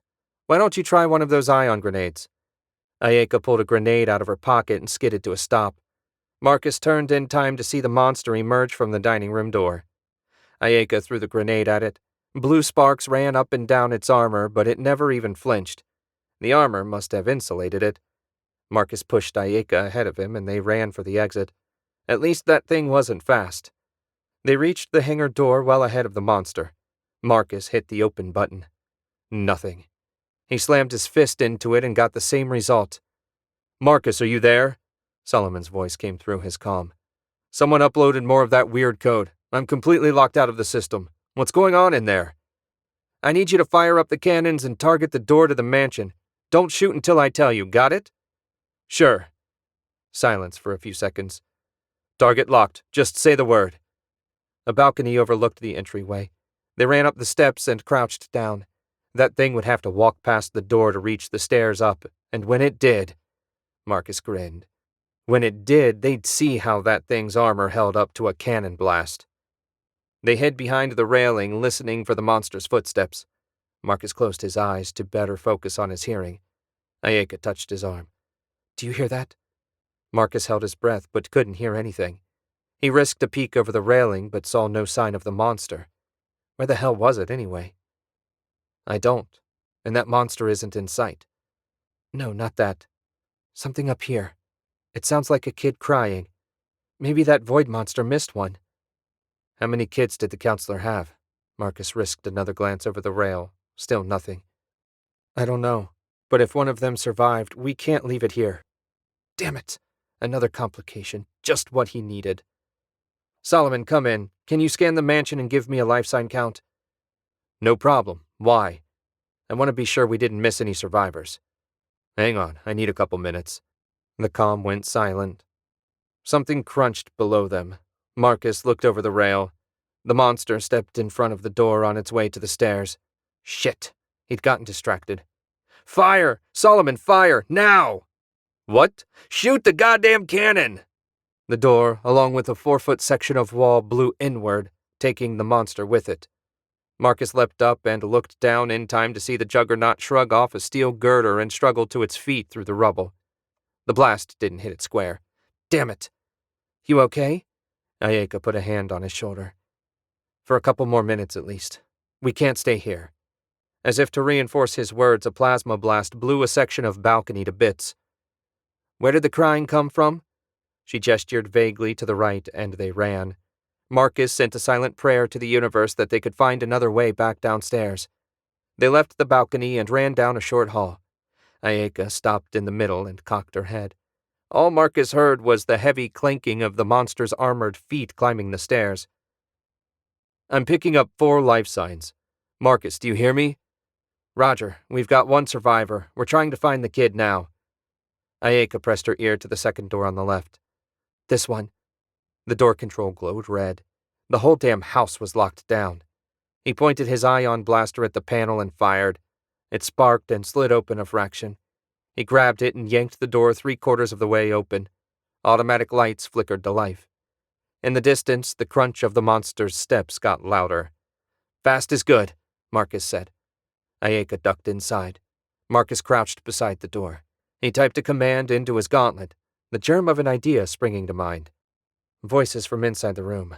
Good, she'd found the kid. If Ayaka hurried, they might get out of sight before that thing arrived. Marcus blasted the control panels for every room in the hall, put away the ion pistol and drew his blaster. He aimed at the joint where the hall met the balcony. He fired, clustering his shots in a line, trying to weaken the connection. That thing had to weigh 500 pounds. If he could weaken the floor enough, maybe it would crash through. He kept firing until his power pack ran out. A moment later, a black boot thumped down in sight. "We're running out of time!" Marcus shouted into the room. Ayaka walked up to the door. She carried a little stick figure of a girl in her arms. On the other end of the hall, the void monster stomped down on the perforation Marcus made in the floor. It quivered a little, but held. Damn it. It raised the plasma cannon. Marcus pushed Ayaka back into the room and dived the opposite way. The blast screamed between them and blew a hole through the floor at the end of the hall. The balcony creaked. In slow motion, the monster fell through the floor. The crash of its landing shook the mansion. Marcus ran down to the end of the damaged balcony. Herc stood in the doorway, waiting for more instructions. The monster struggled to free itself from the debris of the balcony. "Herc, hold that thing down!" Marcus pointed at the void monster. Herc plodded over to grapple with the heavily armed machine. They needed to hurry. He doubted a loader bot would last long with that void beast. Marcus studied the debris and shook his head. Nothing but broken, jagged metal pointing up at him. No way could they get down in one piece. He ran back to the other end of the hall. Ayaka stuck her head out as he passed. "What's going on?" "I set Herc to wrestling with that thing. We need to find a way downstairs before it tears my loader apart." Marcus looked down the hole. The floor had collapsed and made a rough, uneven set of steps. Not ideal, but he thought they could manage it without killing themselves. Marcus motioned Ayaka over. She joined him beside the hole, still holding the kid. "I'll go down first," he said. "You hand me the kid, then follow, okay?" Marcus didn't waste time waiting for a reply. He climbed down to the first step, tested it, and when he was sure it would hold, continued down. He repeated the process 3 more times before reaching the first floor. In the entryway, the sounds of metal on metal reached him. The monster hadn't destroyed Herc yet, so they had a little time. He reached up and Ayaka lowered the kid down to him. She didn't weigh much.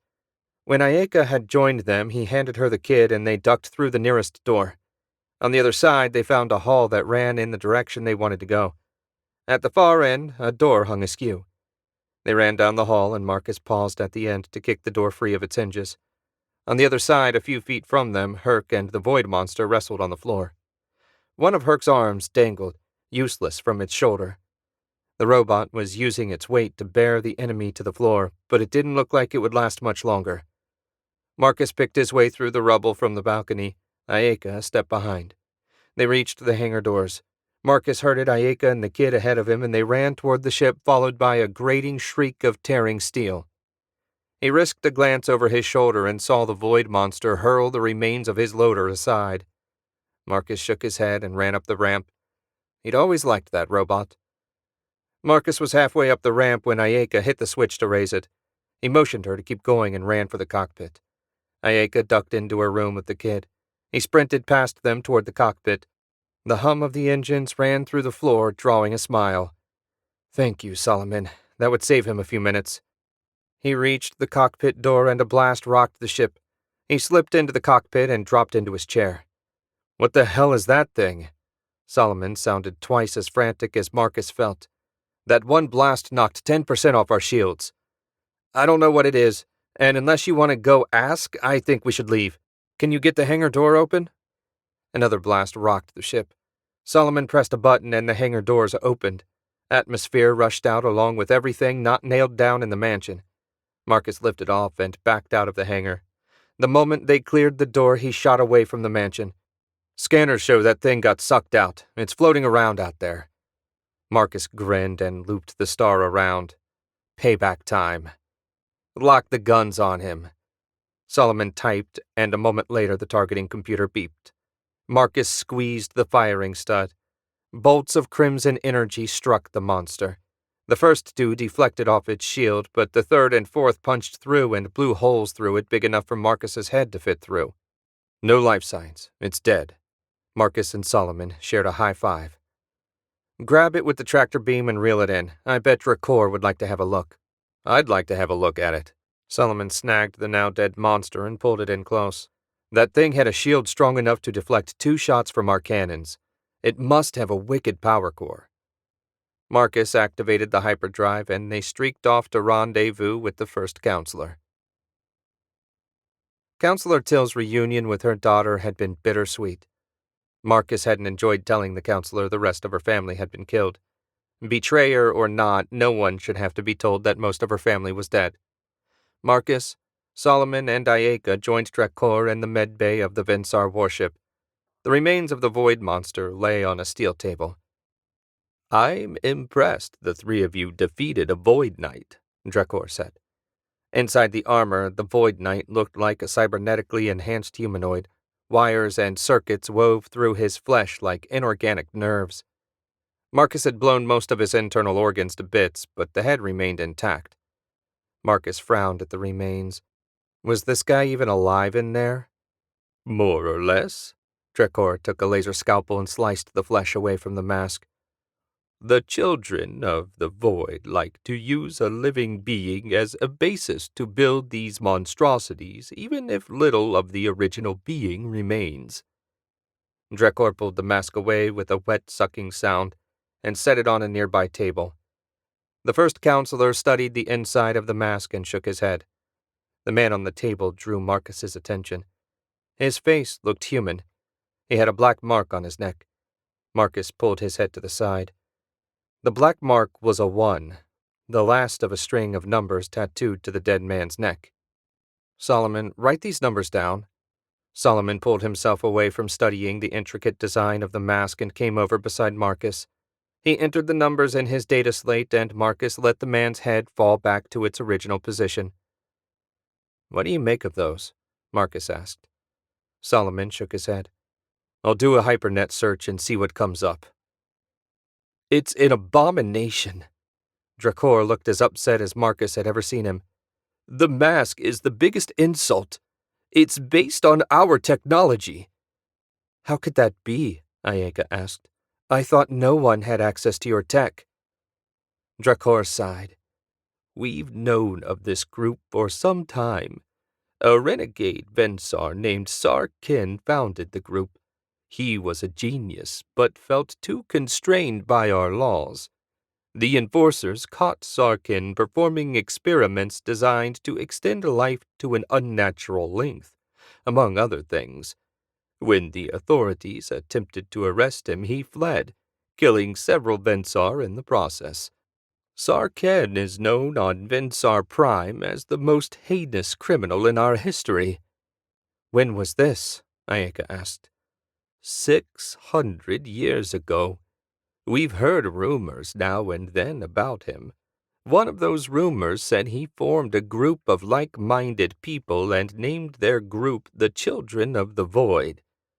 He cast off his Vensar name and took the name Voidwalker. The black masks are an insult to those of us forced by deformity to wear these silver masks." "He must be dead by now."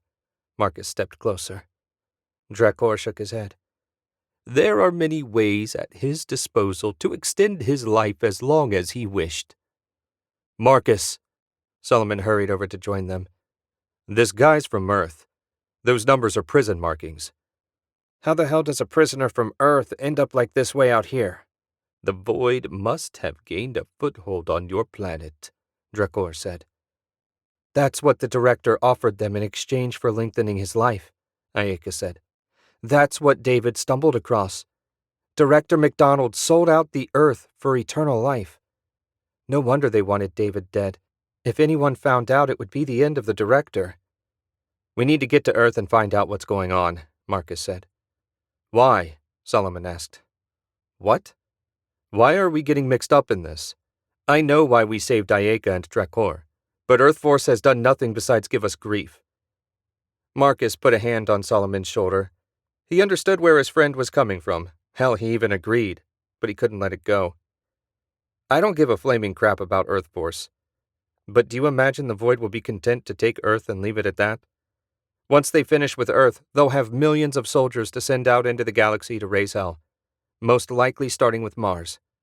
If we can end it on Earth, we need to. Are you with me?" Solomon sighed. "Of course I am. I just wanted to know why." Chapter 11. Marcus, Solomon, and Ayaka boarded the Star and powered the engines up. Marcus spun her around and flew out the docking bay. The Star measured a good 250 feet long, but she looked like a speck compared to the massive warship. When they'd flown a safe distance from the warship, Marcus activated the hyperdrive. They exited hyperspace well out from the early warning beacons set around Pluto. Marcus had offered to make a scouting run to Earth space. He wanted to do a long-range scan of the system and contact Vlad. If anyone could tell him what happened on Earth, the old man could. He had agents everywhere.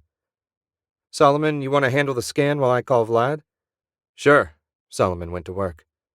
What should I do? Ayaka sounded eager to help. Watch the short-range scanners. I don't want to get caught by surprise. Marcus left his companions to their tasks and typed in Vlad's comm number. He used the personal contact number Vlad gave him rather than the one that went to the shop. It didn't take long for the familiar, lined face to fill the screen. Marcus, I'm not surprised you called. Marcus raised an eyebrow. Oh? The system's gone to shit, and if I've learned anything, it's where there's trouble. You'll show up sooner rather than later. Where are you, my boy? We need to have a long talk. We're half a light year out from the early warning beacons. I'm not sure I can risk coming to Mars. Definitely not. Solomon looked up from his monitor.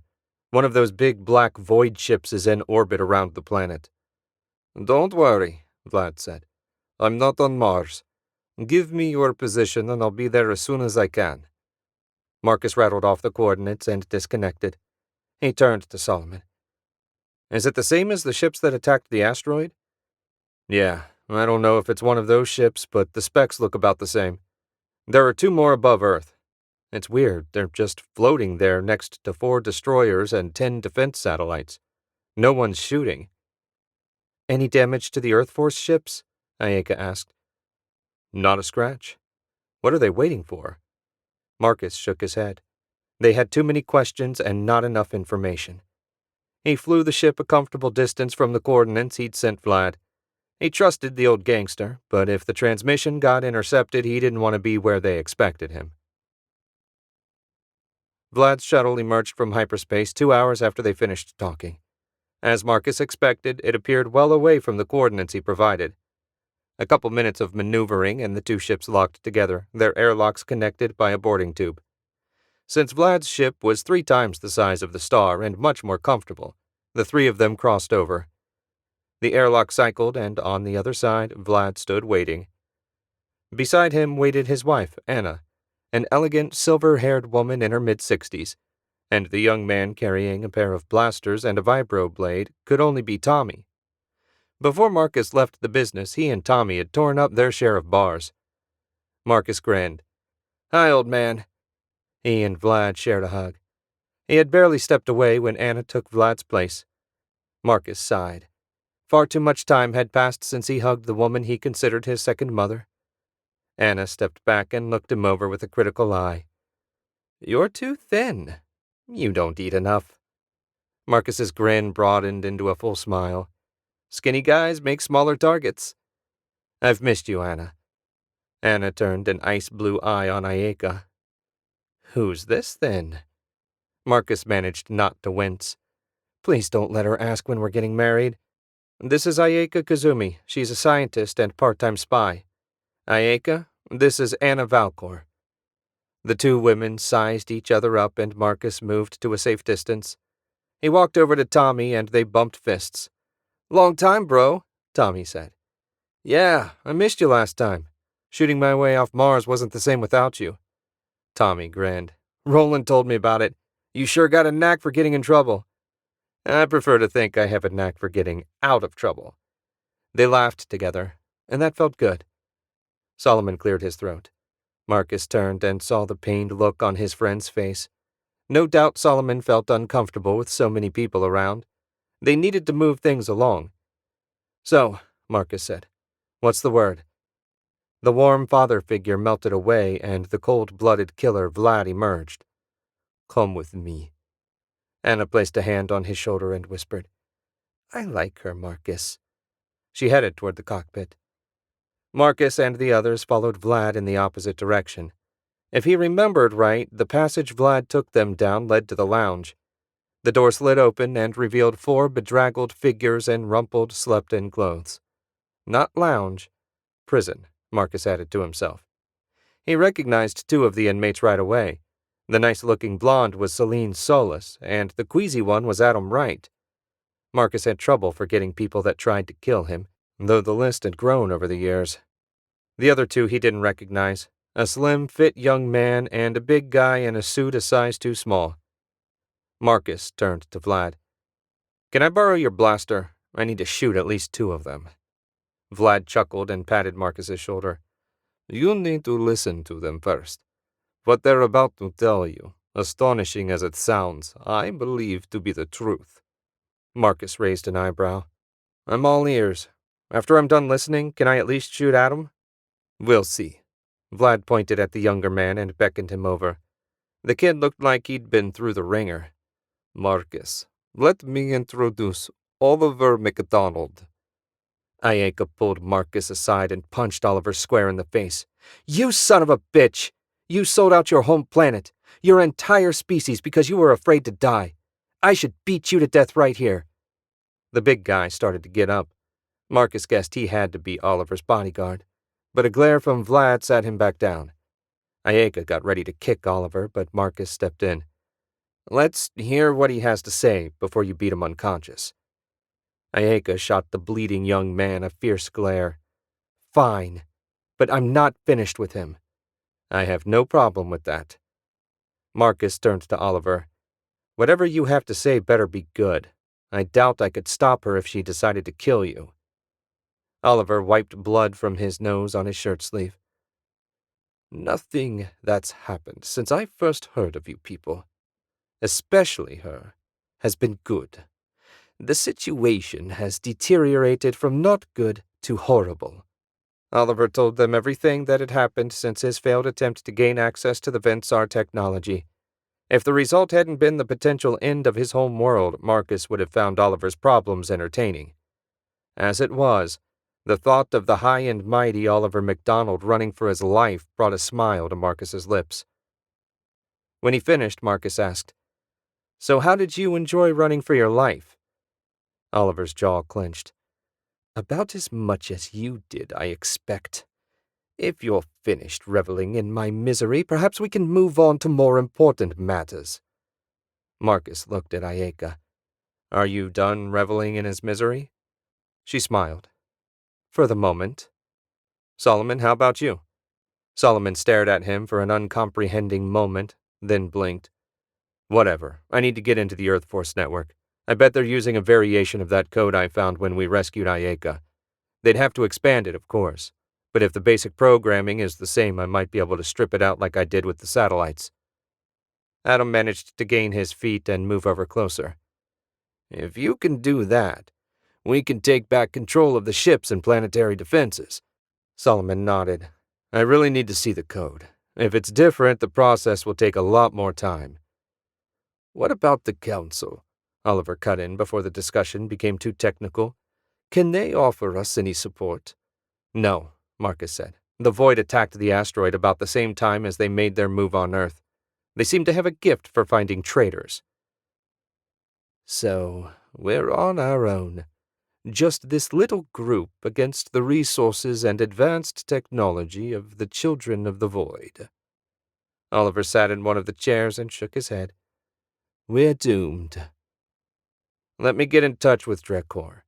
He seemed willing to help. "Don't expect to vince our war fleet, but anything they could offer would help." "I can make some calls as well," Vlad said. "I know people on Earth who won't want these people taking over. It's bad for business." "Good. What's their weakness?" Marcus crouched down in front of Oliver. "Where do we hit them to do the most damage?" Oliver looked up, and Marcus thought he saw a glimmer of hope in the tired brown eyes. "There are 2 things we need to do. Clear the virus from our network, and kill Voidwalker. If our ships in orbit can counterattack and the enemy leader is killed, we might have a chance." "So that's the plan," Marcus said. Drakor's battlecruiser had arrived an hour ago, and he'd crossed over to Vlad's shuttle. Marcus had filled his boss in on the situation. The first counselor listened without comment before looking at Oliver and shaking his head. The Vinsaw cannot become involved in what is essentially an internal Earth matter. However, I can offer some help. Voidwalker is a wanted criminal, and if we have permission to extradite him for trial, I can lead a team to capture him. If, in the course of the hunt, we can help you deal with some Void soldiers, that's a happy coincidence. We will need a way to sneak on planet. Voidwalker will certainly have tapped into the early warning sensors. I've got that covered, Vlad said. The dragons will attack the San Engel's early warning facility at the time we set. That will create the gap you can slip through. You persuaded the Black Dragons to help us? Marcus couldn't believe it. He'd helped Vlad make contact, but had no idea negotiations between the two gangs had gone so far. Shaw was eager to help. His people say the Void ships are making a mess of the American Midwest, and they second landed in North Africa.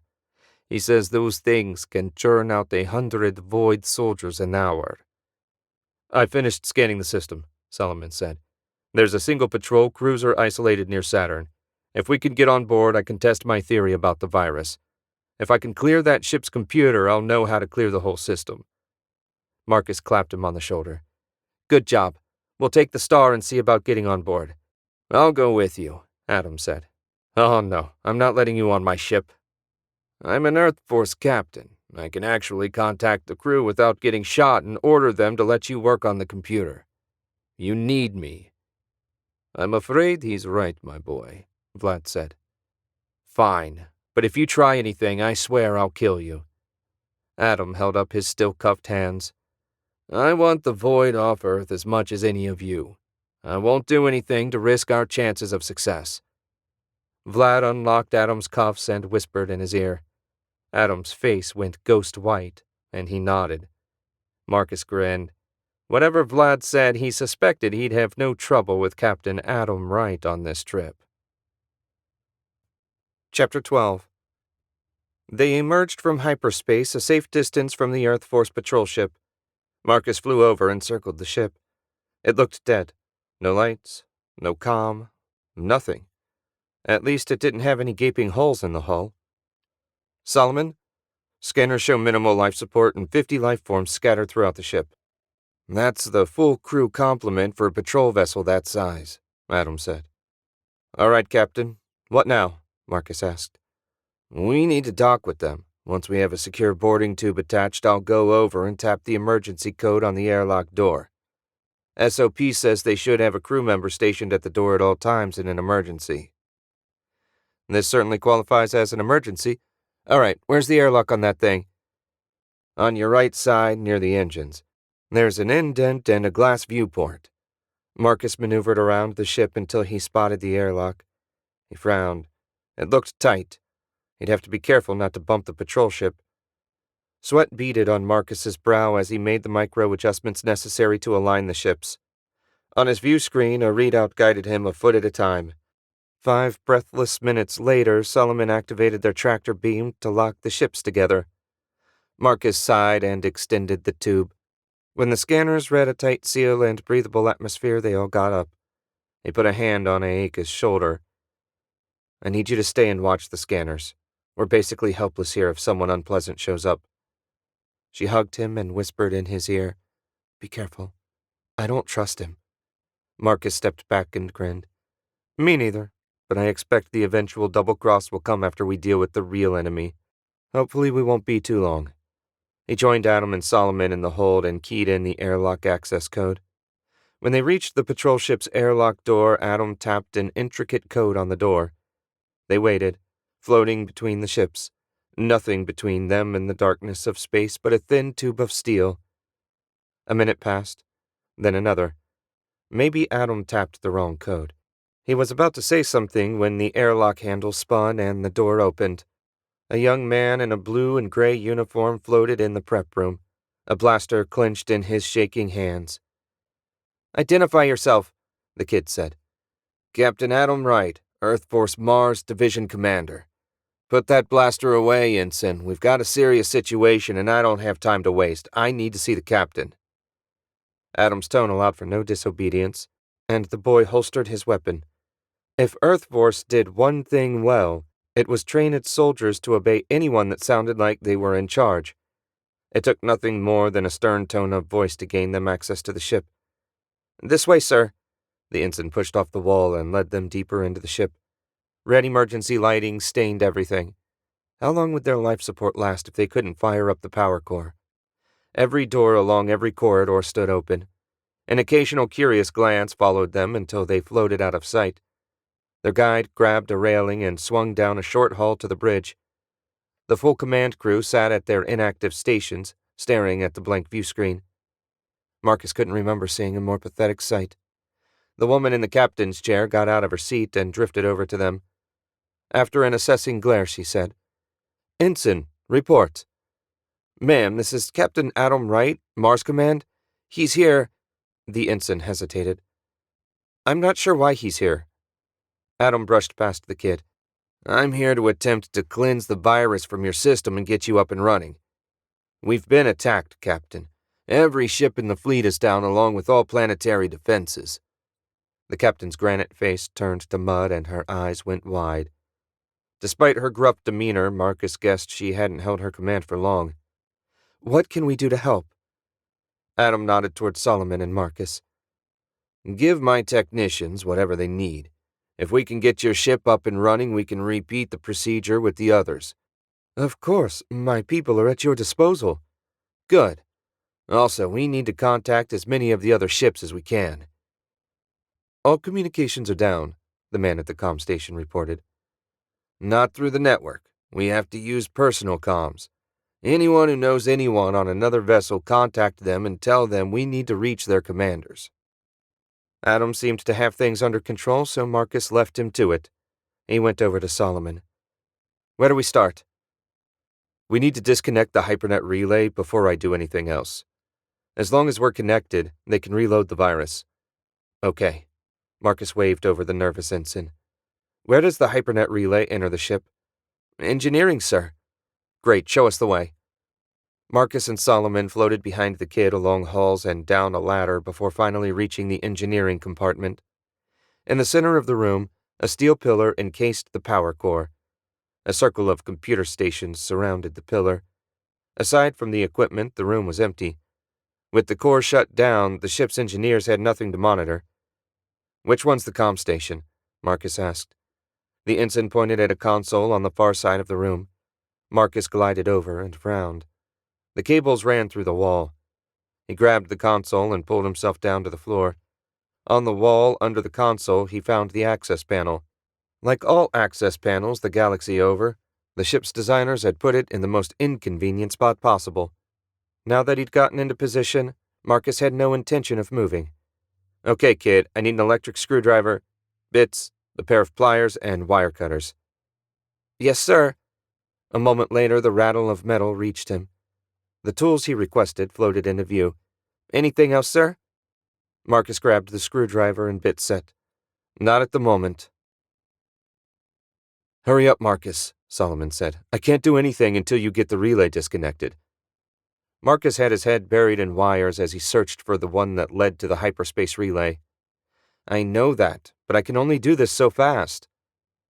10 minutes later, he traced a heavy purple cable to a 32-prong connection. He reached in with his pliers and yanked it free. Marcus sighed, worked himself free of the access panel, and glided out from under the console. "Done. You're up." "Finally," Solomon muttered. Marcus resisted the urge to slap him upside the head as he floated past. Solomon sat down at one of the computer stations and hit the power switch. Nothing happened. "Damn it!" "What?" "I don't have enough power to access the ship's central programming systems. The emergency power conservation protocols won't allow it." Damn clever. Whoever set this up knew their business. They sent the virus, then ordered it to shut everything down so no one could access the programs to remove it. So what's the workaround? If Marcus had learned one thing, it was that there was always a workaround. "We need full power to engineering, so we need to bypass the power core and route power from a secondary source directly to the computer," There's nothing on the ship with enough power to run the computer outside the power core, the ensign said. Marcus grinned. Not on this ship, but we can run a power cable from the star's core. That would provide enough juice to get it fired up. Gather all the power cable you can find and meet me at the airlock. Marcus propelled himself out of engineering and back through the corridors to the airlock. He crossed back to his ship and sighed at the return to gravity. He only had the cable for his heavy laser.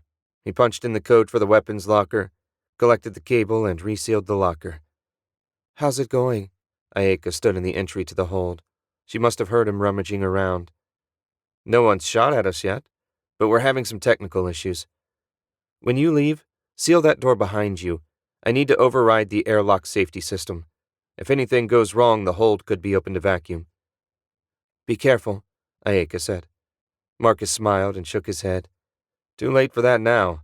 I just hope this works. Ayaka closed the door and Marcus heard the thunk of the airtight seal engaging. She'd be safe at least. He punched the override into the airlock keypad so the door wouldn't shut behind him, then drifted across the tube, playing the cable out as he went.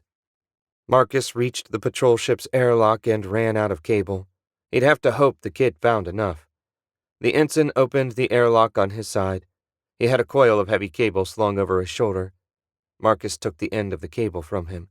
Son of a bitch! His cable had a standard 6-prong plug, but the ensign's had Earth Force's proprietary 8-prong receiver. The young man grinned, reached into his pocket, and pulled out an adapter. Marcus clapped him on the shoulder. Between the two of them, they had the cables connected and run down to engineering in about 5 minutes. Marcus found a plug, crossed his toes, and plugged the cable in. Nothing exploded, so they threw the remaining breakers. When the computer station Solomon wanted powered up, he said, That's good. Solomon buckled himself into the chair and typed a command. Lines of code streamed down the screen like a waterfall. How Solomon made sense of that jumble of code, Marcus had no clue. But if anyone could, he could. Marcus pushed away from Solomon's station. He doubted his friend would even blink until he found what he was looking for. Do you need anything else, sir? The ensign asked. Nope, it's out of our hands now. You did a good job, kid. How'd you know we'd need that adapter? The young man smiled at the compliment. I've been in Earth Force long enough to know none of our equipment is compatible with civilian gear. I was cleaning down here a while back and saw where the chief engineer kept his adapters, so I grabbed one of each on my way. Found it. Solomon tried to stand up, forgetting he'd belted himself in place. I found the code. Marcus patted him on the back. Solomon hadn't flinched during 2 hours of non-stop study. Marcus had been about to suggest he take a break when Solomon finally spoke up. Good. How long to strip it out? Solomon winced. A while. The virus is fully integrated into the operating system. Ideally, I'd like to reformat the system and reinstall the OS, but I don't have a copy of it. In fact, I suspect the virus corrupted the original copy back on Earth, then uploaded itself into the ship's computer like a system update. The original program may not even exist anymore. Marcus felt his eyes glaze. You can fix it, right? Of course I can fix it.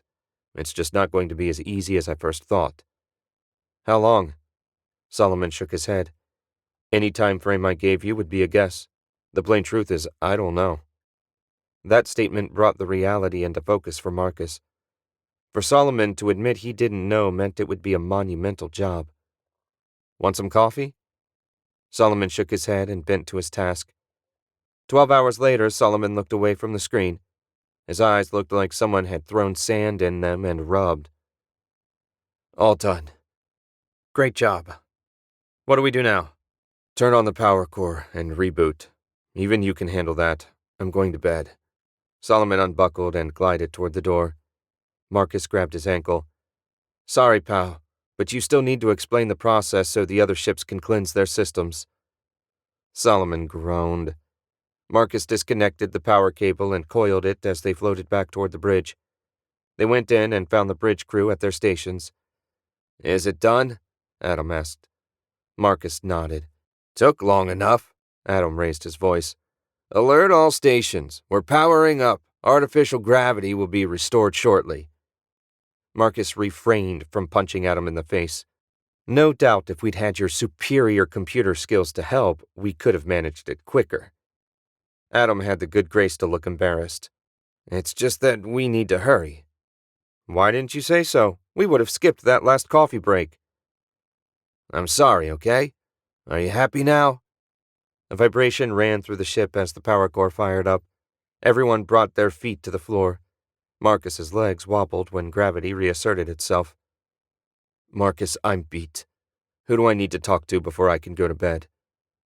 Gather your engineers so my friend can explain how he fixed your ship. Solomon finished explaining and yawned. Marcus understood about a tenth of what he said, but the engineers looked like they got it, so that would have to do. One last thing, Solomon said. As soon as the ships disconnect from the hypernet, the central computer will detect it.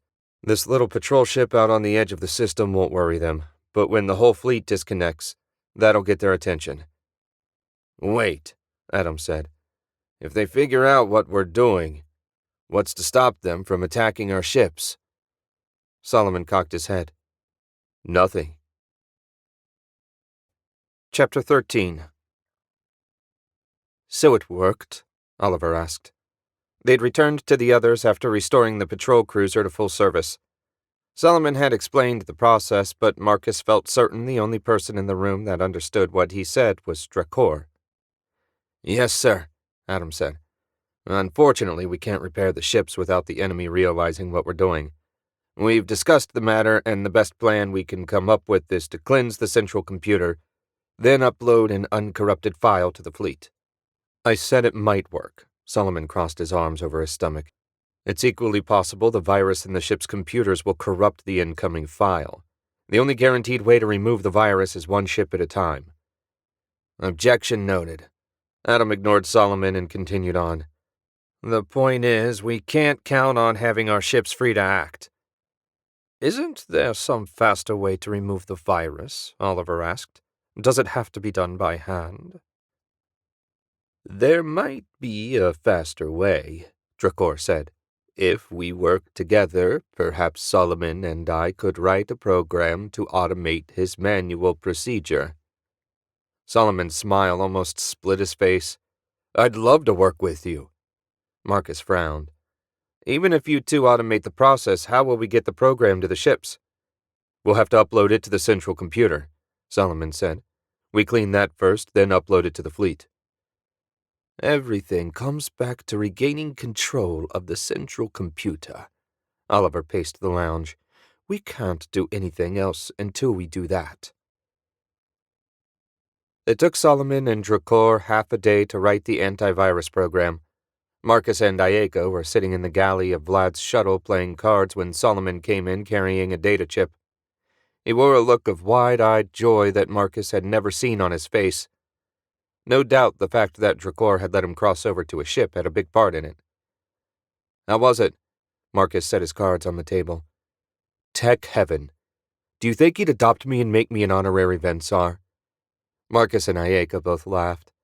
I don't think so. Is that the program? Marcus asked. Solomon nodded. Drakor is getting his assault team ready. They have the coolest stealth shuttle. When he's done, we're supposed to meet in the lounge. I guess we'd better get going. Ayaka tossed her cards on the table. I bet you they stick us with Oliver and his crew. Marcus grimaced. The last thing he wanted was those four on his ship. On the other hand, if it freed up space for 4 more Vensar soldiers, it might be worth it. No bet. When the 3 of them reached the lounge, they found Vlad and Tommy keeping an eye on the prisoners. Drakor joined them a few minutes later. The Vensar had traded his flowing robes for a form-fitting suit of silver battle armor that matched his mask. The suit looked beautiful and terrifying at the same time. Marcus was glad to have the Vensar on their side. My team's ready, Drakor said. The antivirus program is ready. We need to decide how we'll approach Earth. There's a blind spot in the early warning system near Jupiter, Oliver said. We can make a micro jump there and continue on in real space. Won't Voidwalker know about the blind spot? Celine asked. Just because he has all my memories doesn't mean he studied them. There's no reason he'd be looking for the blind spot.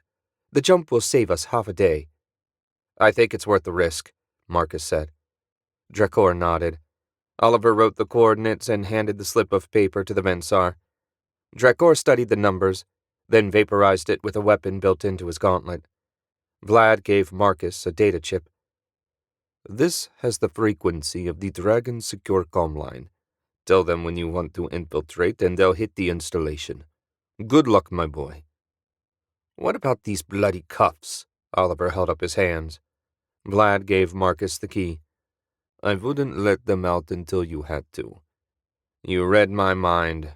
Marcus shook Vlad's hand, then Tommy's. "When this is over, we'll have to get a drink." They boarded the Star and disconnected from Vlad's shuttle. Marcus flew a little ways away. Drakor's shuttle flew out of the cruiser's bay. Marcus formed up behind the sleek silver ship. Solomon was right. It looked cool. Drakor's shuttle shimmered and vanished. Marcus activated his own cloak and shot into hyperspace. The two massive void ships made an intimidating sight. They dwarfed the Earth Force destroyers drifting in orbit beside them. When they emerged from hyperspace in Oliver's blind spot near Jupiter, no black void ships lurked in the vicinity, waiting to blow them to bits. Oliver's gamble had paid off. The Star floated near the moon, and Marcus watched the countdown on his monitor. In 10 minutes, the Dragons would attack the early warning installation. They'd arrived 15 minutes before they needed to enter the atmosphere. Marcus felt the familiar, queasy, excited churning in his stomach. He wanted to get on with it. The waiting always bothered him more than the job. Once he was active and under fire, he didn't have time to be nervous. When the timer read 0, he pushed the throttle forward. If the Dragons hadn't done their job, this would be a really short trip. The Star streaked toward Earth, and he hoped the Vensar ship followed along. The Pacific Ocean and the coastline of California filled the view screen overlaid by a navigation aid. Marcus sent a little prayer to whatever forces looked after Crazy ex-smugglers and pointed his ship towards the gap. When they hit the atmosphere, friction shook them around. Marcus grinned and hoped the passengers in the hold got a good bouncing around. The ride smoothed out once they were through, and he throttled down. Marcus held his breath for a few seconds until it became clear that they'd done it.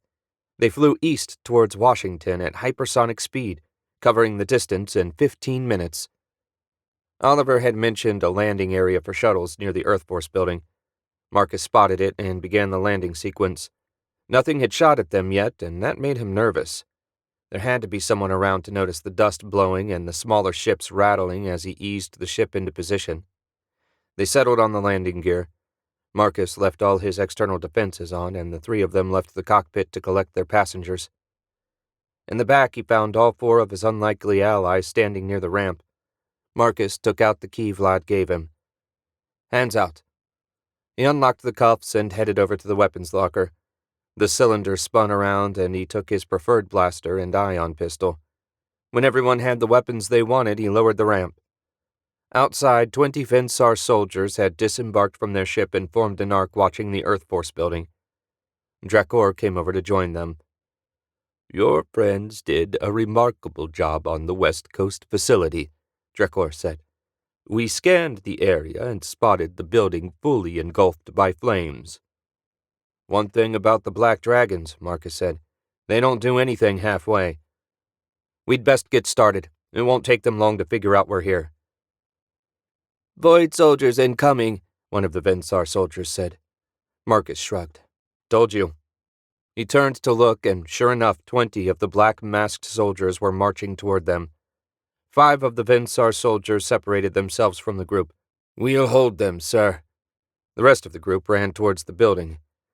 "Can they hold off 20 of those void killers?" Marcus asked. "We barely managed 2 or 3 at a time back on the asteroid." Marcus could almost hear the smile when Drakor spoke.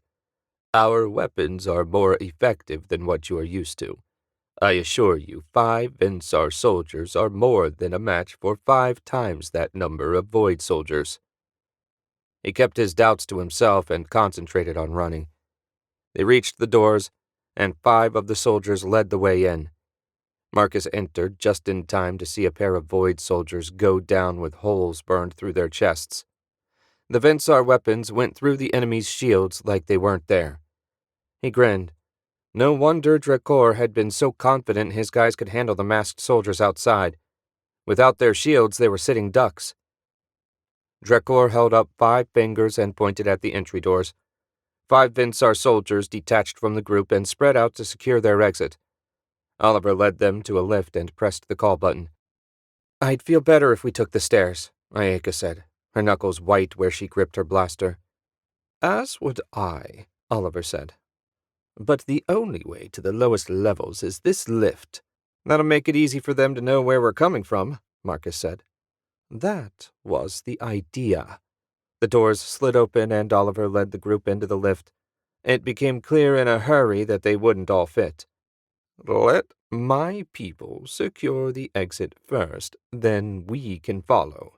Drakor motioned his soldiers into the lift. Oliver got out, making room for the last Vensar to enter. The doors closed and the little group watched the numbers light up as the lift descended. When they reached the bottom floor, a rumble vibrated through Marcus's feet. "Everyone get back!" Marcus grabbed Solomon and Ayaka and pulled them away from the lift doors. Moments later, the doors blew off their hinges as flames billowed out the shaft. The heat of the flames seared Marcus's back. When the heat vanished, Marcus spun around. The explosion had reduced the lift doors to mangled hunks of metal, charred and blackened beyond recognition. The shaft itself had partially collapsed. Marcus looked down the shaft but saw no clear path to the bottom floor. Twisted metal girders narrowed the path so that they couldn't fit through. "What now?" Solomon asked. "Are your men okay?" Marcus asked. Drakor cocked his head, listening. "The blast killed 4 and 3 more are injured. The others are taking heavy fire. Their position is secure for now, but I don't know how long they can hold it. We need to get down there." Drakor sent a message in his native language. "I've ordered one of my men to bring a rope. We can widen the path so the rest of you can follow." "What sort of opposition are we looking at?" Marcus asked. "My men report 2 Void Knights and a dozen soldiers secured behind barricades." The soldier with the rope sprinted through the doors and over to their position. 2 of the soldiers guarding the door detached from their squad and joined him. He took what looked like a drill bit with an eyelet at the top, placed it on the floor point down, and pressed a small switch on the side. The device drilled down until the top was flush with the floor. The soldier tied the rope to the eyelet and threw it down the shaft. Drakor and the 2 soldiers slid down the rope. Marcus looked down. The Vensar used the lasers built into their gauntlets to cut chunks out of the girders blocking the path. It didn't take long for them to open a gap wide enough for the others to follow. When the Vensar had moved out of the way, Marcus grabbed the rope and slid down behind them, picking his way past jagged metal. When he neared the bottom of the shaft, the sound of blaster fire echoed up to him. The floor immediately below him was clear of debris. He dropped the final few feet and rolled to break his fall. Blaster bolts screamed overhead. He crawled to the nearest pile of stone. Behind him, boots hit the floor.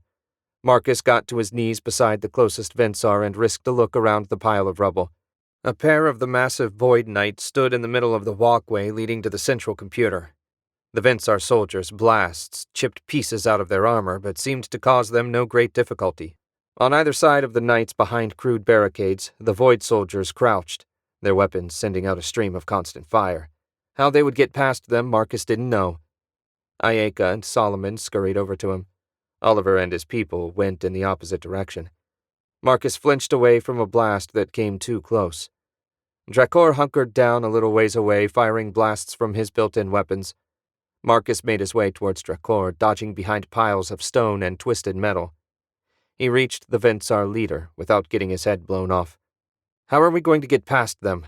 A piece of shrapnel hit his hand, scraping the skin. "I had hoped to avoid using our heavier weapons, but I can see no way to avoid it. Their armor is too thick even for our blasters." "What are you worried about? They already blew up the lift. A few more craters won't make any difference now." "My main concern was that we may bring down the roof on our heads. If this fight goes on much longer, the roof may come down on us anyway. I say let them have it." Drakor took a grenade out of a compartment of his armor, pressed the primer on top, and threw it at the nearest Void Knight. Marcus clenched his eyes tight against the blinding flash. When he opened them, the Void Knight's legs had disintegrated. Too stupid to realize it should be dead, the monster kept on shooting.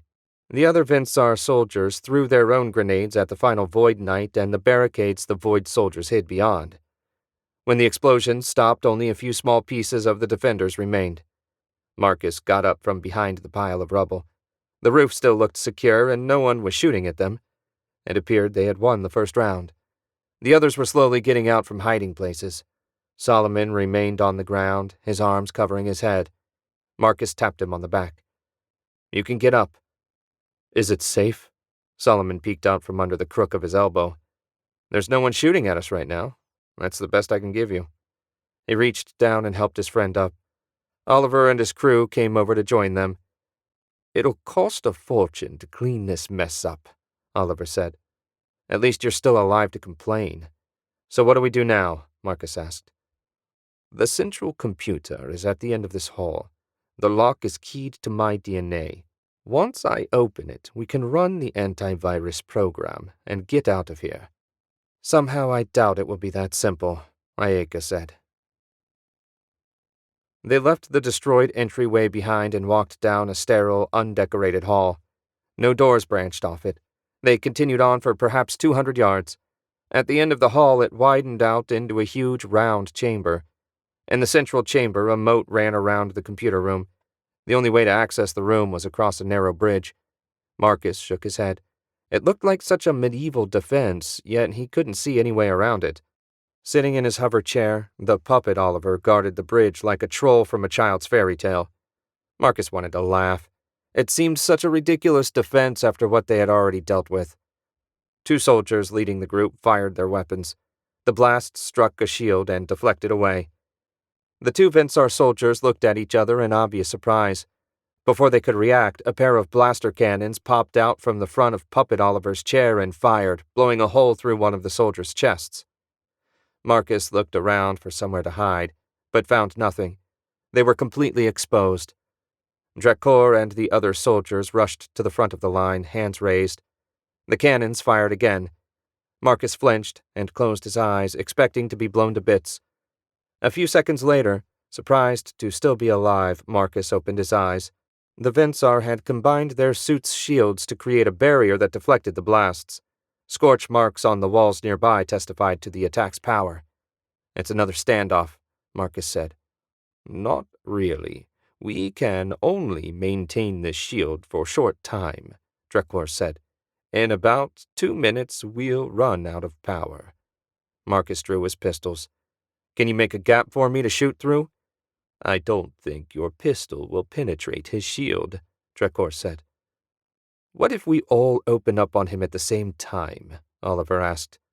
Drakor shook his head. "Your weapons would add only a negligible amount of power. I don't think it will be enough to make a difference." "What the hell are we supposed to do? Just wait here until you run out of power and he blows us to bits?" Oliver asked.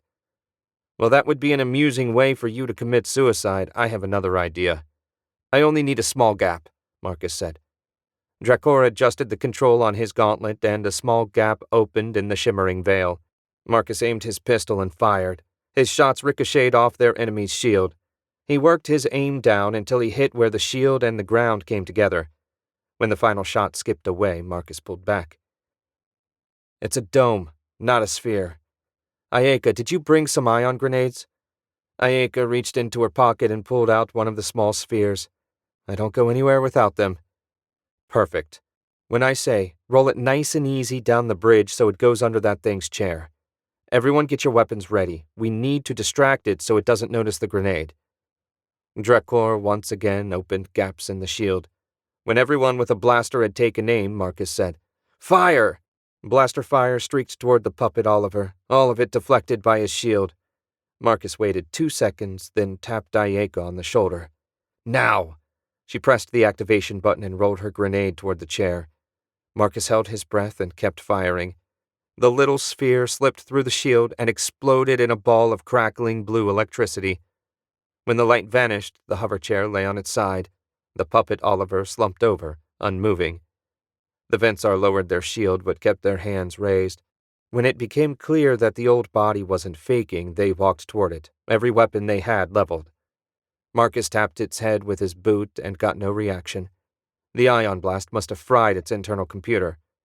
Oliver stepped up and blasted a hole through its chest. He looked at Marcus. Better safe than sorry. What must it feel like to stand over your old body and shoot it? Marcus shook his head. He couldn't imagine. Oliver led the way to the computer room door. Everyone stay back. I need to deactivate the security system. Marcus and the others kept their distance while Oliver approached the door. He placed a thumb on the entry pad and a pair of laser cannons slid out of the wall. Marcus held his breath. If the enemy had changed the key code, Oliver would be dead shortly. Something beeped, and the cannon slipped back into the wall. Oliver pushed the door open and they joined him beside it. It's a little tight inside. Most of you will have to wait out here. Marcus and Solomon separated themselves from the group. Solomon went in first, then Marcus motioned Oliver to go ahead of him. He had no intention of letting Oliver get behind him. Oliver offered a humorless smile. Still don't trust me. I wouldn't trust you with a dog's supper. Let's go. Marcus rested a hand on the grip of his pistol. Oliver didn't protest as he followed Solomon through the door. The primary system control is in the center. I found it. Solomon sat in front of the central workstation and plugged the data chip in. He typed in a command and the computer whirred to life. This will take a few minutes. Do you want to send any messages to the fleet? Tell them to assemble around the colony on Titan. When all the ships are accounted for, they are to jump back to Earth and destroy all void ships in orbit. Once they've accomplished that, they are to remain in orbit and await further orders. Solomon typed the message. A little bar on the screen displayed the antivirus scan's progress. When the bar reached 100%, Solomon typed another command and hit execute. The computer beamed the antivirus program instantaneously to the fleet and the planetary defense system. How long will it take to clean the entire fleet? Oliver asked. Solomon shook his head.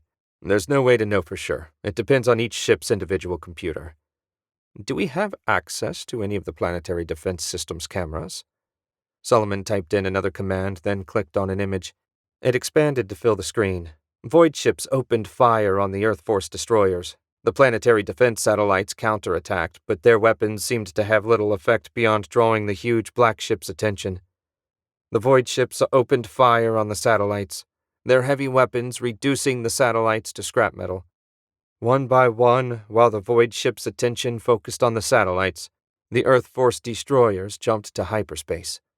When the last destroyer had escaped, Oliver thrust a fist into the air. Yes!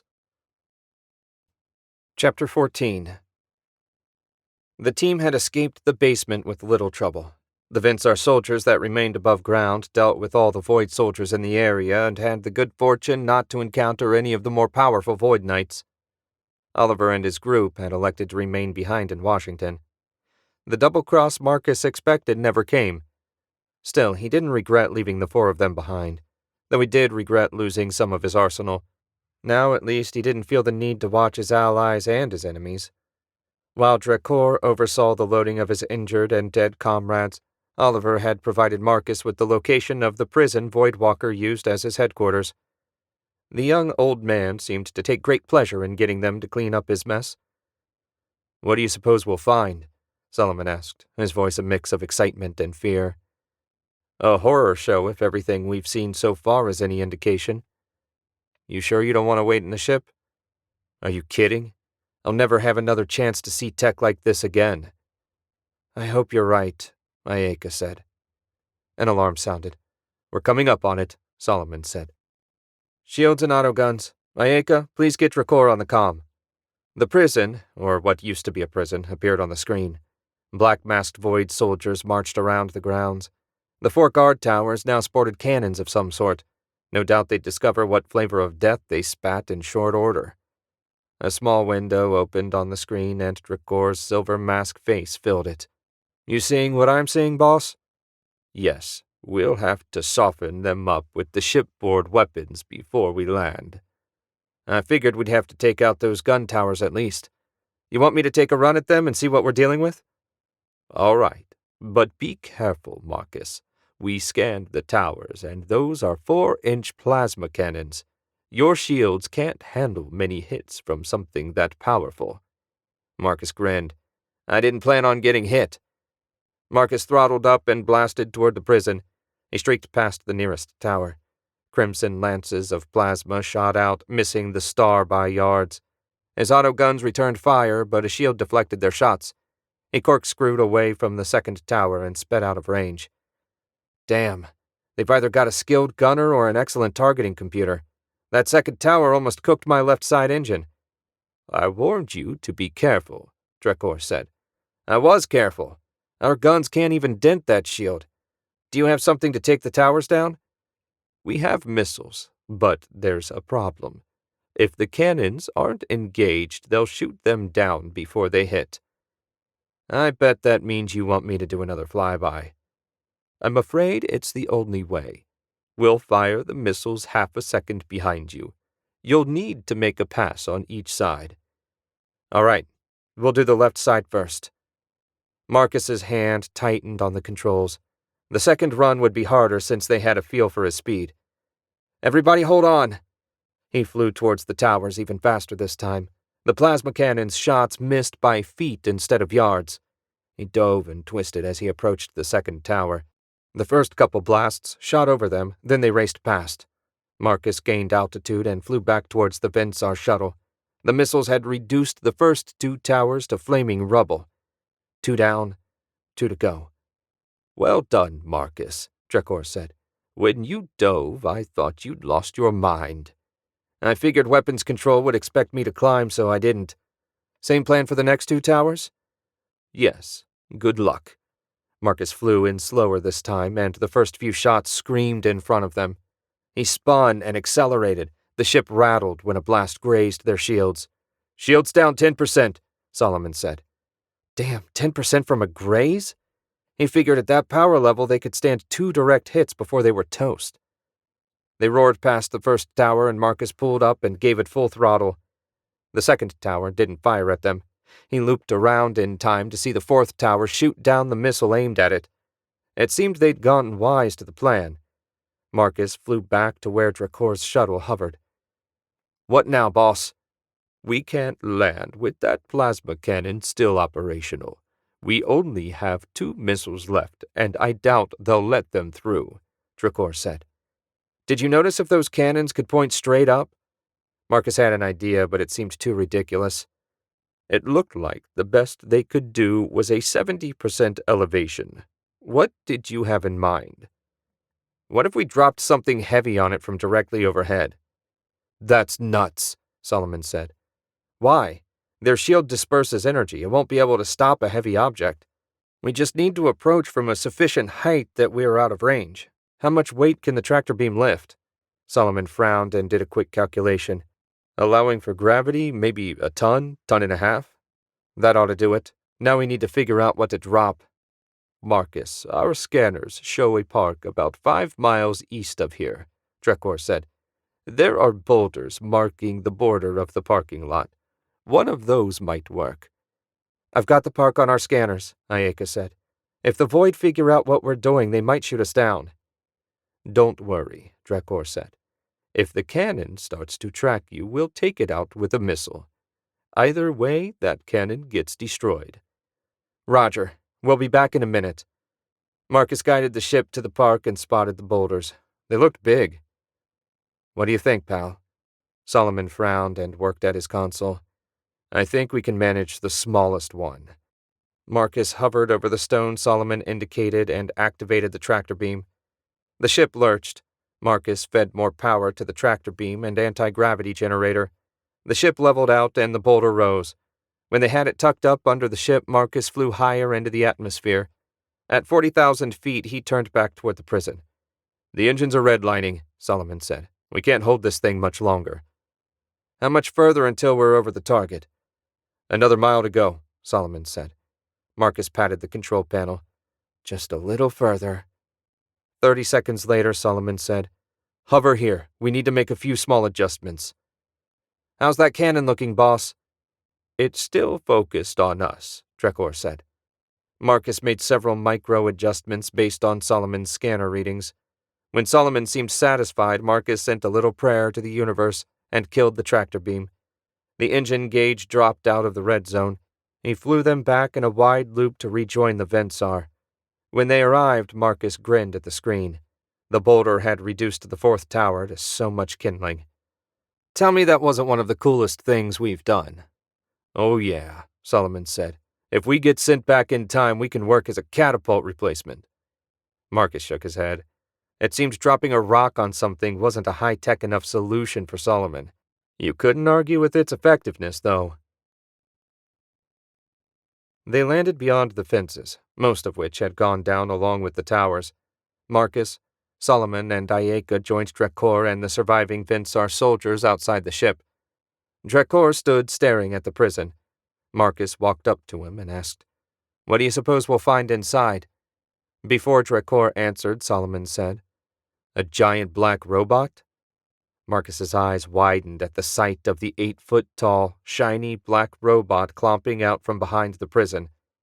Gun barrels and missile launchers bristled all over the robot's body. Marcus's mouth watered. That was just what he needed. "A Void War robot," Drekor said. "They must have brought it down from one of the battleships." "Can we overwhelm it with ion blasts?" Marcus asked. "I don't want to damage it." Solomon and Ayaka both stared at him. "Have you lost your mind?" Ayaka asked, seeming to speak for both of them. Marcus shrugged. "Since the Void Knight destroyed Herc, I need a new load handler. That brute looks like it would be perfect for the job. If you don't think you're up to reprogramming it, I understand." Solomon stiffened and frowned, forcing Marcus to suppress a grin. He knew that look. Solomon was hooked. "Of course I can reprogram it. Aren't you afraid it might scare the customers?" "I want it to scare the thieves. What do you think, boss?" The mask made Drekor hard to read, but Marcus suspected the Vensar found it amusing that he wanted to use a war robot to handle cargo. "I believe that if we all fired at the same time, we can overwhelm it with minimal damage. I'll even provide you with any spare parts you need as a thank you for all you've done." Marcus couldn't suppress a smile as they all aimed at the war robot. Everyone fired, and streams of crackling blue energy struck the black robot and danced over its armored plates. Marcus held his breath, waiting to see if it worked. When the robot toppled over, he let out a sigh. Now if he could find some credits inside, this little adventure would almost have been worthwhile. "Let's go." Drekor and his men led the way toward the prison. They met no further resistance as they crossed the yard. 5 feet away from the nearest door, the lead soldier blasted it off its hinges. They went through, weapons at the ready. Inside, they found themselves in a reception room. The work area, situated behind a glass partition, was empty. It appeared the Void had fired the prison secretary.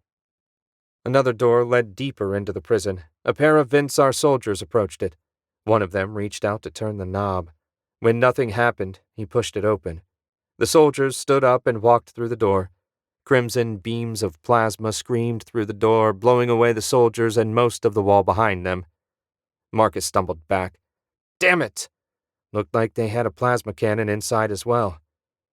"We can't risk the halls," Drekor said. "Let's get up on the roof. We can scan for life signs, then make our own entry." They walked out the crumbling, 6-foot-wide hole in the wall. Marcus shook his head. Those two never had a chance. The Vensar adjusted the controls on their belts and leapt up onto the roof. A few seconds later, one of them tossed down a rope. Marcus put his foot in the loop at the end of the rope, and the soldiers pulled him up.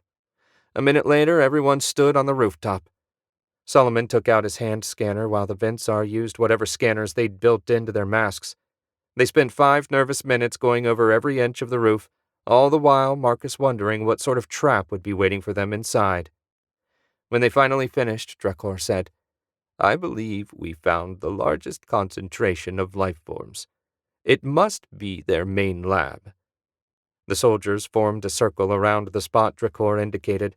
With no armor to protect them, Marcus and his companions kept their distance. The soldiers fired, blowing a hole in the roof. 3 of them leapt down. When no explosions or other horrible noises emerged from the hole, Drakor motioned Marcus and the others over. They secured the rope, then followed Drakor down into the prison. Marcus's foot splashed into a puddle of nasty, viscous liquid. All around him, men in various states of dismemberment floated in cylinders filled with bubbling liquid. 2 of the cylinders had shattered when they blasted their way through the roof. The bodies that used to be inside had slid into a shadowy corner out of sight. If the unfortunates still floating in their tubes gave any indication, Marcus felt relieved not to get a better view. Here I thought Dr. O'Hare was a monster. He had nothing on these people, Ayaka said. Marcus, look, a computer station. Solomon went over and sat down. Marcus and Ayaka went with him. They stood on either side of the already engrossed Solomon and kept watch while he tapped away at the controls. Whoever was using this computer must have left in a hurry. They didn't log out. The lab is secure, one of the soldiers said. Did you find anything? Drakor came over to join Marcus. I found a ton of stuff. I have access to their entire system. Solomon took a data chip out of his pocket and plugged it in. I'll download as much as I can. What about other traps? Drakor asked. Already deactivated. You don't need to worry about running into any more cannons. I'll see if I can find any internal security cameras. While Solomon worked, Drakor said, We need to find Voidwalker. If you spot him on the cameras, let me know. Drakor and the Vinsar soldiers marched out of the lab to search, leaving Marcus and the others behind. The computer beeped and Solomon removed the data chip. Finished already? Marcus asked. Not even close. Solomon popped another data chip in the port. I hope I brought enough chips to get everything. He returned to typing, and after a few minutes, a grid of numbered images filled the screen. One of the screens showed movement. Enlarge number 6, Marcus said. The grid vanished, and the feed from camera 6 replaced it. It showed a black masked figure running down a hall past empty cells. Voidwalker. They had him now. Where is that? Solomon tapped a couple keys. East Wing cell block. Marcus activated his comm. Boss, he's in the East Wing cell block running like he's got an appointment. Got it. We're on our way. Marcus switched off his comm. I'll go see if I can help. Ayaka, please stay and keep an eye on Solomon. Marcus left his friends behind in the lab and jogged toward the East Wing. He felt like an idiot thinking he could do anything the Vinsar soldiers couldn't. But sitting in the lab watching the action on camera didn't suit him either. He resolved to keep his distance, and if the opportunity came to make a difference, he'd take it. Blaster fire crackled somewhere in front of him. Marcus crept down a dark stone and metal hall. He had to be getting close. He poked his head out the door at the end of the hall and found a war underway in the prison mess hall. The Vinsar soldiers blasted away at a dozen Void Killers led by a Void Knight. Drakor and Voidwalker faced off a short distance away, energy blasts streaming from the tips of their fingers. Marcus stepped back from the door. What had he been thinking? If he went down there, he wouldn't last a second. He should have taken the time to put his armor on. A Vinsar soldier went down when a blast from the Void Knight's plasma cannon took him in the chest. Marcus missed the attack, but something Drakor did sent Voidwalker flying. He slammed into the wall and slid down behind the chow line. Marcus pumped his fist. Served the bastard right. Now if Drakor could finish him off before he recovered, maybe they could get out of here. Marcus caught movement out of the corner of his eye. He looked up and spotted a legless man floating along the catwalk above the dining hall. He carried a blaster half as big as his whole body. The odd man pointed his weapon at Drakor's back. Marcus drew his ion pistol and fired. The legless man crashed to the floor of the catwalk, his weapon clattering away. Drakor glanced his way and Marcus threw him a little salute. Drakor looked back in time to catch Voidwalker's fist in his mask. Marcus winced in sympathy as the Vinsar staggered away. The battle raged back and forth between the two leaders, while the soldiers blasted each other a short distance back. Voidwalker caught Drakor with a heavy blow that sent the Vinsar staggering to his knees. At last, Marcus had a clear shot. He took it, hitting Voidwalker full on with an ion blast. Sparks danced over the surface of his black armor, but he didn't go down. He looked up at Marcus. I'm dead. Dracor's hand burst through Voidwalker's chest, almost black ichor dripping from his gauntlet. Sparks shot out of the Void Knight and its troops, then they all collapsed. The Vinsar soldiers kept a nervous eye on their unconscious enemies. Dracor ripped his hand out of Voidwalker's chest. Marcus ran over and helped his boss up. "You okay?" Dracor nodded. "His mask. Remove it, please." Marcus pulled his knife out of his boot and crouched beside the dead man. A couple quick slices and he pulled the mask off. He tossed the bloody thing aside, cleaned his knife and put it away. The face behind the mask looked nearly human, and to Marcus's surprise, handsome. Its only alien features were vertical pupils and pointed ears. "Humans and Vinsar look more alike than I figured, boss." Dracor patted Marcus on the back. "No, we don't. That isn't Sarken. It isn't even a Vinsar. He was never here." The dead man twitched. Marcus scrambled back and grabbed for his weapon. He leveled his blaster, but the body had gone still. A light shot up from the mask and resolved itself into the head of another masked man. "So you defeated my lieutenant," the hologram said. "Well done. I assumed he could handle the conquest of a backward planet like Earth. Still, it took the interference of the Vinsar to stop us, so I suppose he didn't do so badly. You must be disappointed, Dracor, that I wasn't there in person." "I will find you. If not today, then another day. If not me, then another of us. You will answer for your crimes, Sarken." "Perhaps, but not at your hands. You should thank me for saving you and your men a painful death." The hologram vanished and a rumble ran through the facility. "We need to go now." Marcus grabbed Dracor's arm and they ran toward the exit. He activated his comm. "Solomon, get out of there and meet us at the ship. Voidwalker activated some sort of device." "Way ahead of you, Marcus. The computer went dead, then a countdown appeared on the screen. We've got 5 minutes to get out of here. Ayaka and I are almost to the ship. Hurry." "You catch all that, boss?" "I did." Dracor sounded weak, almost defeated. Marcus had never heard the Vinsar sound so down. The survivors ran through the prison. Marcus kept a tight grip on his weapon, but they encountered no opposition. They reached an exterior wall and the soldiers blasted a hole in it. The little group ran out into the exercise yard.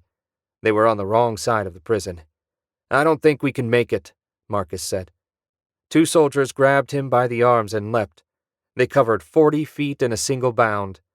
Half a minute later they reached the ships. Marcus ran up the open boarding ramp. Ayaka stood at the top and pushed the button that raised it when he reached the halfway point. He kissed her in passing and raced to the cockpit. Solomon sat in the co-pilot's chair and had everything ready to go. Marcus leapt into his seat and pulled up on the controls. 30 seconds, Solomon said. The star lurched into the air, not his smoothest takeoff ever.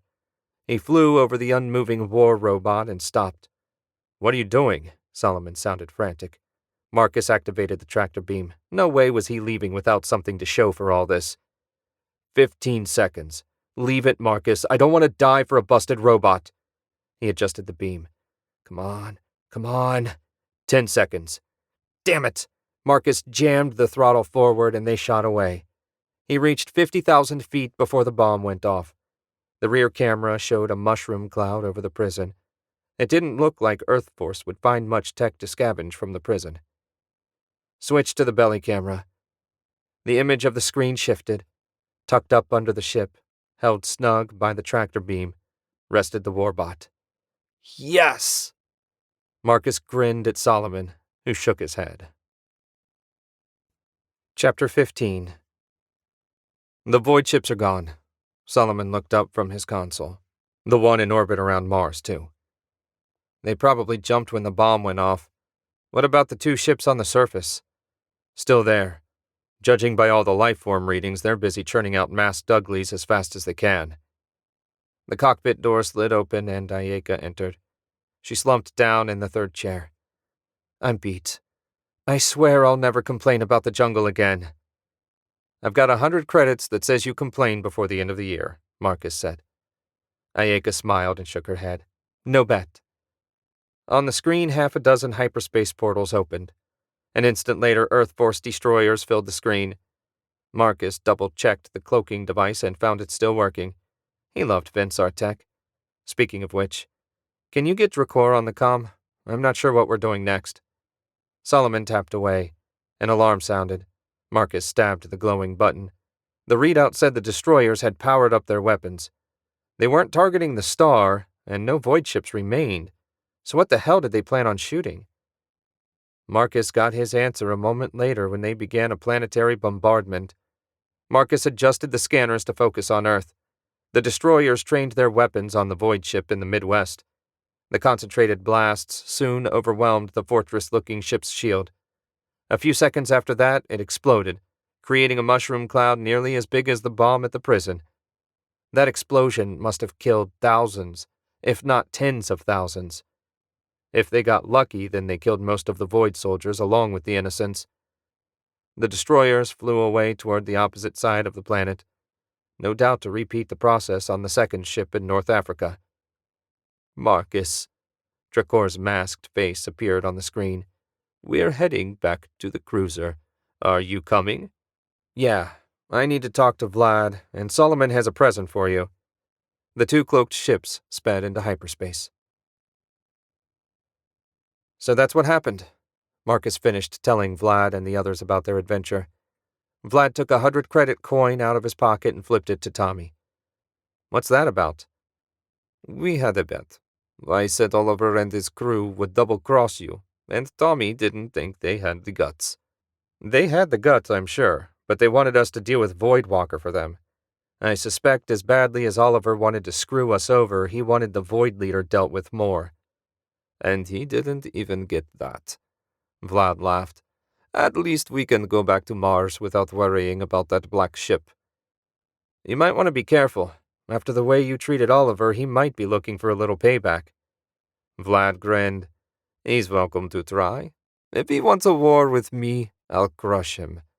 I own Mars. Earth Force just handles the administration. Will you come back with us? Marcus shook his head.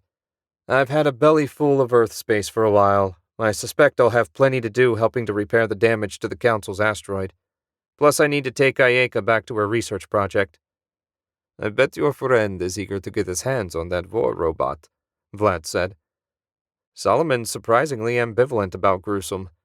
I suspect the fact that we almost got killed retrieving him has something to do with it.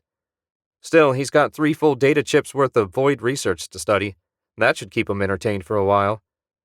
Marcus got up and out of his soft chair, hugged Vlad and Anna, and shook hands with Tommy. Don't be a stranger, my boy.